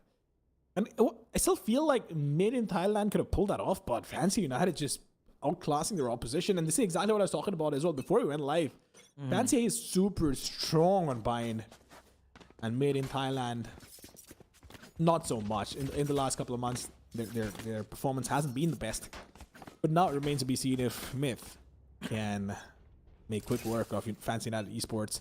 I'm really keen on what sort of a buy they have, though. Well, this is interesting. As yes, I can. No, please, no. Don't tell me who is on duty on towards Hookah. Yeah, I believe it's Yes I Can with the judge. He's hoping to go for the peak. Gonna go for the shot. He doesn't get anybody. But meanwhile, though, he's at least straights one out. But he does die in the end. I mean, what on earth is happening as Wuko just jumps in, getting a kill, but the Cosmic Divide will stop him on his tracks here. And we are in the same story as last time here, Spike Mamba. planted. It's gonna be a 3-on-3 on towards the B side. Yeah, 3-on-3 on towards the B side, but Fancy United Esports. Look, I still feel that they're still in contention. The Boombot goes in, clears that angle out. Kishi does have a flashpoint and the aftershock to play with. Will have a fault line in 5 seconds, in just about 5 seconds. So they could potentially go for it. But is he going to use the aftershock? That is a question. He does have it. Is he going to commit to it? He has the fault line. He's going to use it. Will get caught by the Prowler, but it won't make a difference. Wukong still just tapping the spike. He doesn't want to sit down for the defuse. He could have actually stuck it. This is a problem. What? Gets 2. Kishi, how in the world do you get 2 over there? Oh my goodness. No. Disaster. I mean, that's all I can say. That was a disaster for them. They were playing really well. I guess, Fancy was so pressured to go for the defuse, and somehow they lose the advantage. He goes for an flash, and he ends up flashing himself. He wasn't expecting him to just push in that deep. They wanted to do a flash play on towards the guy defusing, but it ended up just being a big misplay on their end. Now, the advantage again is on the side of Fancy, and the numbers are not working out for Myth. This is a buy round, and if they lose this round, he won't have anything to buy in the next one. Yeah, I mean, they don't really have a choice, do they, though? They need to push it. They need to make it happen right now. Absolutely right now. But this... again, oh my goodness, why is he getting caught with his pants down again and again and again? I don't understand this. Spike down B. Lucky for him, his team is there to trade things out, and now it's even Stevens again. We're on the 2-on-2. Nizzy, I believe he saw a player there. He wants to go for the shot, but not gonna be able to get it. Now, he just has to wait for his teammate here. I believe PTC needs to come in and try to make things work out in their favor. But definitely, Yes I Can. Very crucial. Every time he dies, it's during when he uses his utilities. Very, how do I say, unconventional for him. Definitely unconventional, but... Look, he has a judge. He's inside of... He can definitely create a lot of impact, but his team was there to back him up, and now the Viper is pit. Oh, man. Yeah, this is going to be hard for them. Yeah, definitely going to be difficult for them, but I feel like Fancy can still pull this off because they're super patient. They're still just waiting. The fragment is going to go in. Ooh, doesn't want to make any noise. Still not making One any noise. enemy If he remaining. sneaks in. Oh, One Garrett still gets taken down. Look at this. Is PTC going to expect this? That is a question. Still waiting. Doesn't matter. Absolutely does not matter whatsoever. He will get taken down in the Fancy United Esports. Boy, oh boy. What a dominant affair. We were, well, to be fair, this is what we were kind of expecting based on the statistics wise, and also the fact that Myth barely played. He barely played Bind in the past 3 months. And like you said, they've only played twice in Bind. So there's not really much stretch there, much, history on Bind if you haven't played in that long time, at that given time. So it just goes to show that Fancy United Esports, this is definitely their map to take. This is the map you wanted. And we can totally see the difference of map 1 and map number 2. This is definitely a tune of Fancy playing as they trade things off here. bringing it back to a 4-4. They do bring it back to a 4-4, but Kishi is waiting behind the Nebula. Oh my goodness, that is a really good angle, but Kazuma has made his way towards the defender base inside the elbow. He could catch them off guard, but Kishi is still alive. He is still there, alive, standing. Oh my goodness, he has made noise. Can he find that pick though? That is the question. I think they have heard him. But Kishi is good for one. Is he going to be good for more? Facio will be there to back him up. But oh my goodness, the showstopper does nothing. Does absolutely nothing. And made in Thailand, all they can do is hope and pray. But Kadum gets one, needs to find the second. Not make it happen. Just not happen. But guess what? Mine did not have a lot of history. But you know which map has a lot of history? Fracture. Fancy United Esports have a 20% win rate in the last 5 games they've played in the last 3 months. Wait, what? 20%? Yep. Okay. Let's see if the odds would be in their favor. But map number 2, let's talk about this on how they were able to wrap things up in a very nice present for them. Like they were riding with the momentum that they had in map number 1, where they almost come back. So being confident enough to see that, hey, Myth were ahead of us and we're able to get back in so many rounds. So jumping in map number 2, as long as we're calm and collected and we play the game that we're playing, we can definitely take a map out of them, and they did in a dominating fashion. And the way they used their utilities, perfect. It was so crispy. Oh yeah, they were pretty good with the utility, no doubt about that. And that's the reason why I said it could have been a comp diff as well, because of how they used all their agents. But we'll crunch some numbers over here because I know you love numbers, there's no doubt. But again, to try and break this down, I think Myth was not even in contention of the second half. The first half as well, they were being overpowered left, right, and center. In the second half, there's only so much they could have done because Fancy United just being absolutely on point. I'm sure Kawa's gonna be smiling now. Well, it's hard to predict actually. Kawa's hard to predict. You never know. It's hard to tell unless we see him in the camera though, for sure. But let us check who is the MVP of this map, and it has to be Fischio. I mean, how can it not? He has 18 kills, although 1 first blood. But regardless of that, this man showed up in this map number 2. Being able to win it out for his team. Oh yeah, definitely stepped up. A lot of impact being created. Fischio played the best game he could with the sort of comp it was. And I really like how slow and methodical they were, right? And on the first half as well. They wanted to make sure that they make the most of the composition they have, and they did. But Fracture is what I'm really concerned, because I told you about the stats, right? It's going to be difficult. It's going to be really, really difficult. They've played it 5 times, and I'm talking about this from 1st of August, right? Yeah, Since 1st of August, 5 times have played it, and they only have 20% win rate. Even if you look at the scoreline, right? 13-7 is the only... So 13-7 is the only one that they've actually won against Naos. Then you have Southport Esports, against whom they lost 11-13, and they have Todak 6-13, made in Thailand 6-13 the last time these 2 teams faced off, and against Order as well 6-13. And that's just like, how do you even deal with something like that? Looking at map number 3, I mean, I'm a bit scared now for Fancy United. I mean, although we did see a bit of an upset with map number 1 and how everything went. They didn't really have the good statistics wise or the number wise, but they did show that there is a possibility that they can bring something out of a hat, like a magic trick or something of the sort. So I'm not gonna count out Fancy United yet, but it's judging on how their history is, it's gonna be really hard. But at the end of the day, as long as they're able to get the shots and the duels, I think that's the most important part, getting the duels and the trade-offs. And if they're able to do that, it will work out. Because if history repeats itself and how map number 1 went, where they weren't able to get the duels that they were looking for, then definitely it is gonna be hard. Hopefully though, we get to see a Neon. I mean, Neon is always being picked and played from time to time in Fracture. So what do you think? Is there a possibility? Does Myth play Neon in Fracture or nah? We'll find out. We'll find out really quick. They've played 4 times. They have played Neon all the 4 times, so we could potentially see a Neon. Then again, I always look at the stats in the last couple of months, because then there's roster changes, the map changes, and whatnot. Yeah. But yeah, absolutely. Neon seems like a very high probability. We'll discuss about that later. Ladies and gentlemen, right now it's time for a really short break. Do not go anywhere, because we We'll be right back.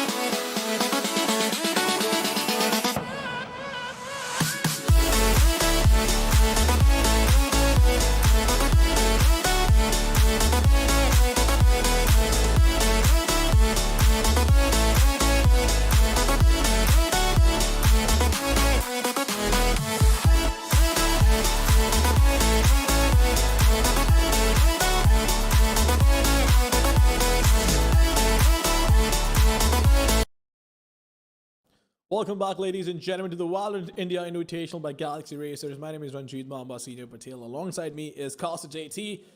And two maps, two different outcomes. A lot of dominating halves, though. But for now, definitely looks like Fancy United is feeling it, because on Bind, they did not give Myth a single chance to make a comeback, which wasn't the case on Haven. Yeah, definitely. And it was also kind of weird to see, or like I don't know how they were able to answer the or like the retakes up against mid when they were really set on with the utilities that they've used with the Vipers. But even the last final rounds, like how are they able to like somehow win those one out? You know, that's always so cool to see on how Fancy United, on how the play with their information and then play as a unit, you know, as a team. When one guy peeks from behind, the other guy peeks in front. So you can really tell the communication of this team and their chemistry as well is really on point. They started the day with a very not so well, you know, map number one, I guess, in the first half. But then they picked up the pace in the second half, and then you can really tell in map number two that these team or Fancy United itself, they're not up here to just play some games for fun. You know, they're here to win it all. And of course, you know, Mid is here to win it all as well. You know, nobody wants to lose. They all want to qualify. And now we're back to a best of one. Now, this is a best of one because it's 1-1. It's do or die. And like you said, though, statistics wise, Fancy has only a 22% win rate in this map. And whenever they played up against Mid, they have lost. And Oh, yeah. this. So crazy. The last time they faced off against each other was 13-6 in the favor of Myth. And it almost feels like this is going to backfire so bad for Fancy United Esports. But that's what we said for the first map as well. Yeah, definitely. So I feel like it all comes down to how they're going to approach this. But here's the thing that I noticed. Fancy United, they've tried two different agent compositions for this one. They've tried the Breach, Brim, Fade, Phoenix, and Raze. Then they've tried Astra, Breach, Brim, KO, and Neon. And the only victory they had was with the double duelist comp with the Raze and the Phoenix. Everything else was just not working out for them. Now, on the other hand, if you talk about Made in Thailand, they've not tried different comps. They know exactly what they're going to go in for. Breach, Brim, Chamber, Neon, and Sage. That's always what they've played. They've actually played pretty well with this. No Viper on either of these two teams. I feel like Viper is also one of those agents that can definitely create a lot of impact. What do you think?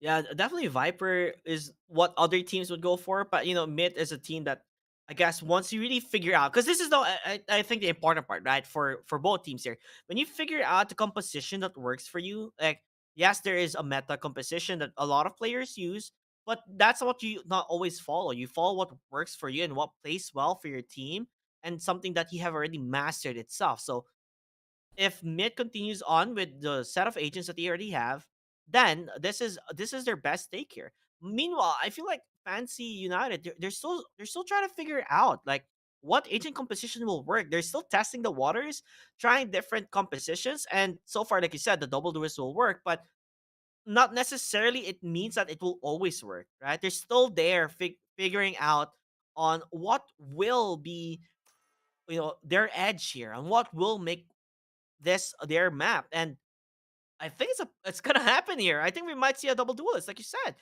with the opener of the Phoenix. Will he actually go for it? We'll find out. Yeah, so they want to go in for the double duelist comp that has worked for them up against Naus, but Raze being picked by Myth. Wait, this wasn't in the data that I had, right? So they've never had a double duelist set up to work No, with. no, no, And no, no. They did. No, I'm talking about the last 3 months, right? So Not Naos versus Fancy. They had the Raze and the Phoenix. They also had the Breach. They had the Brim. no, I'm talking about Made in Thailand. Oh, okay, sorry, my bad. No, Made in Thailand have never played Raze in the last couple of months, so this is definitely interesting to see how they will approach this. Neon 100%, but I feel like this is going to be an exception for Sage. So Lone Phil's going in for the Raze. There's not going to be any Sage whatsoever. But oh boy, Choose your they want to change agent. things up this time around. What if it ends up backfiring for them?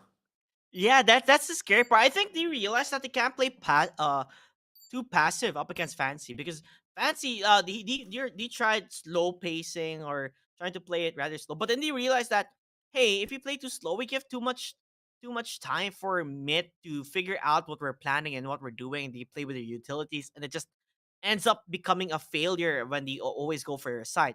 They realize that if they play quick it works out. That's why the double duelist is there for Fancy because when they play quick, it works out in their favor. Now, Myth is answering back with something new that's never been in your stats. You know, we have the double duelist this time on their end. They also want to play quick. They want to evenly match up against each other to outpace each other and to see who will be the winner or overall. Like, are we gonna be seeing aggressive defensive type of maneuvers here?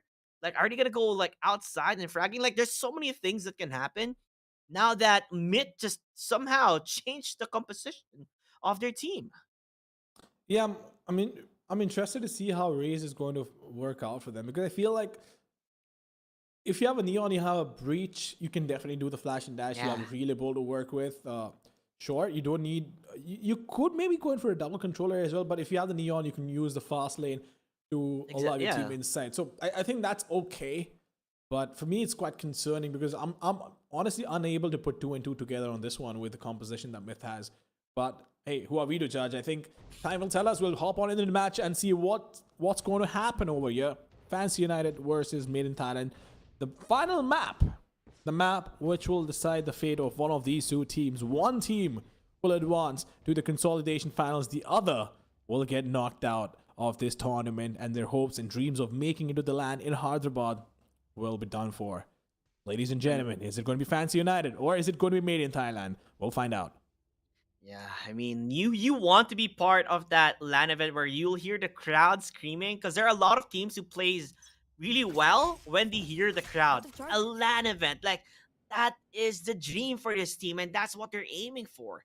Now the matter of is like how, like you said, how will Myth actually play with this one? We can see Doom just jumping in, and he's just there. He has the side. He's in control. Already towards B. They did not see this coming. No, Fancy they played a bit aggressive towards A, but it was B side all along for the taking. It was B-side all over for the taking. It is going to be a 5v5 retake though now. Like, these retakes are always the most interesting to watch, but oh, look at the mod utility being dished out over there. The paint channels will force Beta back. And he needs to stay alive with the curveball. Oh my goodness, not dishing out enough damage. Beta delaying them enough, but not being able to find the ping, not even being able to dish out enough damage whatsoever. Made in Thailand, can they hold on to this, or is it going to be Fancy United going in with a successful retake? Oh, look at this. Oh, the aftershock. This could be a massive problem, but half the spike has already been defused, and they might be a little too far away. Fancy, though, they don't care. They'll just eliminate them and Fishio with a 4Q the Frenzy. That's something I did not expect to see in the first round, but of course, a pretty potent pistol. And Fancy making quick work of Made in Thailand, even though Made in Thailand, at least statistically, are the favorites to pull this map off. Yeah, definitely. Now you see Fishio, like he buys a Vandal immediately in round number 2. You know, sometimes buying a Vandal can be risky if your opponent is able to take that one out immediately. But you know, Mid, they got the side in control, right? They were able to get it so quickly.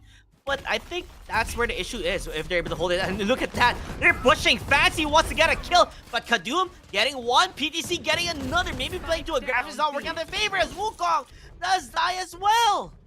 What on earth is happening here? Bring them down. Down one. As Kishi, okay, the show is able to find at least a couple here and there. 2-on-2, although rather low here on the end for Fancy.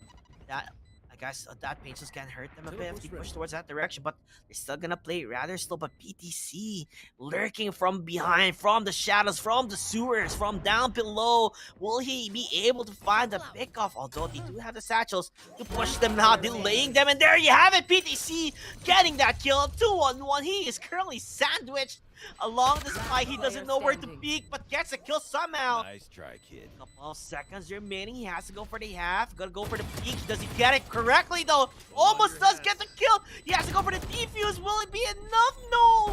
Ay ay ay ay ay. Fishio will fall down, and Alone Fills is able to win that round for his team.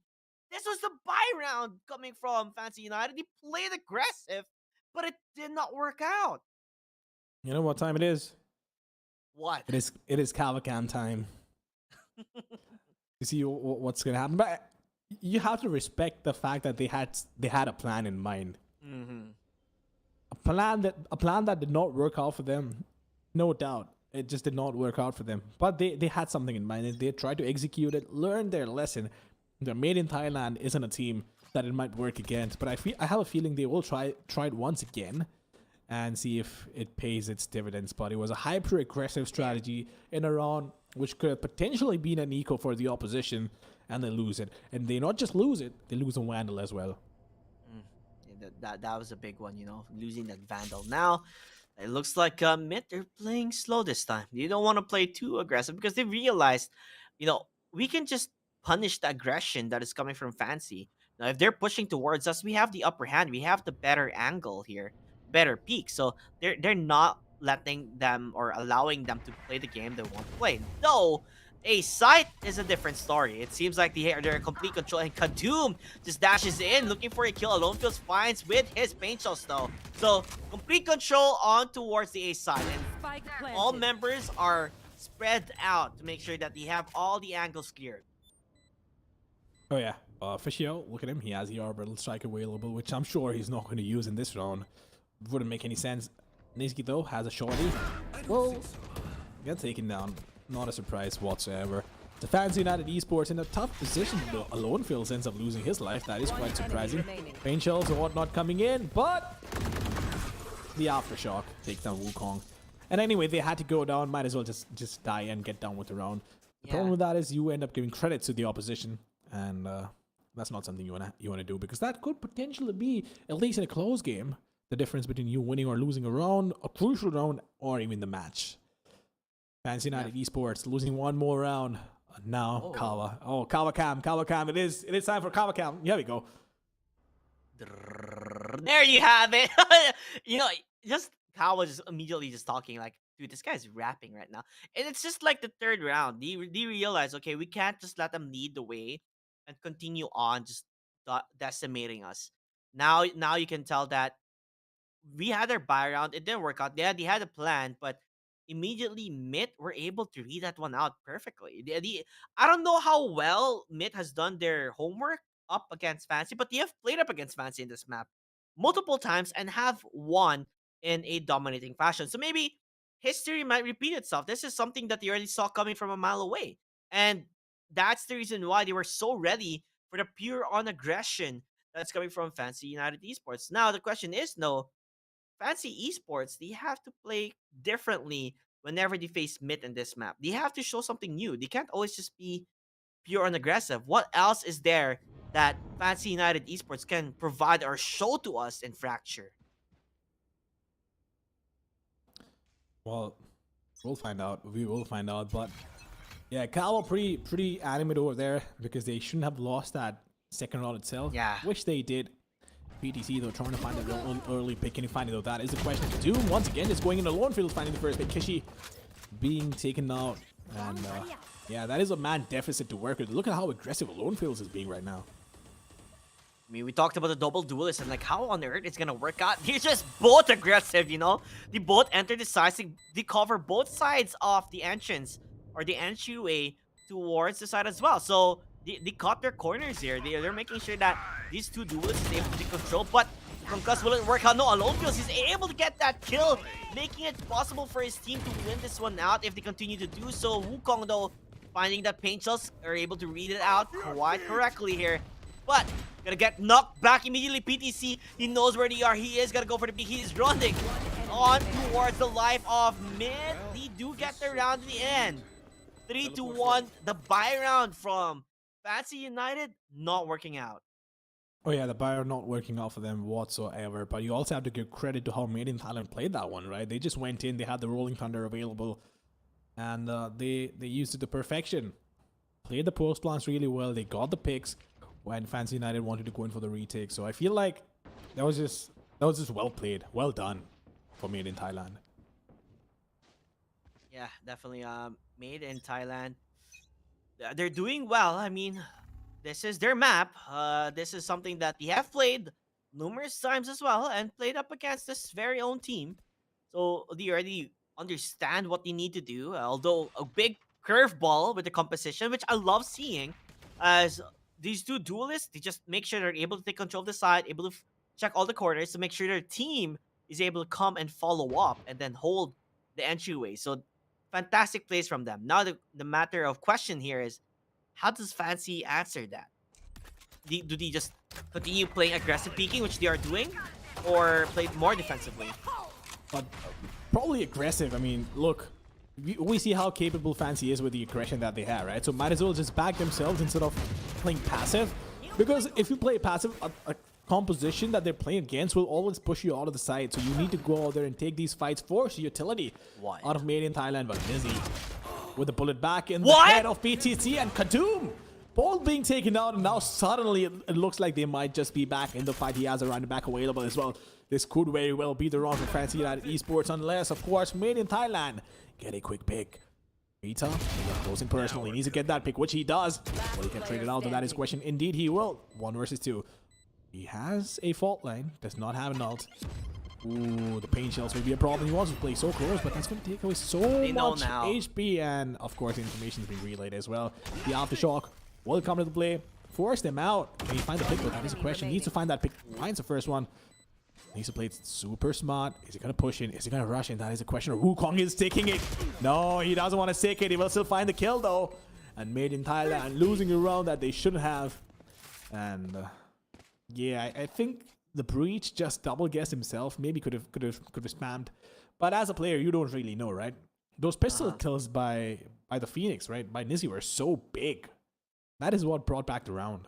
Yeah, definitely. I mean, like, who said a classic was bad? He got 2 kills up against a Vandal. So, like, Nizzy, very crucial kills here. And let's not forget, that was an eco from Fancy United. That was an eco that they made work. They made it work. I think the problem here is with Kadoom. He just rushed in towards the spawn side for Fancy, and then he didn't really recover his corners as much. They were able to get that kill. And like you said, right, play aggressive. That's what they need to do. And this is what they need to show, and it's working on their favors. They're finding a lot of kills back and forth, though, but 2-on-1. You know where the final player is. They have the Prowler to chase them on, although obstacles will be on the way. But yes, I Can is able to get that back, and we're back to a 3-for-3. 3-for-3. Yes, I Can. Getting that kill. Fancy United Esports, suddenly they're looking like they're in control over here. And Made in Thailand, on the other hand, I feel... Oh, you know what? Made in Thailand could actually switch things up, going for an aggressive take. They have the Orbital Psych available. They do have the Neon Ult available as well, so they could potentially catch Fancy United off guard and give them a taste of their own medicine. But I also want to see Fancy United be a little more confident. That is exactly what we're going to see. This is exactly what they tried in the first round. And once again, this time around, though, they make it work. Wukong finding 2 for himself mid PTC. Gets a refag, but it won't matter. The showstopper goes in. Gets the pick. Kadoom will go out as well in all his glory. But that is just not enough. PTC being bullied with the utility over there. He will get taken out. It's just a matter of time before he gets taken out. No, maybe not. No way. Reduces it to a 1-1. Has a headhunter. Can he find the pick? Oh my goodness, no. He couldn't make it happen. That was so damn close. But Fancy United Esports backing themselves. That's wonderful. That is exactly what I wanted to see. This was so beautiful to watch. Beautiful, honestly. yeah. Yeah, they you know what's funny? Like, that happened in a matter of like 25 seconds only. And not only that, but the way that you were able to just aggressively jump in and get 2 kills and close that one up. I think Kawa, the coach, immediately said that, you know what happened, what's supposed to happen in the second round, that was what's supposed to happen. And it worked out so well. I mean, Mid were stuck in their spawn. They couldn't leave. They were stuck there. They couldn't do anything because they were getting sandwiched from both sides.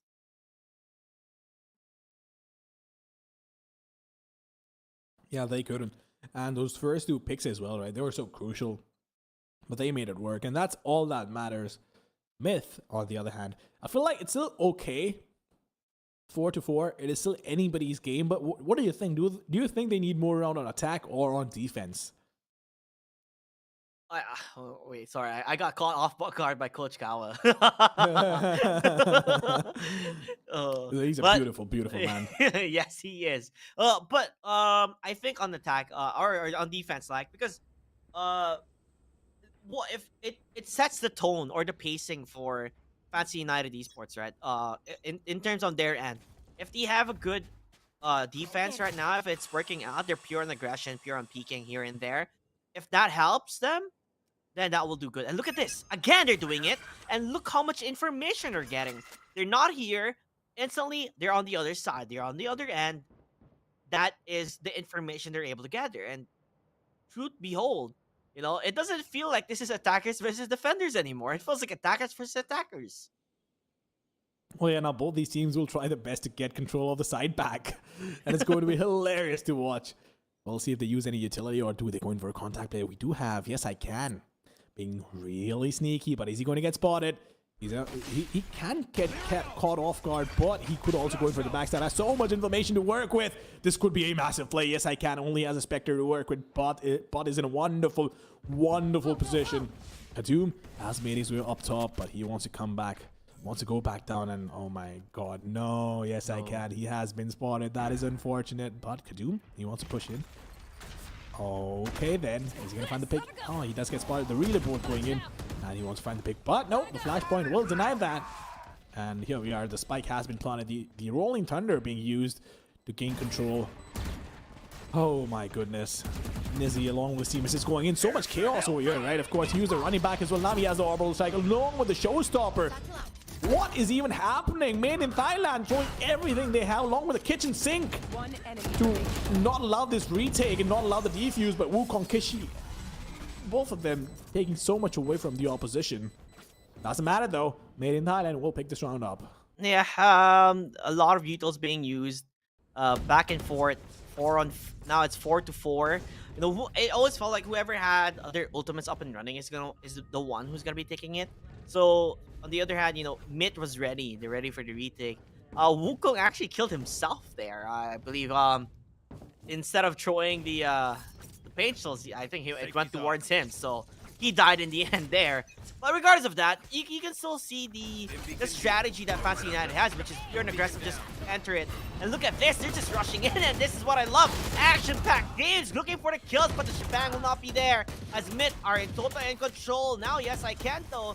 At least he's able to get one with that Sheriff at hand, but will he be able to find more is the question here. As it's going to be a 2-on-5 on complete control on Mitt. Still wanting to go towards the A side though, but yes I can. Does not get the shots done. One enemy remaining. As he will fall down in the end. Yep. I was wondering, right, because I saw Wukong over there, and I was like, wait a minute. This doesn't look right, because there was still 3 players surviving on Made in Thailand, so good spot, but there was a lot of chaos as well. Yeah, it was like everything was happening, like so ultimates back and forth, and the showstopper, like he was stuck in the smoke, he couldn't see anything. He just threw it as much as possible, like just to use it. But yeah. It is what it is, you can't help it, but Made in Thailand being so aggressive, right? So giving Fancy United a taste of their own medicine by being as aggressive as they were, but alone feels, oh my goodness, so snappy. It's a treat to watch something as snappy. Feels good, feels good for sure. It's a lot of a back and forth action here. Like there's really no clear cut on who's ahead. Other than you take 2 rounds, I take 3 rounds, and you take another round against me. Like it's honestly back and forth. Like it's so hard to tell on who really has the edge here, because the pure and aggressive style, yes, as much as I love it, can also be something that doesn't work in their favor. And now look at that. They are using the Rolling Thunder to the other side. Oh, the fault line will be there. They're going to go for the peak. They were able to get the kill. Towards Beden alone feels. They're also falling down. Is he falling down to Kadoom getting double, but dies in the end. Fancy are in command here as Mitt. PTC is the only one surviving. Oh yeah, 1 versus 3. It's not going to be easy, but they need to pull it off. They want to maintain the lead that they have, or Fancy United will find themselves on an equal footing, but the problem is the spike is already down. A minute on the clock, definitely has the time, but it's a tall task, it's a tall order for him to make this happen. Made in Thailand, practically lost his run, but Wukong is going to whiff this. If he whiffs, PTC might have half a chance to go out there and take it. But no, it doesn't matter because he has 3 guns straight towards him. And this is going to be a problem, man. This is gonna be a problem. It's a firing squad, you see?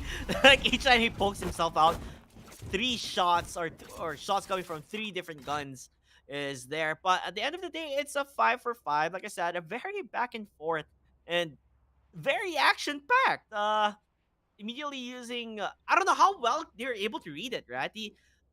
They're able to use the Rolling Thunder where the opposing team is at. They're able to get that information quick to the point that they react and they get the kills. That's how well Fancy is playing right now. And if Myth is able to counter that one out, like they have done, we have seen them do it, but they have to do better. They do how to do better, but this time around, Myth, they are not going to fall for this one. The paint shell's going in as well, but the fall line was so on point. Yes, I can finally finding one for himself. It won't matter. The Nightfall coming in. Is the backstab going to be worth it? That is the question. Yes, I can. Going in. He needs to connect this shot, but no, he won't be able to. It all comes down to Fisher. In a 1 versus 3 gets one. Can he nail the second as well? Ooh la la. Almost connecting that. Fancy United Esports trying their best to chain things up, but doesn't work out. Oh, you know what? Love the aggression though. Man, but I don't know if I'm watching Valorant now. What am I watching? This doesn't feel like I'm watching a do or die map number 3. This is insane. Like you said, like the strategy book and everything, it's just gone. Like, what on earth is this? This is so new to me. I mean, I haven't seen like. Especially in Fracture, where all sides defenders are pushing in the spawn of the attackers. You know, that's so insane to me, and insane to watch because it's so even Stevens between these 2 teams. It is pretty even Stevens between both these teams, but the 24 is finally coming into the picture over here for Made in Thailand, and we'll see if it can create any impact in this round. And they've all decided to huddle up towards B, so it will probably be a quick execute if they want to go in. The Neon has an ult available as well. Let's see. PTC can manage to find a pick. Oh, he tried again, but the overdrive comes in, and this could be interesting.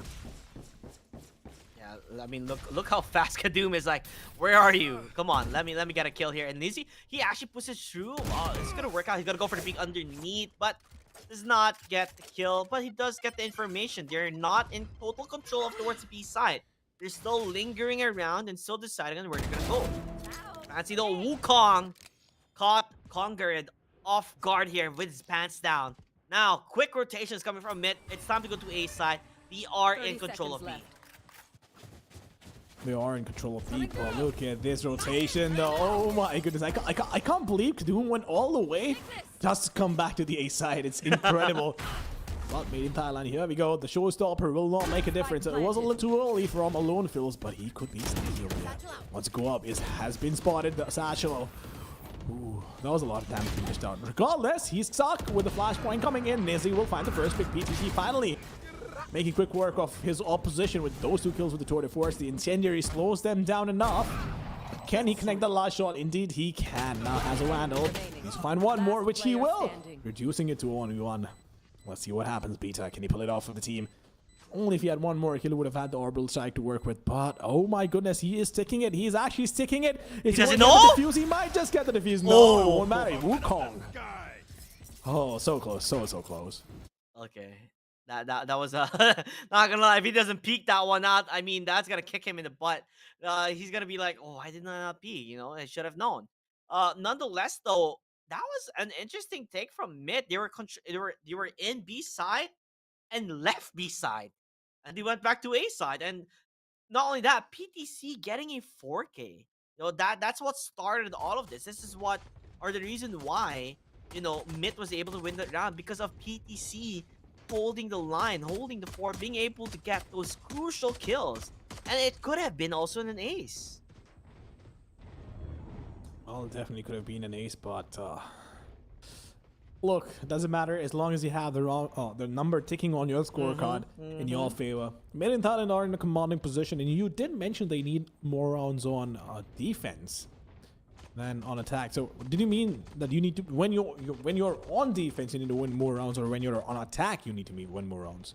Well, if I'm being honest with you now, after how seeing the game is, it doesn't feel like there's any defense or attackers now.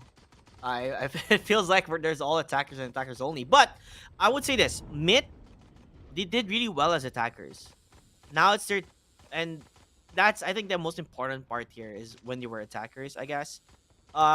In terms of what I want to say, Fancy United, you had to play really good in defense because I guess their lineup is more attacking centric, right? So you want to grab as much rounds as you can, and that's the reason why we saw them being very aggressive, because that is what their lineup is good at, being attackers. So now that they're in the attacking side, you know, mid needs to make sure that they're not able to give the leeway on towards Fancy United, because boy oh boy are they quick in attacking. You know, if we saw that as defenders, they're much as quick as when they're attacking too. Oh yeah. But it is halftime pause, ladies and gentlemen. Still 42 seconds on the clock, along with whatever pause time is left. Fancy United Esports are down to a 2-round deficit, which they need to cover up if they want to survive in this tournament and have a shot at making it to the LAN finals. But made in Thailand, they will not make their life easy. I feel like their setup as well is too aggressive with Neon, Raze, the Breach to back it up. We'll see if they want to press out, and it does look like it. They might actually push B main to get some information. Look at them, all lining up. Yeah, it does seem like it. So it feels like both teams are playing the same strategy, almost, right? Like they're not playing passive, and I think it's a breath of fresh air to see, but also a very chaotic one. I would say so myself, because like you see all the utos going everywhere, all ultimates being used. You sometimes don't even know what on earth is happening. As mid, they're bomb rushing this. They're rushing on towards the spawn, and they clearly know that they are not in towards B. They're going towards A, and now the chase has been set forth. The wolves are on, and PTC, you're not supposed to look on your backs, because PTC was ready. Ishio, he doesn't have ammo. He has to go for the reload conquer and getting that kill. And now it is a 4-on-3, and a spike being planted already. Mid, will they be able to retake that side? That is the question. She gets to get towards meta, and they're gonna find more. Lone Fills finding that, looking for the shot, and there you have it. The frenzy making wonders as Mid somehow clutches this one out of the hands of Fancy when they were doing rather well. Yeah, they bring it back. Somehow they manage to pull it back in their favor, and Fancy United Esports is in shambles right now, not being able to hold on to that side. And you're correct. It's almost all attackers versus attackers, but PTC getting that initial pick is what set the ball rolling. The problem was Kadum was caught off guard with that read. There's only so many bullets you can work with in the frenzy, only 13, but Alone Feels on point, and his teammates were there to back him up. The paint shells would have done the job regardless, because there was a backstab coming in from the defender base. But boy oh boy, Made in Thailand are off to a flying start. The question is, can Fancy United strike back on this eco round? We've seen how potent the sheriffs can be. Alone Fields trying to get some information, and he'll just wait. So he knows. There are at least 2 players towards Sat, and he wants to take that fight. So I'm not quite sure if this is the best of the options, but he has decided to fall back. So 2 players on Sat. Do they have any more information? That is the question. Doesn't seem like they were just lurking around, just trying to bait it out, as the B side is going to be up for the taking here. That is what they are aiming for, as Fancy. They're taking their sweet time. Oh, wait, what? Oh, he sees it. Okay, that made me question, like, okay, he sees it underneath. So a good call there, but does give information-wise. So PTC, he does hear that, going for the kill. Does he find one? Sadly, not enough, but rather 2 players are low here in terms of HP-wise, so you have to be careful. Nisi, though, getting the kill towards PTC. Nice shots coming from him, now shooting through the smoke, hoping to find an Hallelujah play, but not going to be able to find that, though. A little detail, though. He doesn't even need to peek. He gets that kill with the Incendiary, and once again, the striking. Yes, I can. Will get taken down after finding one for himself. It was all on the Wukong, but there's only so much he can do on Alone Fields. A little bit of BM. Shoots right between his legs and walks away casually. Walks away like a badass that he is. Made in Thailand are in absolute control of the match right now, and I don't know if they will want to upgrade.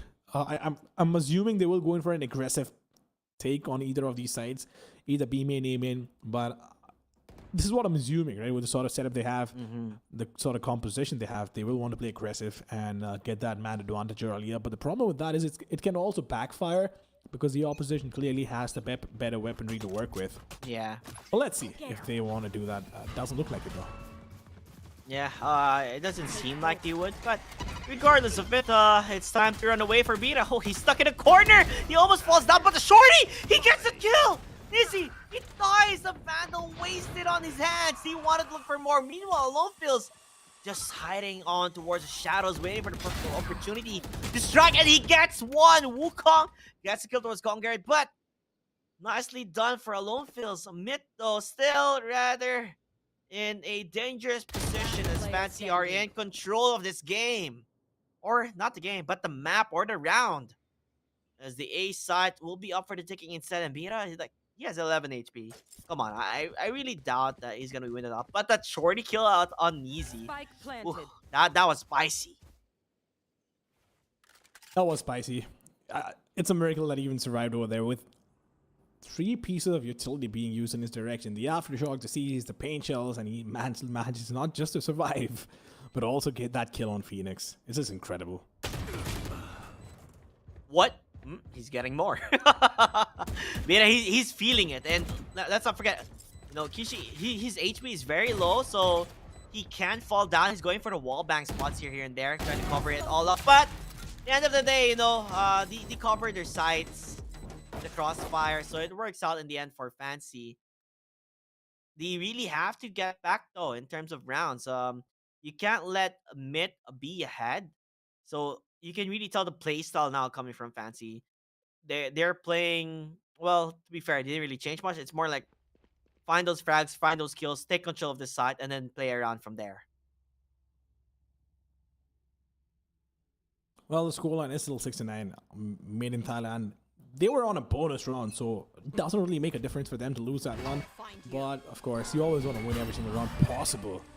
Han goes in, trying to find some information, but there's nobody peeking from that angle, so it won't matter. Kadoom, once again, being aggressive with the Phantom at that range. He wants to peek, which is quite interesting. Does he have any backup? He does. He actually does have backup, so it is going to be an 8-8 coming in. Is he using the curveball? It won't matter. What? He won't need it. No, none of them were blind, but still connects both these shots. Has running back available as well, which I'm assuming he might use just to guarantee this round, but needs to block the backstab. Oh boy, but oh, the orbital strike! But they didn't see this one. It's a little too late. A little too late for Made in Thailand. That is so sad. Not being able to get anything from that piece of utility, but Nizzy with 4K and Kishi close things out. Incredible work. I mean, I was surprised. Look at how Nizzy entered this. His opponent wasn't flash and just pops their heads off like multiple times, like really quick. Now it's only a 2-round difference. Mid is gonna go for a timeout here just to recuperate and talk about what is happening. As Kao, you know, just having a time of his life here. He's seeing his team do well. At least now they're getting the rounds that they need to get. But I don't know if it's so hard to predict the way the opposing team is playing, right? The play style, like both of these two teams, like it feels like there's no way you can really crack the code because it feels so random. The way they push, the way they play super aggressive, like in my eyes, like when you try to look it out, like it's so hard to tell on what this team is gonna do, what they're gonna be, where they're gonna be peeking from. Are they gonna be playing aggressive? Definitely, they don't play slow. That's for sure. Oh yeah, they've look, they've not been playing slow, but I feel like both these teams, right? They have this tendency where every once in a while they want to play aggressive. Sometimes it works out, sometimes it doesn't. We saw that happen in the second round of this match where Fancy tried to push in. Wait, no, sorry, it was Fancy tried to push in. Yeah, from, Fancy tried. On the B side, right? It threw me off because they were on attack. I'm like, hold on, why were they the ones pushing in the first half? But no, yeah, they were just playing aggressive. It happens to the best of us, man. But Con Garrett, in the meantime, with the fault line, he's expecting some presence towards B main, and he's gonna be there to welcome them with open arms. Oh, he's lining it up. That would be a big hit. They're lining it up, hoping to find it, but decides not to do so. You know, rather take your time, play with your utils when it is the moment to strike. He's just making sure that when they are gonna enter, the fault line will be ready and they'll get the peek off. as much as possible. B take. They could do the same thing that they did last time here. I feel like for Fancy, like you go to B and then you go to A. You know that worked out. That's what made them win a round. As PTC did get tagged quite a bit, 34 HP. He has the headhunter, but could not find him just because of the wall being there. The hunt now being used, but not gonna be able to find everyone. But the stinger gets to come towards easy beta getting to kill with his Wukong. This is not looking good for Fancy right now. They have to make it work. The orbital strike being used, but to no avail. The showstopper guesses it and gets that kill. Fisho and Koto, still the survivors for their team. They need to make it work, and they 30 have to seconds make it left. work. Oh yeah, but the showstopper flying in your direction is always so scary to hear, right? It's almost as if it's whizzing, and you can hear your death. Yes, I can though. Getting a quick trade on Kadoom, reducing it down to a 2v1. He has a rolling thunder available. Let's see if he can make the most of it. Made in Thailand, they need to get this pick. Oh, he does use a rolling thunder, but alone feels his own. He's expecting him there. Oh my goodness, the Bucky works out in his favor, and look at him. He's pissed. Oh my gosh. That Bucky kill, I don't know. He played it really quiet. Alone feels really played it so quiet. He sneaked his way up, climbed the rope, and stayed on top, waiting for him to come. He does, I guess, they tried their best in the side of Fancy, right? They had the ultimates, they had already a way to maybe win this one out with Yes I Can, with the Rolling Thunder, but sadly, he did not know where the players were. There was no information for him to play around with it.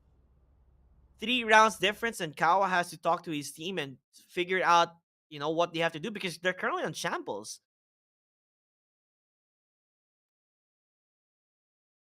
Absolutely, they are in shambles right now, and made in Thailand.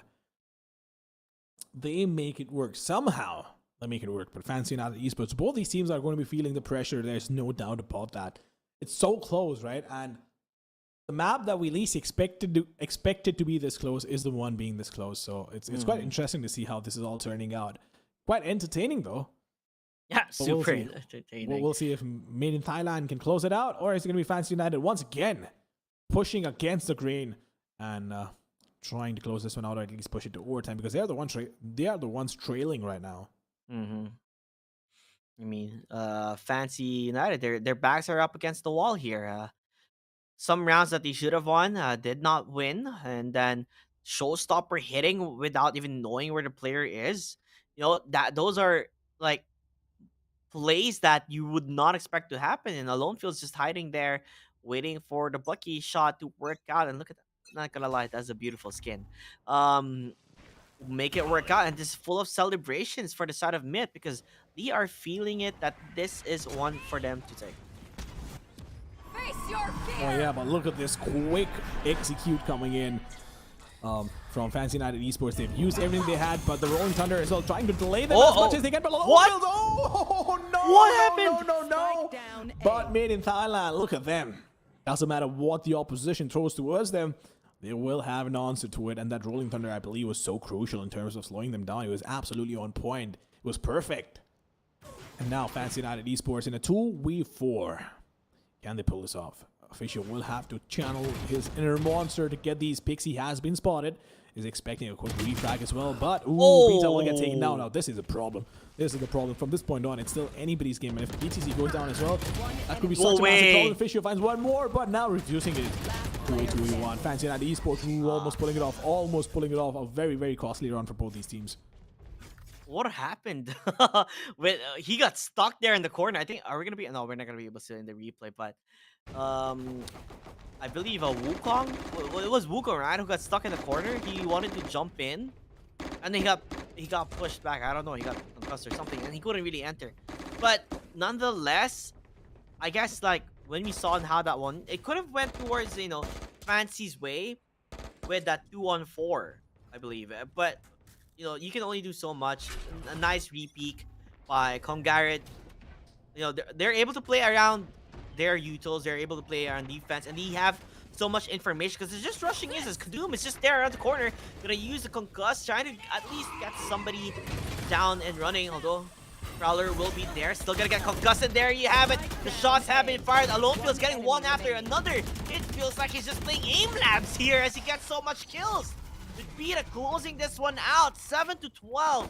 His 22% win rate is gonna get lower as the game is going on right now. Oh yeah, but Alone Fills, I mean, what a turret, right? Just stands there and takes down players one by one. Doesn't matter. They didn't even have the best weapons to work with. So, to be fair, Fancy did not have a chance. All they had was Stingers to work with, but this time around, Fishio, he can pick up an orb. We'll have the Orbital Strike to work with, but no other else. But on the other side, look at this. Overdrive, Orbital Strike, Tour de Force. And Oh, Alone that's Fills so is still pretty scary. close. But it won't matter. I don't even think he's going to need his ultimate this time around. Unless, of course, he gets stuck over there, but has the pain shells to delay the push. And just look at how confident they are. Yeah, you feel like they have a date to happen with SPE if they win this one out. And look at this, a jump immediately, but into the arms of Kadoob with that headshot. And there you have it, Kishi also falling down. Alone Feels and Co. The duelist combination making it work for Mid as they're killing everybody with an orbital strike to boot. As Beta finds that one, and Fishio, the lone survivor for his team, 1v5. Can he be the hero to shine it all? No, he can't. As Made in Thailand, Mid winning it out and has to say, or continue on their tournament lives here. Just unfortunate. There's not a lot to analyze over. I feel like Made in Thailand had an answer to everything. Like the first map, even on Haven, right? When they're defending, they're so quick to readjust to whatever the opposition threw their way. And we saw that happen. So Made in Thailand, congratulations to you. But Fancy United Esports, just unfortunate for you that your journey will end over here. And there's nothing they can do about it. But for the fans, be proud of how far your team has come, because they definitely have a lot more in them. It's just that today, Made in Thailand was better, and of course the map as well. Made in Thailand has a better record. Fancy United Esports have not been the best on Fracture, and that stat is going to get skewed even more. I feel like next thing you know, you just ban Fracture. Just it's non-existent when you're there. Like, don't play in Fracture. But regardless of that, it was a very entertaining match between Fancy United versus up against Mid in Thailand. They brought it to a map number 3. They played their hearts out, gave us an action-packed match, but in the end, they fell short. As we will see who is the MVP of map number 3, and it will be the one and only Alone Feels. Like, it felt like when a certain time, it felt like he was playing Aim Labs. He just sat there, 1 kill, 2 kill, 3 kill. You know, it's just like picks after picks after picks. Yeah, picks after picks after picks for days, if I may. And Alone Fields, of course, having a lot of impact in that match. 317 ACS. That's good numbers, by the way. In a professional match, that's wonderful numbers. So, once again, congratulations to Made in Thailand. But JT, I would assume there's not a lot to break down in this match, was there? I mean, like, the easiest way to say attackers were attacking, defenders were attacking, and they were just attacking each other, and that was it. I mean, like, that's all I can say, dude. They were just bum rushing each other, and that's all there is to it. You can tell, like, there were so many frags here and there. As you can tell, both Raze players were the MVPs for each other's team. The double duelist setup that we didn't expect from Mid.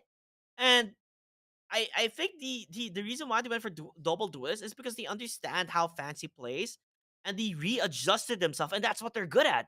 Adjusting depending on the opponents they're playing and how they play and their play style. That is what Mid excels at, and that is what they showed us. Like, if you play aggressive, we can play aggressive better, you know? And so far, no doubt in my mind, Mid definitely a team to watch out for. Now that they have won, they're going to be playing up against Southfield Esports. So that's another thing to watch out for tomorrow, because these two teams, I would say, in terms of like the star factor and how well they play and how consistent they are, it could be even as this best of 3. Oh yeah, possibly. Who knows? Who knows? There's only one thing we can do, and that is wait for the match to actually happen, because there's a lot of speculation, right? Yeah. You can look at the matches they've played. You can look at the data that we have. But with the maps being changed, the agents being readjusted, a lot of times what happens is that sometimes an agent gets readjusted so much that you have to move on to a different agent. I feel like that's exactly what happened with Chamber as well. But the problem with Chamber was it was way too strong anyway. It had 2 trademarks to work with back in the day when it got released. Yeah. But bottom line is, always look at the last 3 months of stats. Beyond that, I feel like it's a little meaningless anyway. Because a lot of times in the shuffle season, you see new players come in, old players go, and it's a completely different lineup. Sure, you can talk about legacies and whatnot, but we'll have a look at the brackets and we'll walk you through the matches that are going to happen, ladies and gentlemen. Tomorrow we'll have the consolidation finals between SBE and Myth. The winner of that will play in the grand finals day after tomorrow versus Bleed. Bleed was so dominant today in the morning when we saw saw Bleed go up against Southbound Esports, but Southbuild, sorry, not Southbound, Southbound Esports. Yeah, here we are. SB in the lower bracket in the consolidation final, and we'll see if Myth has what it takes to take them down, or is it going to be SBE coming down on top? Yeah, I am really looking forward to it. This is gonna be a best of 5, right? The lower bracket or consolidation finals. Yeah. Right. So it's gonna be a long action-packed game. Like you've seen countless of best of threes. Now it's gonna be a best of 5. This is where it takes the cake. This will tell you why you're gonna go to the grand finals. Why you should qualify for the main event. This is where we'll see which team will be the better one. And that is something I am super excited for, and I can't wait for tomorrow. But nonetheless, Mambala, I think it's been a long day for you and I. I mean, definitely for you. You've been casting since the previous game too, right? Oh yeah, but it's a lot of fun, right? It's something that you train for. It's something that you always look forward to. Sure, 2 best of 3s if they're intense. Now, like the day before yesterday, it can leave you exhausted, but at the same time, it's a lot of fun to do it. Yeah, But nonetheless, ladies and gentlemen, it was a lot of fun presenting these matches to you. Tomorrow and the day after, we'll have 2 matches in total, both best of 5s, the consolidation final and the grand finals. Yeah. And we'll find out which team is it going to be to make it to the land in Hyderabad. But make sure you mark your calendars, because I'm really excited about this. Unfortunately, tomorrow I won't be there on the broadcast, but JT, I hope you have fun. I'll be back for the grand finals. And ladies and gentlemen, for tonight, it is good night and goodbye. See you, everybody.